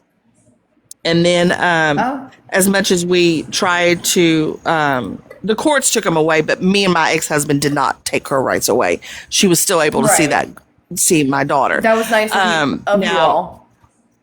When my daughter turned 4, or my stepdaughter, her mother was in a real bad car accident and she remained in a wheelchair for the next 10 years. She never spoke again. She was blind. It was really, really bad car. She had injured her brainstem. And then back in 2013, she ended up with ovarian cancer. And by the time when I kid you not, she was diagnosed on a Wednesday and died on Monday. Okay, that's how. And that's why I have my reserves about God, but go ahead. But she so her mother's been gone now this month, I think, since I don't know what she died 2013 or 2014, I can't remember. I think it was 2013 because I remember where we lived and I called my other daughter. I said, I need you to bring Paige to my house. And she's like, what's going on? And I was like, I just need y'all to come. And my daughter was like, I'm busy. I had to tell my daughter, look, her mother just died. I said, do not dare tell her. I said, bring her to the house first because she's going to lose it. And so they drove an hour to our house and she's like, what, Mom? What's going on? I said, and I just told her, I need you to sit down. And I talked to her for a little bit and we went from there. Don't you love when kids are like, I'm busy. Yeah, well, here's the real shit going on, so get it together and to do what I said.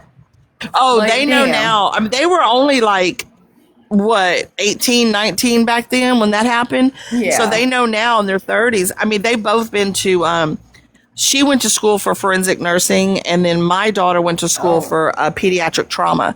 So they know now, if I tell you, you need to be sitting down, because now we live 3 hours apart. If I tell you, you need to be sitting down, I need you to go home and call me, they know I'm serious. Yeah. But I usually, when you're young and we're dumb, older. You think you know all, and you're like, but I'm busy. No, you ain't. Something you ain't busy for this. If something happens, I'm not calling my daughters at work. I'm going to wait till that evening and I'm going to contact them when they're at home. Yeah. I know now, just don't interrupt their day unless it's an absolute emergency or something. I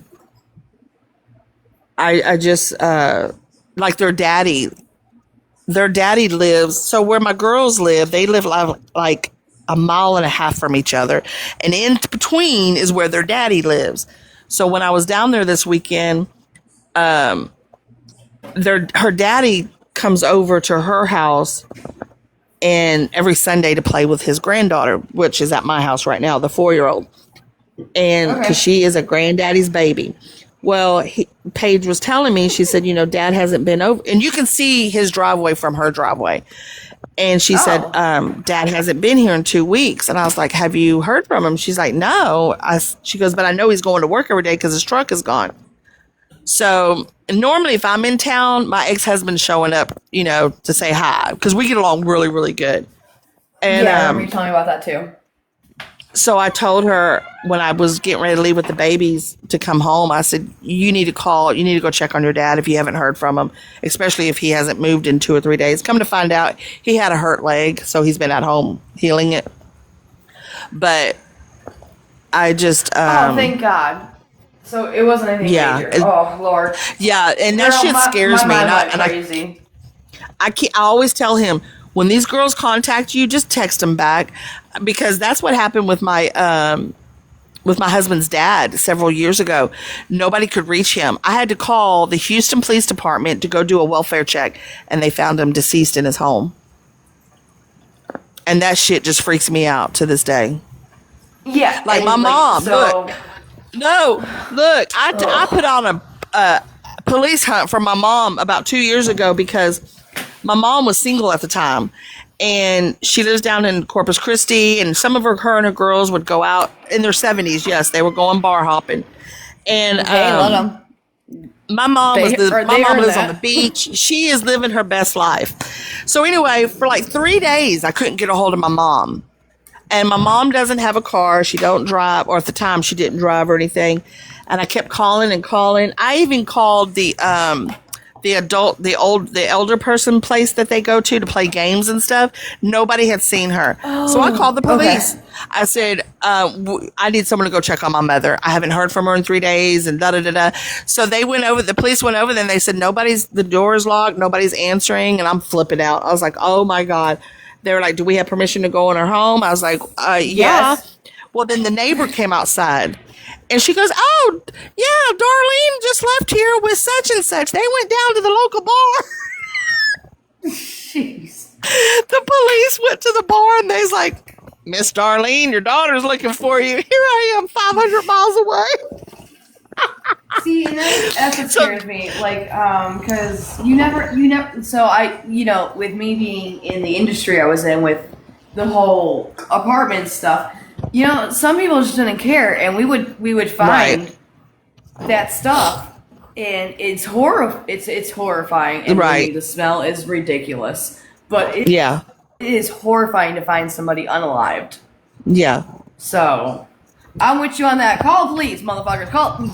Check on the elderly, please. Yeah. Please check on them. So I've become. Me to find them. Because I cry. I think the older I get, I just become more worried. Now I've got OCD. Now I'm ADD. Yeah. And, look, so when you have chickens, it's very common for your chicks to have pasty butt and this and that. My chickens have yet to have any issues because I am on top of it daily. That pasty butt is when they poop and the wet poop gets stuck to their butt, and it basically blocks their butthole where they can't shit, and it can kill them instantly because it blocks them from pooping and stuff. And you have to soak them and wash their butt. And I'm thinking, I am not about to wash a damn chicken's butt, but hey, I got them, and if I have to, I have to. I've yet had to deal with any of that. The only damn thing I'm dealing with. I know you'll do what you gotta do. Like, let's not be crazy. I mean, I'm not. If it happens, of course I'm gonna deal with it. I'm not gonna let them suffer. I have a thing. Ever since my dad died, he suffered. He suffered tremendous. He died in my arms, and he suffered. And I'm sorry. Ever since then, it's going to be 20 years next week that he's been gone. He was 55 years old when he passed away. I'm 54.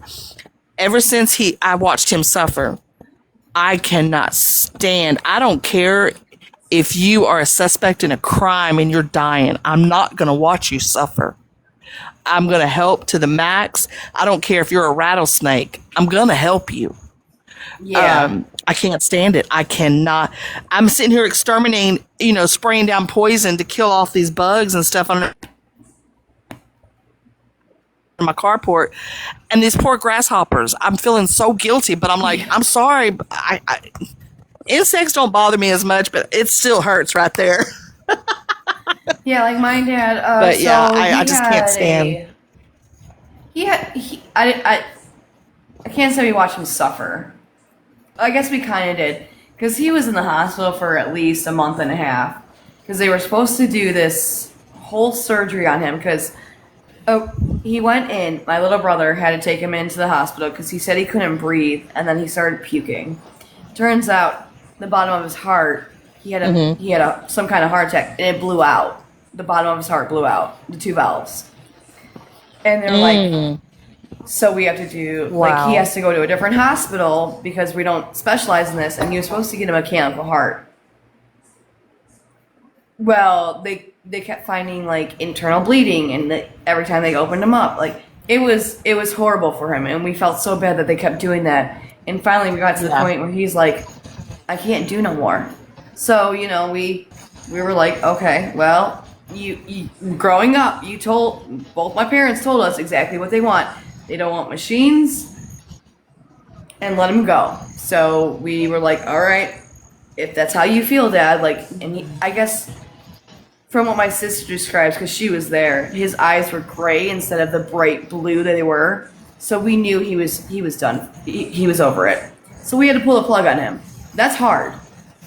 Right. My mom went a Yeah. little bit quicker and easier.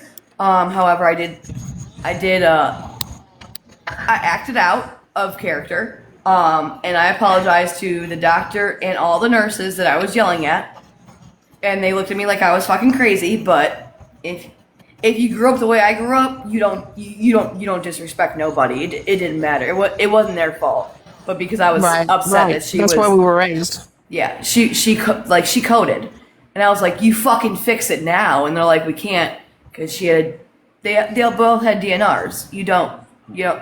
I'm like, fix it now. Right. Like, that's my mom. I want her back. And they're like, we can't. So I had to apologize to them because I was like, and they're like, why are you apologizing? I was like, you clearly did not get to know this woman very well because she'll haunt my ass, and I don't need that. So I'm sorry for the way I acted because I acted a fool. Yeah.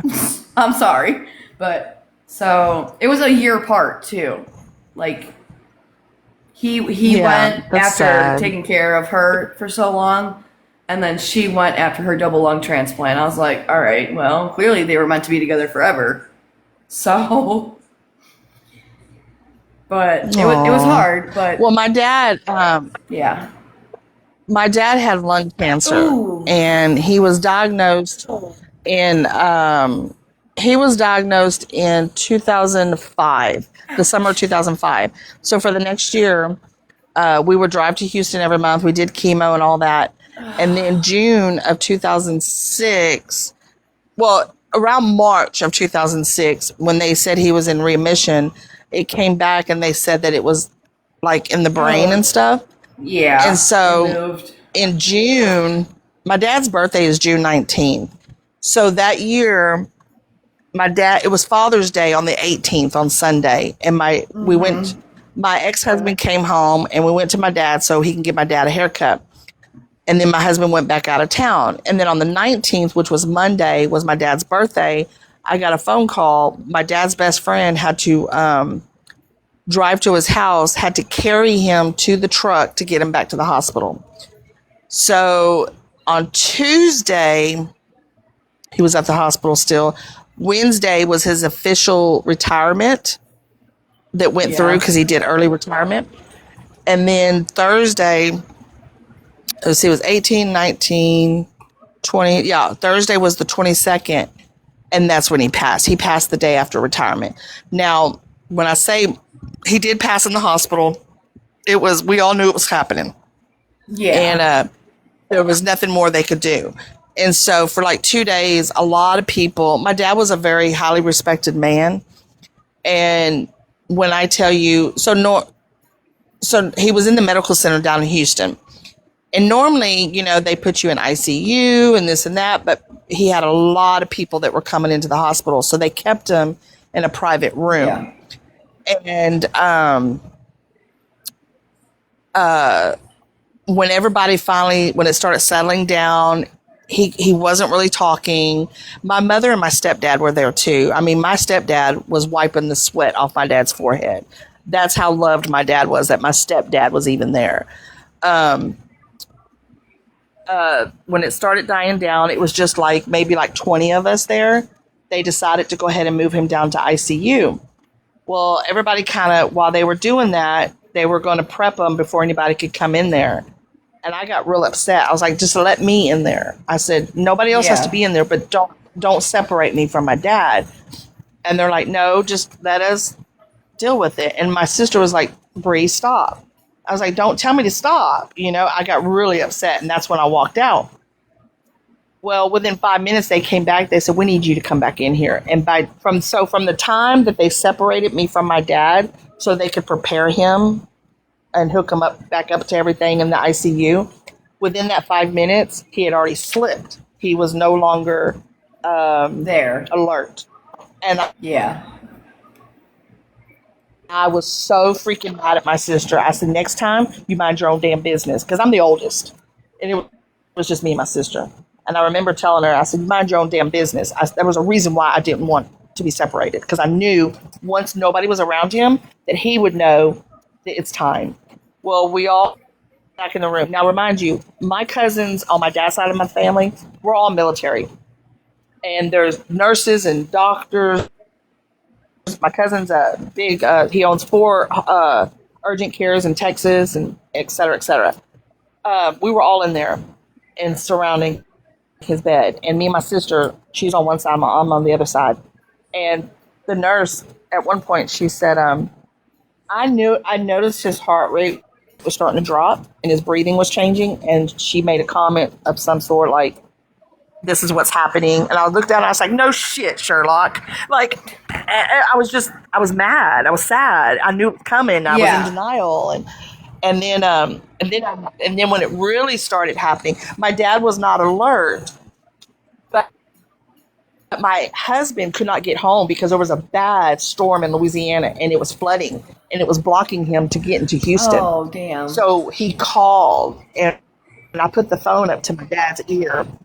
And I heard everything my husband said, and tears started rolling down my dad's cheeks. Never, not an expression. He didn't blink, nothing, but tears started rolling out. And that's when I lost it. I absolutely lost it. And I knew then my dad healed us. Well, then after we hung up the phone, my husband told him basically, he said, I got her. I was a daddy's girl. He said, I got her. He said, let go. It's time to let go. And they hung up the phone and his heart rate started dropping fast. And I remember turning around and I looked at my cousin, who's a doctor. He was a doctor in the military and he was, in the war and all that. And he shook his head yes. And I knew what he was telling me. He was like, it's fixing to happen. Well, then I got up there on the bed with my dad and I remember I grabbed my sister's arm and pulled her closer because I don't think she really knew what was going on. But I was trying to tell her, it's fixing to happen. Don't let go, And then he did that last breath. And I looked at my cousin, who's a doctor, and he put his head down. And that told me he's gone. And I just left. I was like, y'all can have it. And I left. Well, then I came back about 20 minutes later, and they had a blanket over him and all that. And I was like, I was so mad. And I was like, why are y'all covering his face up? He's a beautiful man, And I uncovered him and I tucked him in, and I just made him look presentable. And my stepmom came in there and she's like, "Why don't you?" Yeah. Yeah, because mom went. So it's going to be 20 years next week, and it just. It still hurts, right? Oh my God, more than ever. You know what hurts me? You want to know what really hurts me? Is my dad didn't get to see what my kids grew up to be. My dad doesn't get my grandkids don't get to know who my dad is. Okay, I can understand that. My dad was a phenomenal man, and it just kills me that my grandbabies will never know him. Because my dad's dad, so my mom never knew her father because he was a POS, whatever. Found out they ended up actually passing away the same year, but my mom was pregnant with me when my dad's dad passed away, and he made sure to pass away he passed away on the 11th of April. My sister's birthday is the 15th of April, and or maybe it was 12th. It was 12th. So my mom was always saying, my mom had said out loud, I hope that we don't do the burial or anything on Amber's birthday, which is my sister, my older sister. And something happened where the hospital had to keep the body, and they swore up and down my mother did something witchy wise to keep that body for an extra day and a half. Wasn't true. Yeah. It was a whole autopsy thing. But so my dad passed away April 5th. So in the same month his father did. And he was 61 years old. Right before retirement. That man worked himself to death. So my sister was there when that all had to happen. We got to come in, and I had to call his siblings. Well, I was on the phone. I'm gonna sound like a real see you next Tuesday. I called his sister, and she didn't answer the first time. I said, "Oh, okay." So I called again, and the way that she answered the phone, she's like, "What do you want?" I said, "Oh, we're playing this game, Linny." Okay, no problem. Jesse's dead. Meet me at the hospital to say your goodbyes. And I hung up the phone. Yeah. So, I mean, you're going to be an asshole to me, I'll be an asshole back. And then she comes up there and she's hysterical. I'm like, and then for some reason, I'm as his daughter who just lost her father, I had to apologize to you. What? Right. And then, so my sister was there for my father's passing. My sister was my dad's kid. I was my mom's kid. Like, we had our parents. Like, we knew where we stood. Because I took care of my mom a lot. Pregnant and all, I was still the one taking care of her. So, actually, I was at the hospital when she was in the hospital because she was super sick. Because if you ever have a transplant, I don't know if anyone knows this, they basically kill off your immune system so it doesn't fight the transplant you get. Right. So she had no immune system. She ended up getting sick. So I was we were there for like a week, and she was sick. She had a tube down her throat and everything. I was there every night. I think I only got one break, and it was because my aunt came up there to see her, and I was like, I'm gonna go home and take a shower real quick, and I'll be back. So I finally got a shower in. So yes, people who want to think people are gross, I didn't shower because my mom was in the hospital, and I was sleeping there while I had kids at home, and my husband had to deal with all that crap because I was busy with my mom. Well, I decided they were going to take her down for a surgery, and we all signed, like,